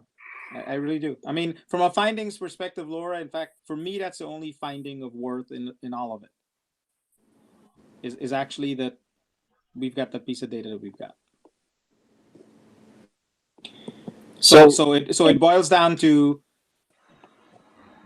the inevitability of connectivity has surfaced from a measured study, a traffic volume frequency problem that changes the level of service of the roadway. Fair statement? Yeah, I'm sorry. Maybe it's just getting late. I guess I would just need direction on the finding. I mean, I feel like we all agree that that's a lot of cars and it's noticeable. I feel like we, generally speaking, all agreed about that. So what do you say in the findings for the impacts to the adjacent neighborhood? Like, you say we recognize these, they're balanced with the comprehensive plan and the connectivity that we've talked about and those things, and then just leave all of the remaining stuff up to the town board? Or do you say, we recognize that impacts the neighborhood, we're trying to protect the neighborhood, these are, how we would recommend protecting the neighborhood, I guess? I don't know. I'm sorry. Yeah, and so I have to you guys prepare can the contradict me. agenda You guys for can next contradict me, meeting. but I think, given the reality, I think the latter is part of our responsibility, because the neighborhood doesn't want protection 5 years from now, right? They want protection today. And the only thing that can give them any that is what we've actually done is we've delayed the achievement of connectivity and the protection and correction of what connectivity is going to cause relative to traffic, right? And so for me, so it boils down to either we're going to delay that or not delay that, right, Patrick? That's what the choice is. Well, let's not forget that the neighbors vehemently oppose any connection, emergency or otherwise. So while we think that's a suitable compromise, the neighbors have made it very clear they do not. No, agreed. And the point is that the primary argument that the neighbors use is that same solid piece of data, right? That's the only thing that's the only objective measure. It is a very solid piece of data that needs to be addressed, regardless of whether a connection is made. I hear you. So at this point, would it be fair to say that if we came up with a proposal that shows connectivity that has a barrier on River Road, wherever that location may be, I think that we've done due diligence here with all of the data that we've collected, the information from the residents, and what we have in the comp plan, some of the issues that we've been reviewing, that we're trying to look at how to do the connectivity to this. And if that plan goes to the town board, they reserve every right to question why there isn't a full connection, correct? So sure. At that point, they could come back and say, okay, we see this plan here that shows a road going through, but there is a barricade. And why is the justification for that? Maybe they agree that 950 cars or half of that amount is too much, or a quarter of that amount is too much.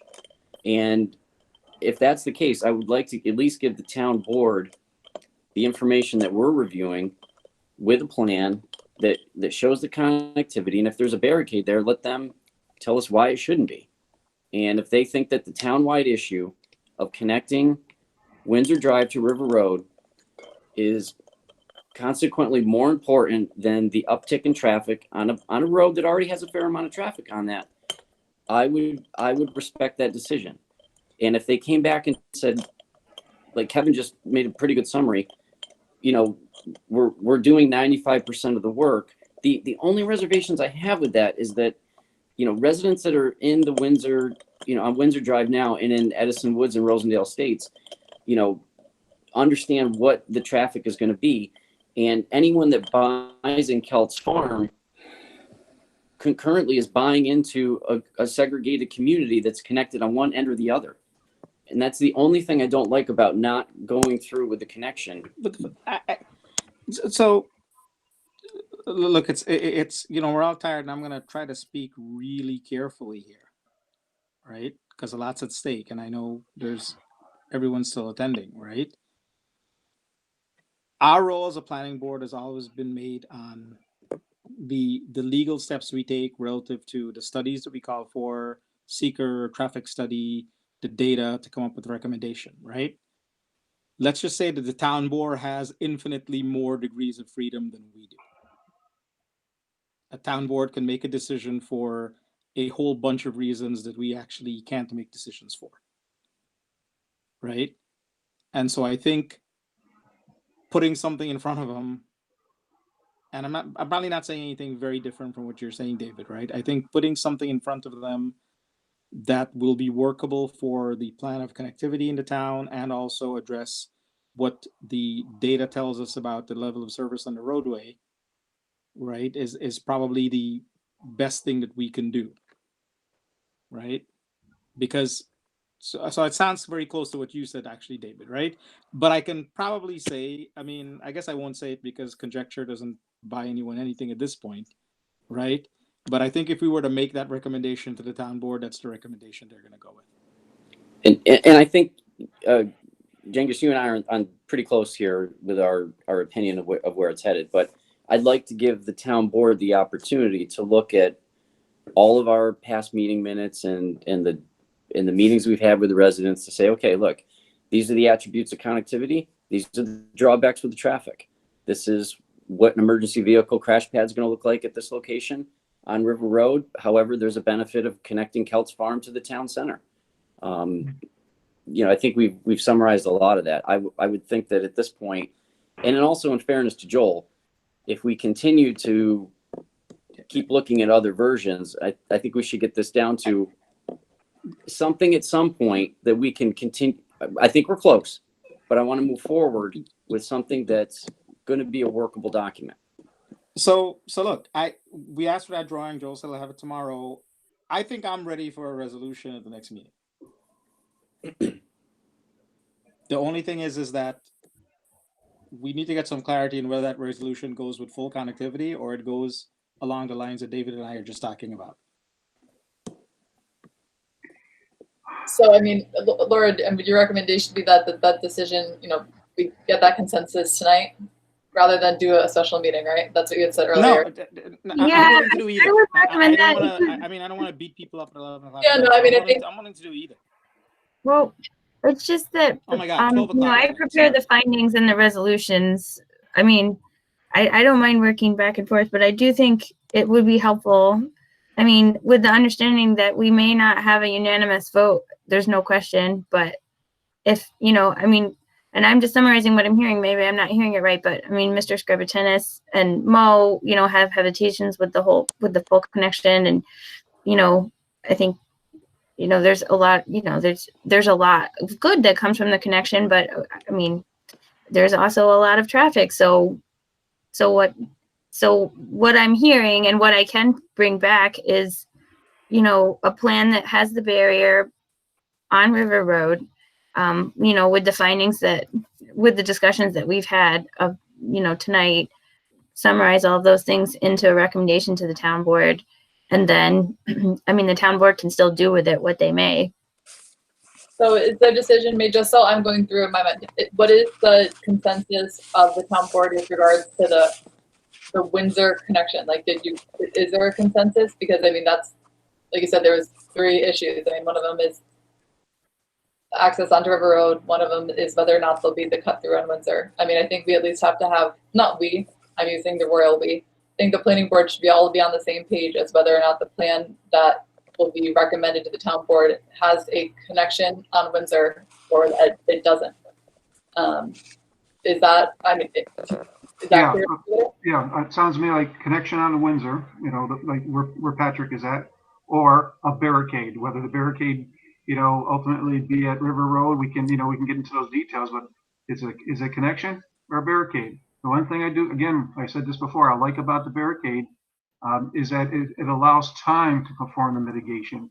And if the town board, you know, sometime has a resource to be able to do the mitigation, they can still pursue the comprehensive plan of making the connection in the future. I know that it doesn't satisfy everybody, including the residents, but I think that's, to me, that's kind of at least a planning board compromise. So why don't we just ask everybody where they stand, you know, let's, you know, and again, I apologize to Patrick and I know David, you know, but if the resolution is dead on arrival, let's get something that's going to work. So how do we do this? Should we ask, I mean, is that those are the correct two questions, connection or barricade, you know, right? Full connection. Yeah. Or I mean, barricade? because I mean, that obviously, like Patrick said, changes the finding. So we can just get, if just a straw poll of consensus versus barricade, and then Yeah. So actually, Laura, I don't think it changes the findings. It simply changes what level of responsibility we are taking relative to the town board. In Yeah, Patrick's, I agree with that. in the Sure. connection approach. So how we do this? Let's Yeah, just do it. Like, I would recommend, Chairman Walsh, that you just, I mean, this is non-binding in the sense that it's not binding the town board, but given that it's late and that this has been going on, I think it's important to have a record of where you guys came to a consensus. So Right. I would just recommend posing the question and then just doing, you know, Right. going. So the question is whether or not we have a full connection, Kelts Farm to Windsor or Windsor to River Road, full connection. Okay, all types of traffic and emergency access, or we have a barricade, and a barricade, the location could, you know, be decided at a later date in the details once the town board returns it to us. But a barricade. So those are the two questions. Maybe Clark, can we call just? I mean, it's a roll just to see where we stand in order to develop a resolution. That's all we're trying to do. Okay? Is this a proper motion? I mean, is this a proper Yeah, step I we're mean, I taking think, here? it's proper. I mean, I think you can break it down so it's less of a loaded question. Just first question is, would you support a resolution that did not have a full connection on to Windsor? Maybe can I recommend that we just do this proactively? So I would support the resolution that has the barricade in it. Oh, so I think that we want to make a record of this. So, Clark, to the extent you're gonna do like how a traditional roll call, I would just say, is this accurate? As to the question you guys want to answer in a non-binding, you know, straw poll, is the question whether or not there would be support for a plan that did not have full connectivity from Windsor to River Road? Is that the question, or is it every planning board member just say, just speak in turn. Why don't you just ask the question, what's your preference, connection or barricade? Yes, Exactly. please. Exactly. Oh, yes or no? Oh, real barricade or connection? Yeah, Clark, you don't need to Okay, call. so I'll planning just go board. through. Okay, I'll go again. Barricade. Somebody. Mike Strebe, tenants, barricade. Mo Oster, barricade. Walsh, barricade.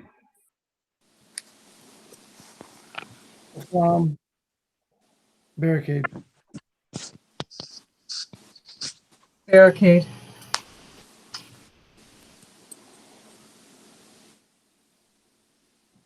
We can have the alternates also welcome because they may be sitting in on the vote. So what the alternates' positions would be nice to hear also. So Daisy Shenfield, barricade. Leslie Gold. Leslie's would be full connection, but I could live with a barricade. What was that, Leslie? My preference would be full connection, but I could live with a barricade. So it's full connection is your response. That would be my preference, but I would not oppose barricade. I think eventually there's still a fair chance the neighbors would want connection all the way through. I remember the Hexham Gardens folk didn't want the connection. Yep. All right. Got Did the we get converter, everybody? and then they wanted the connection. Did we miss anybody? I'm Clark? not sure. Did we get Chris? No, yeah, Chris said barricade. David and Patrick, neither. Well, Yep. David, Patrick. So my preference is the connection. However, I would support the barricade only if it's on River Road.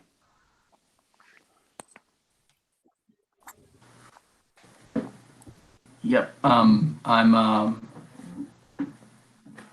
made it clear. My preference is to put forth the connection proposal and place my trust in those duly elected members of our town board to look out for the welfare and safety of our town residents. Yeah. okay, so based on that, just so that we can, and understanding that things can change with information or just conversations or whatever, but I'll bring back a resolution at this time recommending a barricade in order to mitigate, in order to come up with mitigations at some point in the future, because the planning board recognizes that the connection is important for town connectivity, but also recognizes the impact to the neighbors. And so the barricade would be in place until such time, you know, as mitigation could occur, or, you know, further future data could be in place that would allow for the town board to take action on it if they so choose. Do we need to do another poll of whether or not the barrier is going to be on River Road or on Windsor before we get off this? No, I don't think so. I don't think so. Because remember, it goes to the town board, and we're still going to get their determination, right? And I feel bad for Patrick, but one of the things that could come out of this, what Patrick is saying, is that the town board might say Patrick's got it right, and we're all hosed up, and the connection needs to go through. So, and that's their prerogative, and I will, stand by them, whatever decision is, and we'll implement whatever conditions they pass on to us. Yep. And Patrick's gone, but where is he? He's. Sorry, no. Okay. All right. So I just want to say for the record, whether he hears it or not, so Patrick, there you are. Patrick, I'm very proud of you for sticking to the perspective that is closest to the comprehensive plan and closest to. We're appointed officials, so I think understood. We have to believe that the town board will act a certain way, and that we have to act, in accordance with our charter. And I'm very proud of you for sticking to those principles. I believe that we have good members of the town board that will look out for the residents, and we should, with the full weight of our recommendation, make clear how important it is to us that the residents' safety be looked after, but that shouldn't compromise the other ends that we have to achieve as planners, first and foremost. You've got my admiration today, Patrick. Well, I gotta say something, Laura. I know you're trying to phrase this. I personally feel the recommendation is we're recommending a connection. We're recommending a connection with additional mitigation, and because you're going to ask us what we think that should be, we think it should be a barrier. And if you ask us where, we don't have an answer to that, but I agree with Dave. It should be on River Road. But I want to make my point clear. My vote is for a connection. We're just delaying things because of the unknown, or we're protecting against what we do know as true data, and those numbers are high. Because there's no mitigations. Because there's no mitigation. So we're recommending a connection with mitigation. If the town says tell us what it is, we kind of know what we're going to tell them. But I just want to make it clear, I agree completely with the connection and the neighborhood cohesiveness and the desire of the plan. Yeah, those are the reasons why. And I think, Chris, that is what the fundamental choices were that we were making, right? It's at the end of the day, barricade has a buildable connection. Question. Would we want to consider something to the effect that unless an additional traffic study shows otherwise? And I'm coming from the perspective, and that wasn't the best way to word it, but they're saying that our traffic volumes may stay down. They may not return to what they were. So the projections may be inaccurate because of people doing more work from home, that kind of thing. So it might not be that all the mitigations that we think will be needed will be. Maybe I'm just a cockeyed optimist, I don't know. But rather than try to tie them to they have to do mitigations unless they have reason to believe that they're not needed. So I think I have the direction now. I mean, I'm okay preparing a plan. I feel like, you know, hopefully the people on the town board that are listening understand the direction that we're coming from. And I think that it's okay to continue this conversation, but I do feel like, you know, we're understanding that the connection is important, but that it has impacts. And so the barricade would be up until we can understand and mitigate those impacts, right? And I can prepare it that way. And then, you know, the conversation about the impacts and, you know, what can and can't be done, we can further it at the next meeting if we need to.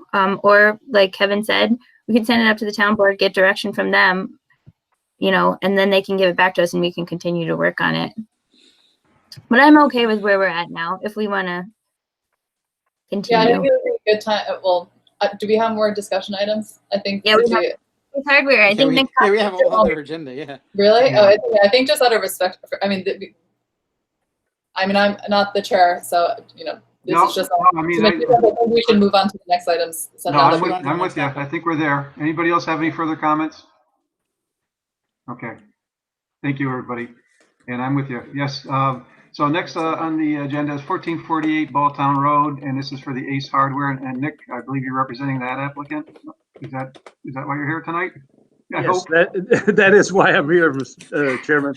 And good morning, by the way. Good morning.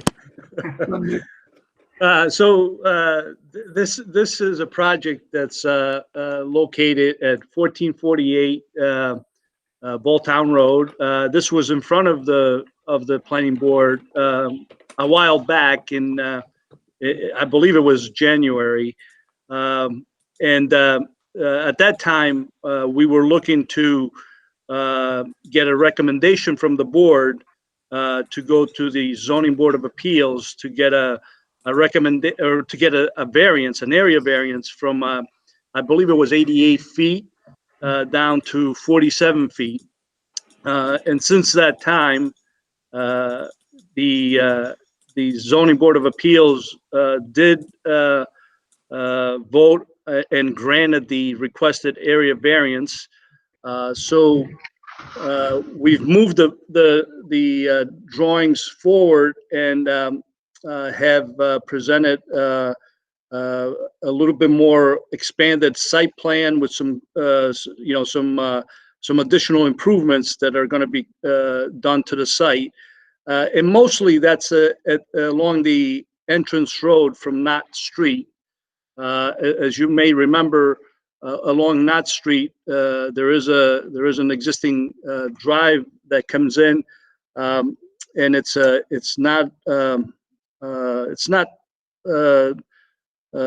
wide enough for two-way traffic.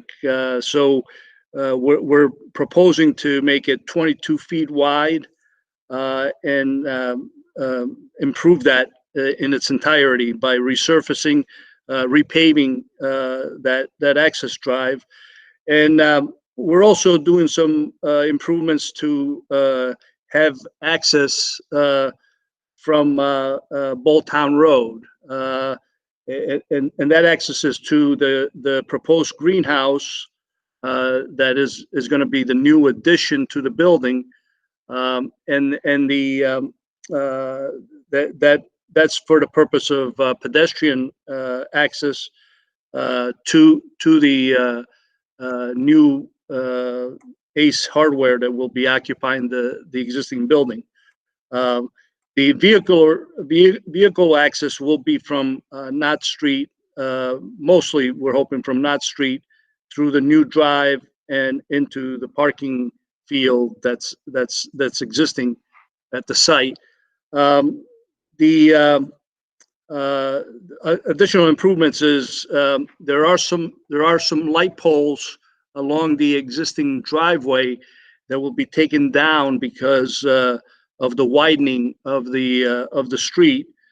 So we are putting in, I think there's 3 existing light poles, and we're putting in 2 new light poles to replace those 3 light poles.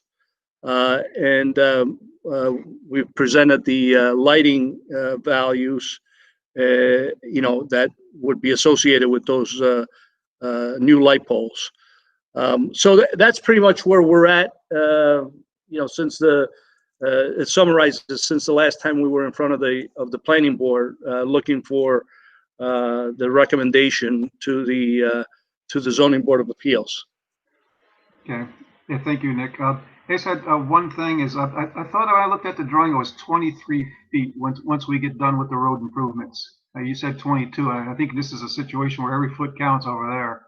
Is it? If it's shown as 23, it on the drawings, we were able to gain a little bit more room, so it is 23 feet. But my recollection, it goes back from when we initially discussed this with the board and with Laura, to make it a minimum of 22 feet wide. So yeah, if we'll get everything we can get because we need it there. Yeah. Yes, that's correct. Yeah. Now, Mr. Laflamme and Mr. Khan are the project leads on this, so I don't want to steal the show here. Mr. Chairman, I don't know if they what have page are any you looking at? questions Which or drawing are you looking comments. at where you're seeing 23? Because I'm just seeing 22. I could be wrong. I said I don't have it in front of me. I thought I saw 23, but maybe it was 22, and my eyes are just going. All right. So It's let's just be it's clear. I'm not. looking- There's a note on there that says widen and reconstruct existing roadway to 22-foot minimum width. Okay. Thank you. Yeah. Minimum. Yeah. Okay. Yeah. Okay, I see the note there, but the main dimension that he's got there shows 22, right? Okay, but I mean 22 is a number we had discussed the last time, right? That Right. Understanding it as a minimum, I think that's fine. So Laurie, you had said we wanted to discuss some issues around signage. Before we do that though, one quick question. The 4.84 trips per 1,000 square foot, that's primarily going to be affecting Knott Street, right? Because the main entrance is on Yeah. for cars is on and off Knott Street. Yeah. I mean, yeah, that's not. I mean, you couldn't notice that amount of cars on No, actually I just your road. I just want to. But yeah, I mean, they would be entering and exiting on Knott Street. Yeah. Okay. I just wanted to verify. I mean, I know that. I'm just trying to get it all clear. Did this ever get to the architectural review board, David? No. We were tentatively scheduled for this Wednesday to have a meeting, but I've asked Clark if we could reschedule that, maybe to some other day this week. But it's the only project I believe we have currently coming up. Yeah, thank you. And Nick, I think you weren't here when this initially came before the planning board, but when it initially came to the planning board, there was like 4 or 5 signs that they wanted on the frontage, and there are like their vendor signs. So there was like a still, chainsaws, and there was like I don't know what the other ones were, but it's like just the typical vendors that they sell on the inside. And so there was a lot of questions on how that would look on the facade, especially like if they were all different colors. And like in comparison with the other buildings. So if you could reach out to the applicant and get renderings, like color renderings of what the signage would look on the building, I think that's really important. And yeah, so I guess just consensus for the board, if the access looks good, if the sidewalk looks good, you can confirm the sidewalk is not affecting the trees. So all the large trees out by Bolton Road remain, right? That's correct. You would be redoing a little bit of the landscaping in front of the greenhouse. Right. And just to add that kind of invitation to the public to come off of the street and walk up to That's the building. correct. Okay, so I guess just consensus from the planning board, if that site plan looks good. I think it's pretty similar to anything that we've been looking at. And with the upgrades to Knott Street, I think that makes a big difference. So I guess the question really is just facade and how it fits into the surrounding buildings. Like, jump in if I'm wrong, anybody. No, Laura, I think you got it. I think my notes, my main thing was the colored elevations of the signage. I think that's something we've been asking for, or, at least it's been on our screen for some time. We've got a, black and white that shows the placement, in the small font. If we could get some kind of visual that would help us see what it's going to look like, and and then the planning department can do any calculations on square footage total, et cetera, to make sure we're in compliance. I think to me that was personally that was the only open item that I was carrying. Yeah, I mean, I think that whatever we can work with to just get signs that are not too glaring, right? And I'm sure we'll be able to reach a compromise on that, right? Right. Yeah. You have something, Patrick, on that? Yeah, just for Nick, if maybe this is a little out of left field, Nick, maybe you don't know, does the hardware store intend to have shopping carts? I'll have to ask that. I don't know the answer to that, but I will ask. Yeah, all I'm thinking is, other hardware, larger, big box. Yes. Some of your stuff has to get wheeled out, and where do those get stored? And is there enough width on the path for them to come in and out? Yes, it's a good question. Yeah. The Ace Hardware in Burnt Hills doesn't have carts. Yeah. But I don't know. This one might. Yeah. So, and then Nick, can you just speak to? I think you have the erosion and the soil erosion and sediment control, but you're really not adding very much impervious space. So, no. Are you still doing some stormwater with that soil erosion and sediment control plan? I didn't actually see. The only place we thought that we may need it is where we're expanding the parking area. I think we have some silt fence along that area, because that's going to have to be graded. There's going to be some trees. There are going to be actually quite a few trees that are going to get removed, and then there's going to have to be some grading along there, because the elevation is a little bit higher. So there's going to have to be some cutting. So we did have some silt fence, and I think we were protecting the catch basins at the entrance. That's the only purpose for those. Okay. And I mean, I'll have the engineering department look at it. I don't know, like it is quite a bit higher than the First National Scotia Bank. Like, I don't know if maybe it would make sense if you're grading there to just cut in a little swale just to make sure that the additional impervious isn't shedding any water onto the First National. Right. Yeah. Yeah. I think we're putting a curb, if I remember correctly. Okay. Well, then that's fine. Yeah. Okay. Yeah. Yeah. Are we, we're doing an in-house engineering review on this, Laura? There's no TDE? Well, I mean, because it's basically a tenant change with just an upgrade to the driveway. Yeah, so I think I'm okay with that. I just was just validating. So are we close to getting any input from engineering? So that are we getting close to a tentative resolution? Or are we meetings away? No, I mean, I feel like we're very close. I'm okay with whatever the direction on the board is. I think we've been working on this one off and on for a long time. And I can let Chris comment too. Look at the facade. Yeah. I feel we could close on all of these very, very shortly. I mean, the biggest thing was the not safe entrance, the egress. Right. I think that was so I'm okay for a tentative resolution, making sure that at least I mean, Nick, we don't want signs to be kind of all over the place and all kinds of colors, right? That's the key thing. Yeah, I wasn't aware of that. Like Laura said, that came to you before I got involved with the project. But I will resurrect that item and make sure that you get the elevations that would show what they're planning on doing. And if it looks too busy, I'll try to steer them to reduce the number of signs. Thank you. I mean, it's we've always viewed this as being a good addition to the town center overlay, and with the advent of COVID, right, having a walkable hardware store. You guys, hardware stores were essential all the way through, right? That's correct. Yes. That would have made a very big difference. No, I agree with that. That sounds good. I assume, Chris, you're on board with that. The tentative resolution also. I'm on board, and we were given an image of the signage at one point in the past, and we had the comments. There seemed to be somewhat consistency, in the size. They weren't overwhelming, but to Jengus's point, we're not seeing it in this version. Yes. Yes. Well, and I also think it wasn't colored, which there was. Yeah, I supposed don't. to be about. Yeah, I don't think it was in color. Maybe it was, but it's been so long. It's great to resurrect it though. So we're Yeah, all set. so let me be clear on what I think the issue there is going to be. I think the different OEMs, the different manufacturers are going to want to have their colors and their signs Right. used, right? So That's that's correct. where there's going to have to be some kind of compromise is going to have to get reached. Okay. Yeah, or coordination. Maybe once you get the, you know what each OEM likes, maybe you bin them somehow so they look better, by location too, Yeah. Okay. Yep. Yeah, and the elevations will help, flush out some of the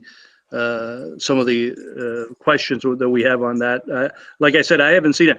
I did see a couple of signs for the hardware store, but not the ones you just described just a little while ago. So. Yeah. Okay. Okay. So are we? So tentative resolution? Do we want to do that? Yeah, let's do it. Great. So just to be clear with you guys, and I feel like, I mean, we typically do this. It's in the town center overlay district. We have the ability to waive. Even I think they're only allowed one sign. So if they have 4, we're technically considering a waiver by calling for a tentative reso, and I can write it up and explain it all to you guys in the agenda statement. If we're generally comfortable with what we saw before with better drawings and understanding, and Nick asking, double checking to make sure that it's in scale and harmony. Right, and I'm okay with that. And if we need to table or vote down the then we can move it. resolution. We can Yeah, do that. and if Nick's there, obviously Nick, if as Laura stated, if a waiver is required, you can press on the applicant if it gets too busy that they may not get there. So. You're right. No, understood. I will. All right. All right. Thank you, Nick. Thank you for hanging out with us. We appreciate it. All right. No, it was a good discussion. I do have interest in the item that was discussed beforehand. So I think it really shows that every member of the board is very active and has their own input, which is great to see. I really have high respect for all of you guys that are putting everything out there and not just giving into the pressure, the peer pressure. So I think there was a lot of good discussion in that. So, hats off to you guys. So have a good night. Yeah, Thank you. Nick. Okay, last discussion items. Number 5, 3410 State Street, site plan review application for a portable storage unit by Serafini Properties LLC. And this is Craig Serafini, is it Upstate Gun? Yeah, Upstate Guns and Ammo. And as we stated before, although I don't think everybody was on the meeting, like the applicant wasn't able to attend tonight. So we're sort of verbally withdrawing the agenda item. But if anybody has any questions about it or anything, I'll pass it along to him so you can be ready for the next meeting. I have. So- Go ahead. Does he really need a storage facility in the property? Well, that's why he really needs to be here to talk about that. Because I mean, we gave Target a really hard time when Target did that. Yeah, I mean, and how many more things are we going to pack into that property? Yeah. I mean, Yeah, I will make that clear to him when I speak to him that, we definitely need the justification. But I think he said there is some justification that he feels is very strong for it. So he can All right, present. so I would urge the board, I didn't get a chance to go over there today, but let's, take a ride over there. Everybody can take a look and see what it looks like. I asked Laura to pull and I know you've been busy, Laura. I haven't done it yet. What do you call it? The resolution for when we gave him his last approvals to make sure that he's met all conditions. Of that, just to validate before we, move on with something else over there and make sure we're all set from the past resolution. And then I do have some things, Laura, I can always put them in an email to you tomorrow or later today, I guess. Basically, same thing as Jengus, what's he going to use it for? He's talked about putting power to it. What are the building code requirements? Is it required to be sprinklered? I mean, I got lots of questions actually. Side yard setback and whether, the placement is going to require any area variances. Also, we'd like to have a picture, but I'll write these all down, Laura. I'll send them to you tomorrow. Okay. Whether or not, whether any area variances require anything along those lines. Okay. I know it's late, so I'll put those in writing. We can share those with everybody and use those as a basis for our conversation next time. All right. All right. Reports, I assume that you're okay for tonight, Laura, on reports? I'm good. Yeah, Thanks, I'd guys. say so. And commission business, usually I ask everybody, but let's just throw it open to the floor. Does anybody have anything they want to talk about? Just feel free to, I see some thumbs down there. No, I don't have anything. I know it's a Nothing. late night. Just something to remark is that the executive order allowing suspension of open meeting laws is through now July 6th. So we can plan on having the next planning board meeting by video conference. Also, before we end, I just want to say thank you to Laura and her department. They're so busy right now and are adapting to all of these changes. They were, phase one was construction, and I know that she is one of the busiest people at town right now and has to get up in the morning and do more work. So thank you, Laura, for your patience. Just keep going, Laura. Don't Everybody's stop. busy, but thank you. No, and I concur with that. Thank you. Okay, so I think we'll call it a night. I have a motion to adjourn. Motion. Motion made by Mr. Khan. Do I have a second? Second. Second. Anyone, all in favor, say aye. Aye. Is anybody opposed? No, then we'll adjourn the meeting at 12:25 a.m. on June 9th. Okay, and thank you. And thank you, everybody. And thank you to anybody that stuck around with us, including the town board members. We truly appreciate your time. Thank you. Thank you. Thanks. Good night, everyone. You got to see me in my pajamas.